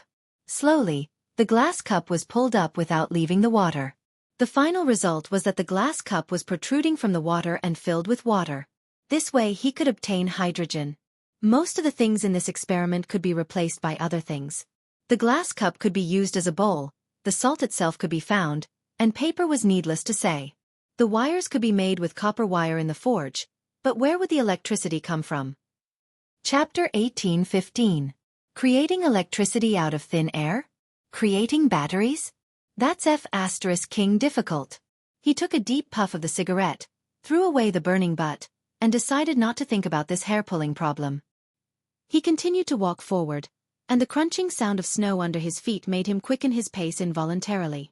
At this moment, a roar came from not far away. Teacher, teacher, I found him. Zhang Feng raised his head and looked towards the direction of the sound. It was Ma Zhou who was waving his hands in the snow. It seemed that he had found Iron Bull. Thinking of this, he quickened his pace and said, "How is it? Where's Iron Bull?" Teacher, Big Brother Iron Bull is fine. He's warming himself up by the fire. Warming himself up by the fire. Zhang Feng frowned and was a little angry. Mother Fastress Kerr, everyone is looking for him and he's warming himself up by the fire? Let's go. After saying that, without waiting for Ma Zhou to lead the way, he swung his arm and rushed up. This place was not big. After a few steps, he saw Chung Chimo, Du Go, and the others. They were warming themselves up by the fire and there was laughter from time to time. This made Zhang Feng angry. Everyone was looking for this guy and he was warming himself by the fire. Without saying anything, he went up and scolded him. Iron Bull, Mother Fastress Kerr, do you know that everyone is worried about you? You're warming yourself by the fire? Hearing this, Chung Chimo turned his head and laughed. He quickly pulled Zhang Feng to sit down. Hee, Feng Zi, don't be angry. Listen to me first. Didn't I just come down and feel a little cold? After saying that, he deliberately warmed his hands by the fire and rubbed them hard, revealing a silly look. It was a stark contrast to when he was about to go up into the sky. Sure enough, no one could escape the principle of fragrance. Just a moment ago, he wanted to die, but now he wanted to worship Zhang Feng. Zhang Feng did not care about this silly guy's attitude. He only wanted to know if there were any changes in the experiment. Iron Bull, how did it feel in the sky? Tell me about it. Hearing this, Cheng Chimo seemed to have changed into a different person. His originally flattering posture suddenly became lofty. His hands were on his knees, and his eyes were constantly scanning the crowd. His face showed a proud look, but he didn't say anything. It was as if he was deliberately keeping everyone in suspense. Ma Zhou and Hao Chujun both bowed and placed their hands on their knees. They fixed their eyes on Cheng Chimo, their eyes filled with anticipation. Zhang Sun, Chong, and Du Go were a little different. Although they were also looking forward to it, they were not as focused as Ma and Zhou. They fixed their eyes on Cheng Chimo and rubbed their hands from time to time. Even though everyone was looking forward to it, Cheng Chimo just put on a complacent look and refused to speak. This made Zhang Feng confused. He supported Ma Zhou with his hand and kicked him. Are you going to tell me or not? Are you waiting for your food? Hee, speak. I'll speak immediately. Cheng Chimo smiled awkwardly and tried to please him. He didn't dare to offend Zhang Feng. What if he didn't let him go up? Although he was a little unhappy before he went up, when he was in the sky, the scenery was really beautiful. If he could go up in the sky again, he would be willing to do anything. Thinking of this, he couldn't stop drooling. He looked at the crowd again and saw that they were looking at him with disdain. He quickly wiped his saliva and laughed. Haha, sorry. I was thinking about the scene in the sky and couldn't help myself. What's in the sky? What made a silly pig like you so greedy? Zhang Sun was a little curious. Before Zhang Feng arrived, he was listening to this guy talking. Unfortunately, he was interrupted at the most exciting part. Now he had to listen carefully. Silly, your sister. Cheng Chimo rolled his eyes at Zhang Sun and didn't care much. He then looked at the crowd and showed his molars. Let me tell you. When I was in the sky, I saw a lot of green everywhere. There were also many flowers. Even the mountains in the distance looked like they could be touched. What was that saying again? What immortal palace? You mean in an immortal palace? Ma Zhou took the opportunity to show off his power. Yes. That's the feeling. Cheng Chimo pointed at Ma Zhou and was a little excited. When I was in the sky, I felt like I was an immortal. The surrounding clouds were all around me. Thinking about it, it's true. As he spoke, he slowly closed his eyes as if he was really in a fantasy. Everyone seemed to be infected by this guy. They all looked up at the sky, as if they were feeling the feeling of being in the sky. However, Zhang Feng didn't have this feeling. He used to go to the sky a lot. He was already tired of the things in the amusement park. These guys were disgusting here. He picked up a piece of unburned dry wood and threw it at Cheng Chimo. Are you done with your fantasies? Zhang Feng's sudden words instantly pulled everyone back to reality from their dreams. Cheng Chimo was originally happy. When he was suddenly hit, he was dissatisfied. He was about to scold, but when he saw that it was Zhang Feng, he quickly smiled and said, Feng, what are you saying? We went to the sky once. Can't you let us be happy? After saying that, he planned to continue his fantasy. However, Zhang Feng didn't intend to let him go. That's enough. If you want to fantasize, go home. Now I have something serious to ask you.